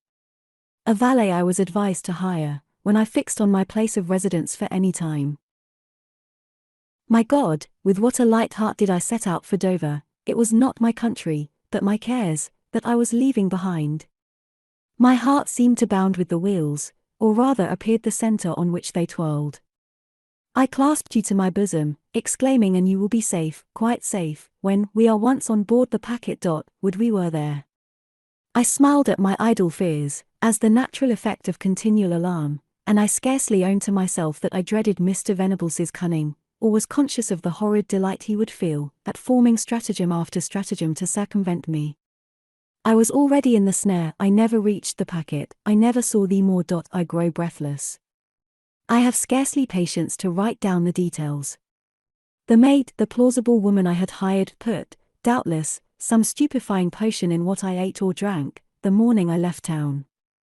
All I know is, that she must have quitted the chaise, shameless wretch, and taken, from my breast, my babe with her. How could a creature in a female form see me caress thee, and steal thee from my arms? I must stop to repress a mother's anguish, lest, in bitterness of soul, I imprecate the wrath of heaven on this tiger, who tore my only comfort from me. How long I slept I know not, certainly many hours, for I woke at the close of day, in a strange confusion of thought. I was probably roused to recollection by some one thundering at a huge, unwieldy gate. Attempting to ask where I was, my voice died away, and I tried to raise it in vain, as I have done in a dream. I looked for my babe with affright, feared that it had fallen out of my lap, while I had so strangely forgotten her.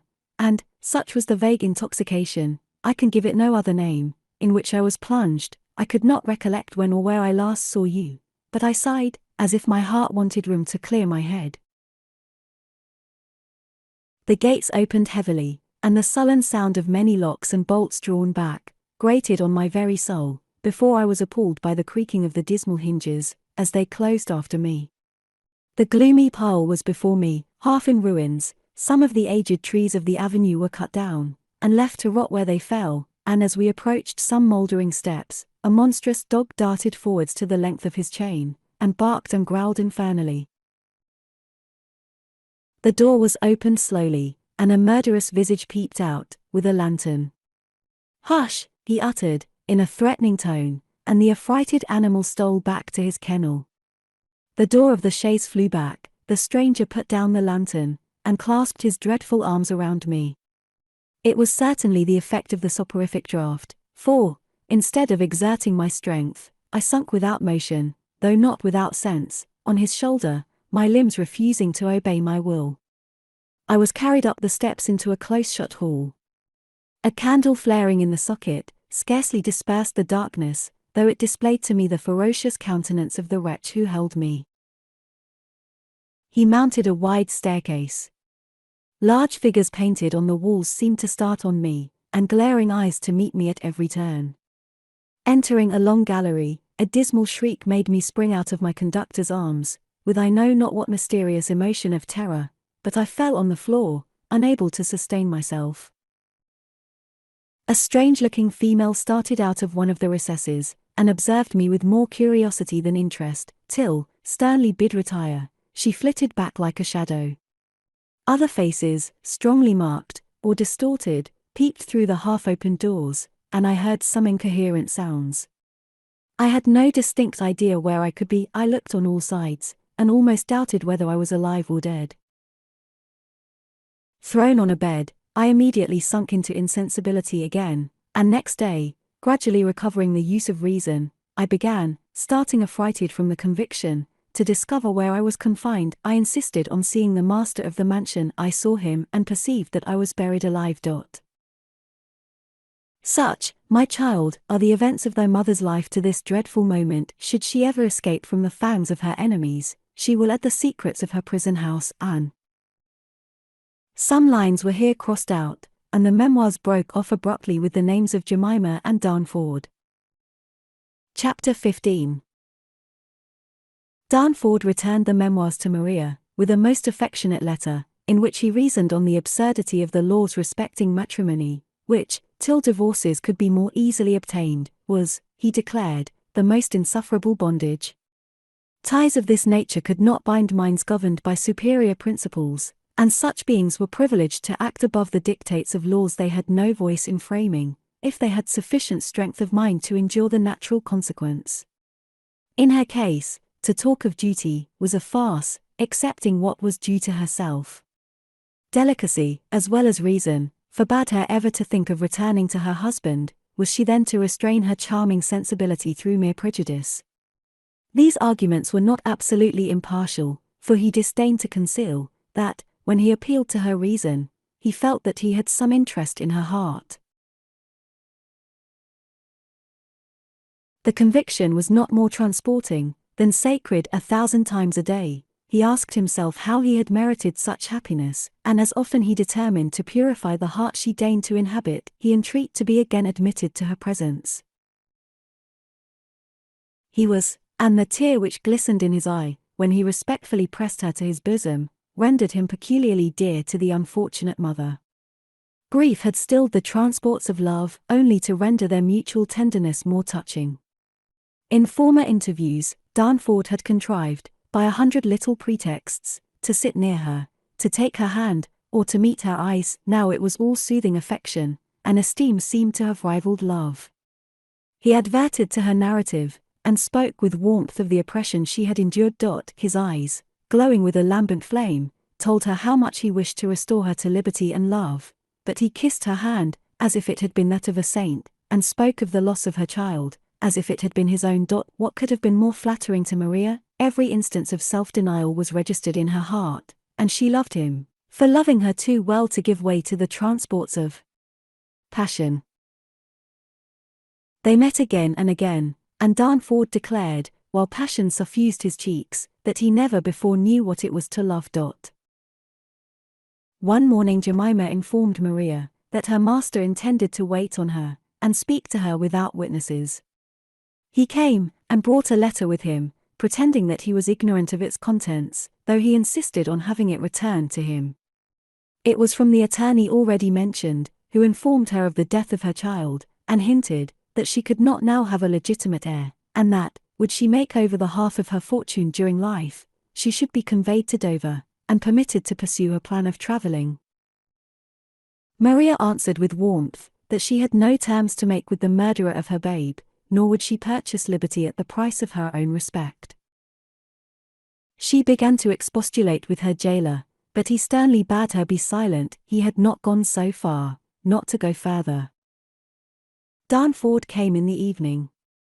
Jemima was obliged to be absent, and she, as usual, locked the door on them, to prevent interruption or discovery. The lovers were, at first, embarrassed, but fell insensibly into confidential discourse. Darnford represented that they might soon be parted, and wished her to put it out of the power of fate to separate them. As her husband she now received him, and he solemnly pledged himself as her protector and eternal friend. There was one peculiarity in Maria's mind: she was more anxious not to deceive, than to guard against deception, and had rather trust without sufficient reason, than be forever the prey of doubt. Besides, what are we, when the mind has, from reflection, a certain kind of elevation, which exalts the contemplation above the little concerns of prudence? We see what we wish, and make a world of our own, and, though reality may sometimes open a door to misery, yet the moments of happiness procured by the imagination, may, without a paradox, be reckoned among the solid comforts of life. Maria now, imagining that she had found a being of celestial mould, was happy, nor was she deceived. He was then plastic in her impassioned hand, and reflected all the sentiments which animated and warmed her. Chapter 16. One morning confusion seemed to reign in the house, and Jemima came in terror, to inform Maria that her master had left it, with a determination, she was assured, and too many circumstances corroborated the opinion, to leave a doubt of its truth, of never returning. "I am prepared then," said Jemima, "to accompany you in your flight." Maria started up, her eyes darting towards the door, as if afraid that some one should fasten it on her forever. Jemima continued, "I have perhaps no right now to expect the performance of your promise, but on you it depends to reconcile me with the human race." "But Darnford!" exclaimed Maria, mournfully, sitting down again, and crossing her arms. "I have no child to go to, and liberty has lost its sweets. I am much mistaken, if Darnford is not the cause of my master's flight. His keepers assure me that they have promised to confine him 2 days longer, and then he will be free. You cannot see him, but they will give a letter to him the moment he is free. In that inform him where he may find you in London, fix on some hotel.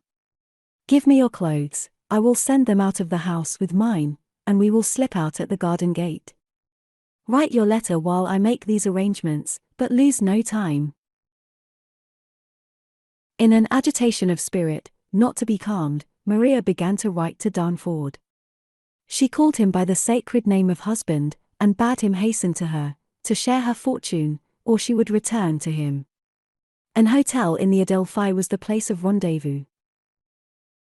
The letter was sealed and given in charge, and with light footsteps, yet terrified at the sound of them, she descended, scarcely breathing, and with an indistinct fear that she should never get out at the garden gate.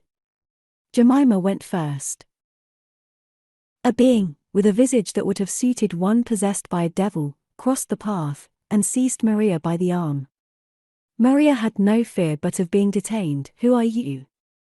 What are you?" For the form was scarcely human. "If you are made of flesh and blood," his ghastly eyes glared on her, "do not stop me." "Woman," interrupted a sepulchral voice, "what have I to do with thee?" Still he grasped her hand, muttering a curse. "No, no, you have nothing to do with me," she exclaimed, "this is a moment of life and death." With supernatural force she broke from him, and, throwing her arms round Jemima, cried, "Save me." The being, from whose grasp she had loosed herself, took up a stone as they opened the door, and with a kind of hellish sport threw it after them. They were out of his reach. When Maria arrived in town, she drove to the hotel already fixed on. But she could not sit still, her child was ever before her, and all that had passed during her confinement appeared to be a dream. She went to the house in the suburbs, where, as she now discovered, her babe had been sent. The moment she entered, her heart grew sick, but she wondered not that it had proved its grave. She made the necessary inquiries, and the churchyard was pointed out, in which it rested under a turf. A little frock which the nurse's child wore, Maria had made it herself, caught her eye. The nurse was glad to sell it for half a guinea, and Maria hastened away with the relic, and, re-entering the hackney coach which waited for her, gazed on it, till she reached her hotel. She then waited on the attorney who had made her uncle's will, and explained to him her situation. He readily advanced her some of the money which still remained in his hands, and promised to take the whole of the case into consideration. Maria only wished to be permitted to remain in quiet. She found that several bills, apparently with her signature, had been presented to her agent, nor was she for a moment at a loss to guess by whom they had been forged. Yet, equally averse to threaten or entreat, she requested her friend, the solicitor, to call on Mr. Venables. He was not to be found at home, but at length his agent, the attorney, offered a conditional promise to Maria, to leave her in peace, as long as she behaved with propriety, if she would give up the notes. Maria inconsiderately consented. Darnford was arrived, and she wished to be only alive to love. She wished to forget the anguish she felt whenever she thought of her child. They took a ready-furnished lodging together, for she was above disguise, Jemima insisting on being considered as her housekeeper, and to receive the customary stipend. On no other terms would she remain with her friend. Darnford was indefatigable in tracing the mysterious circumstances of his confinement. The cause was simply, that a relation, a very distant one, to whom he was heir, had died intestate, leaving a considerable fortune. On the news of Darnford's arrival, in England, a person, entrusted with the management of the property, and who had the writings in his possession, determining, by one bold stroke, to strip Darnford of the succession, had planned his confinement, and, as soon as he had taken the measures he judged most conducive to his object, this ruffian, together with his instrument, the keeper of the private madhouse, left the kingdom. Darnford, who still pursued his inquiries, at last discovered that they had fixed their place of refuge at Paris. Maria and he determined therefore, with the faithful Jemima, to visit that metropolis, and accordingly were preparing for the journey, when they were informed that Mr. Venables had commenced an action against Darnford for seduction and adultery. The indignation Maria felt cannot be explained. She repented of the forbearance she had exercised in giving up the notes. Darnford could not put off his journey, without risking the loss of his property. Maria therefore furnished him with money for his expedition, and determined to remain in London till the termination of this affair. She visited some ladies with whom she had formerly been intimate, but was refused admittance, and at the opera, or Ranelagh, they could not recollect her. Among these ladies there were some, not her most intimate acquaintance, who were generally supposed to avail themselves of the cloak of marriage, to conceal a mode of conduct that would forever have damned their fame, had they been innocent, seduced girls. These particularly stood aloof. Had she remained with her husband, practicing insincerity, and neglecting her child to manage an intrigue, she would still have been visited and respected. If, instead of openly living with her lover, she could have condescended to call into play 1,000 arts, which, degrading her own mind, might have allowed the people who were not deceived, to pretend to be so, she would have been caressed and treated like an honorable woman. And Brutus is an honorable man, said Mark Antony with equal sincerity. With Darnford she did not taste uninterrupted felicity. There was a volatility in his manner which often distressed her, but love gladdened the scene. Besides, he was the most tender, sympathizing creature in the world. A fondness for the sex often gives an appearance of humanity to the behavior of men, who have small pretensions to the reality, and they seem to love others, when they are only pursuing their own gratification. Darnford appeared ever willing to avail himself of her taste and acquirements, while she endeavored to profit by his decision of character, and to eradicate some of the romantic notions, which had taken root in her mind, while in adversity she had brooded over visions of unattainable bliss.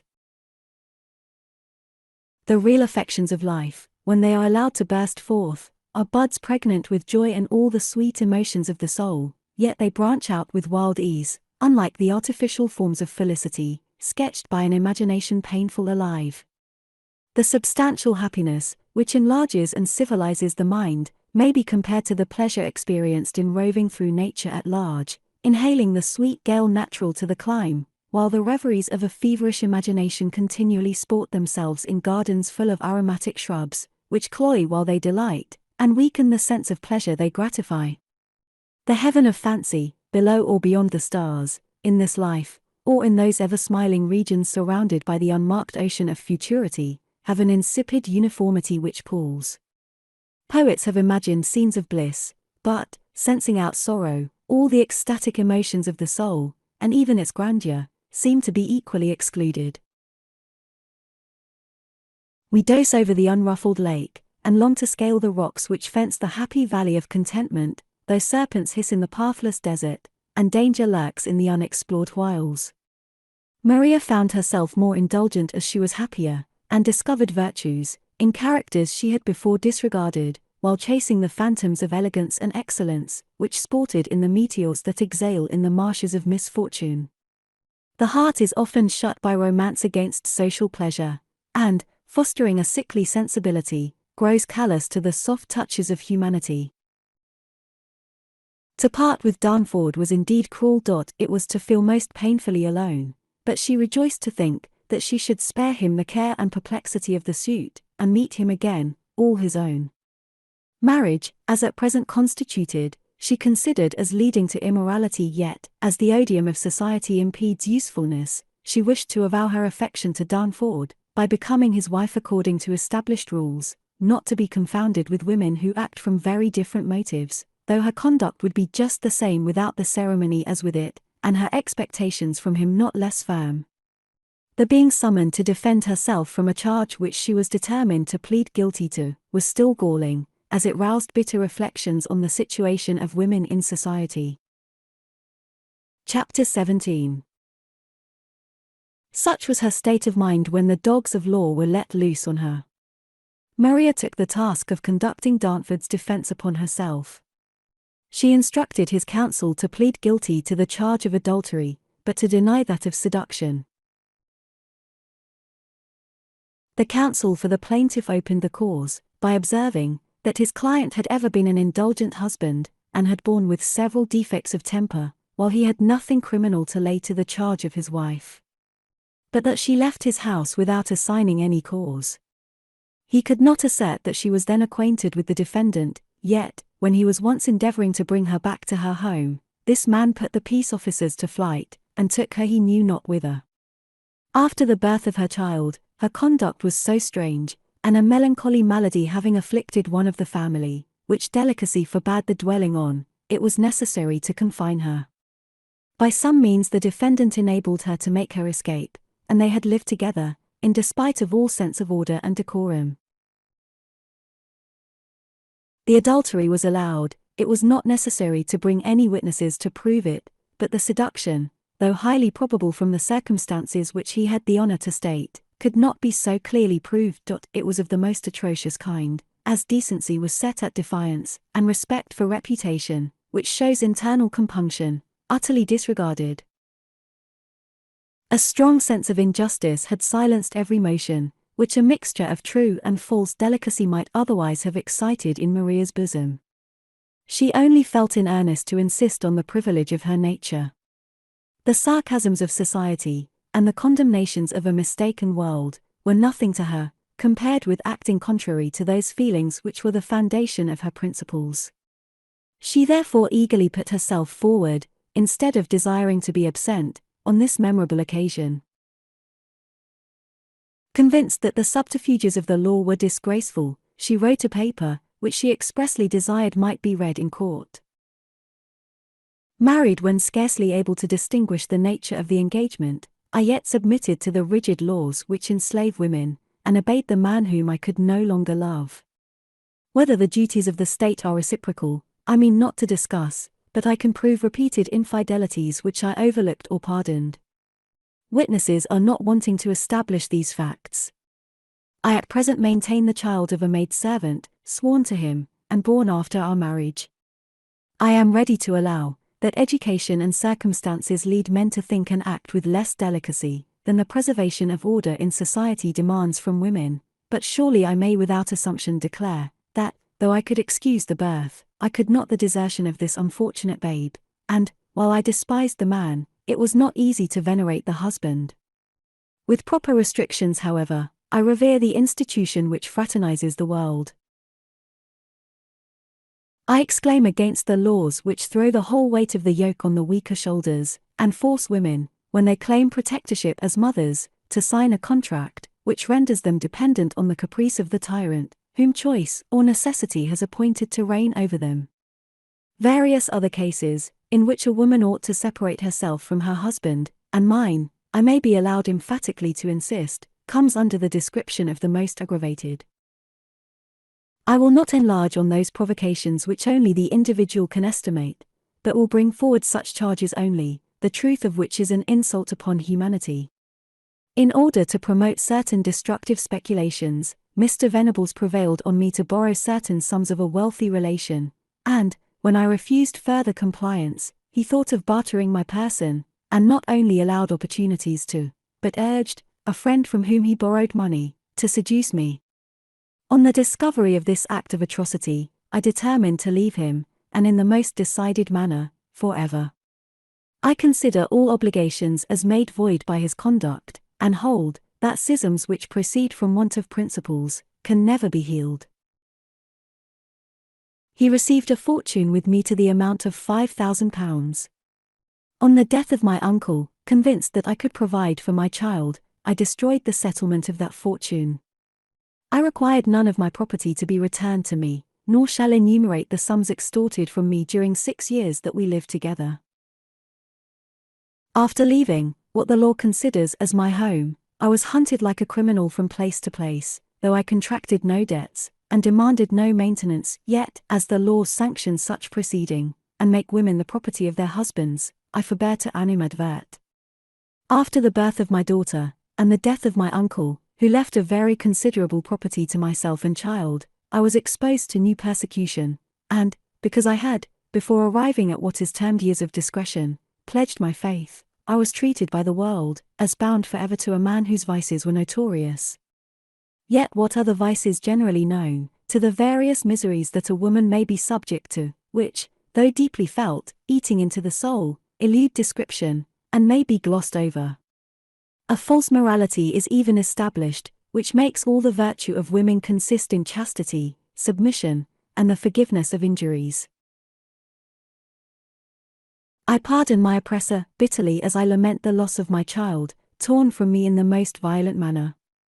But nature revolts, and my soul sickens at the bare supposition that it could ever be a duty to pretend affection, when a separation is necessary to prevent my feeling hourly aversion. To force me to give my fortune, I was imprisoned, yes, in a private madhouse. There, in the heart of misery, I met the man charged with seducing me. We became attached, I deemed, and ever shall deem, myself free. The death of my babe dissolved the only tie which subsisted between me and my, what is termed, lawful husband.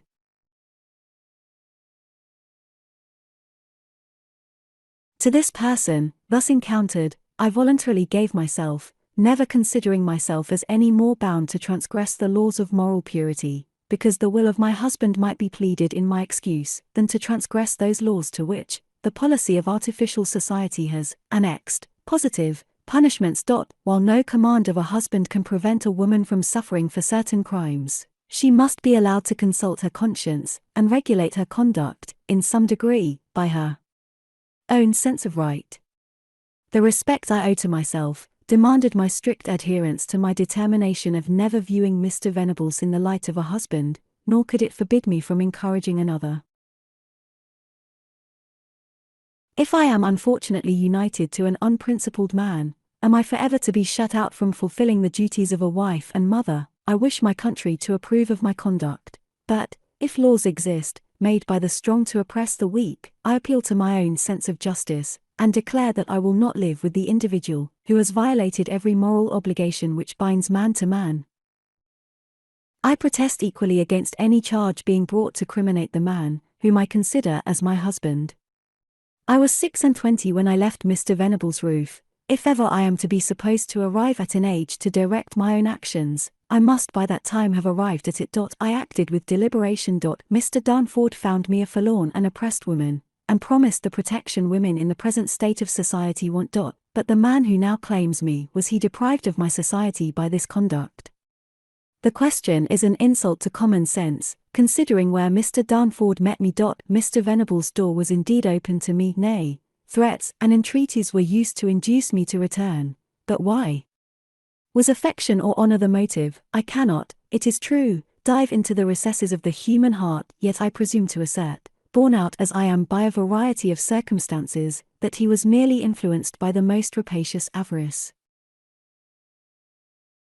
I claim then a divorce, and the liberty of enjoying, free from molestation, the fortune left to me by a relation, who was well aware of the character of the man with whom I had to contend. I appeal to the justice and humanity of the jury, a body of men, whose private judgment must be allowed to modify laws that must be unjust, because definite rules can never apply to indefinite circumstances, and I deprecate punishment upon the man of my choice, freeing him, as I solemnly do, from the charge of seduction. I did not put myself into a situation to justify a charge of adultery, till I had, from conviction, shaken off the fetters which bound me to Mr. Venables. While I lived with him, I defy the voice of calumny to sully what is termed the fair fame of woman. Neglected by my husband, I never encouraged a lover, and preserved with scrupulous care what is termed my honor, at the expense of my peace, till he, who should have been its guardian, laid traps to ensnare me. From that moment I believed myself, in the sight of heaven, free, and no power on earth shall force me to renounce my resolution. The judge, in summing up the evidence, alluded to the fallacy of letting women plead their feelings, as an excuse for the violation of the marriage vow. For his part, he had always determined to oppose all innovation, and the newfangled notions which encroached on the good old rules of conduct. We did not want French principles in public or private life, and, if women were allowed to plead their feelings, as an excuse or palliation of infidelity, it was opening a floodgate for immorality. What virtuous woman thought of her feelings? It was her duty to love and obey the man chosen by her parents and relations, who were qualified by their experience to judge better for her than she could for herself. As to the charges brought against the husband, they were vague, supported by no witnesses, excepting that of imprisonment in a private madhouse.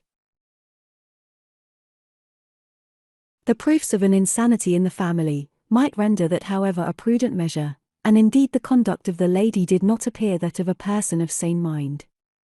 Still such a mode of proceeding could not be justified, and might perhaps entitle the lady, in another court, to a sentence of separation from bed and board, during the joint lives of the parties, but he hoped that no Englishman would legalize adultery, by enabling the adulteress to enrich her seducer.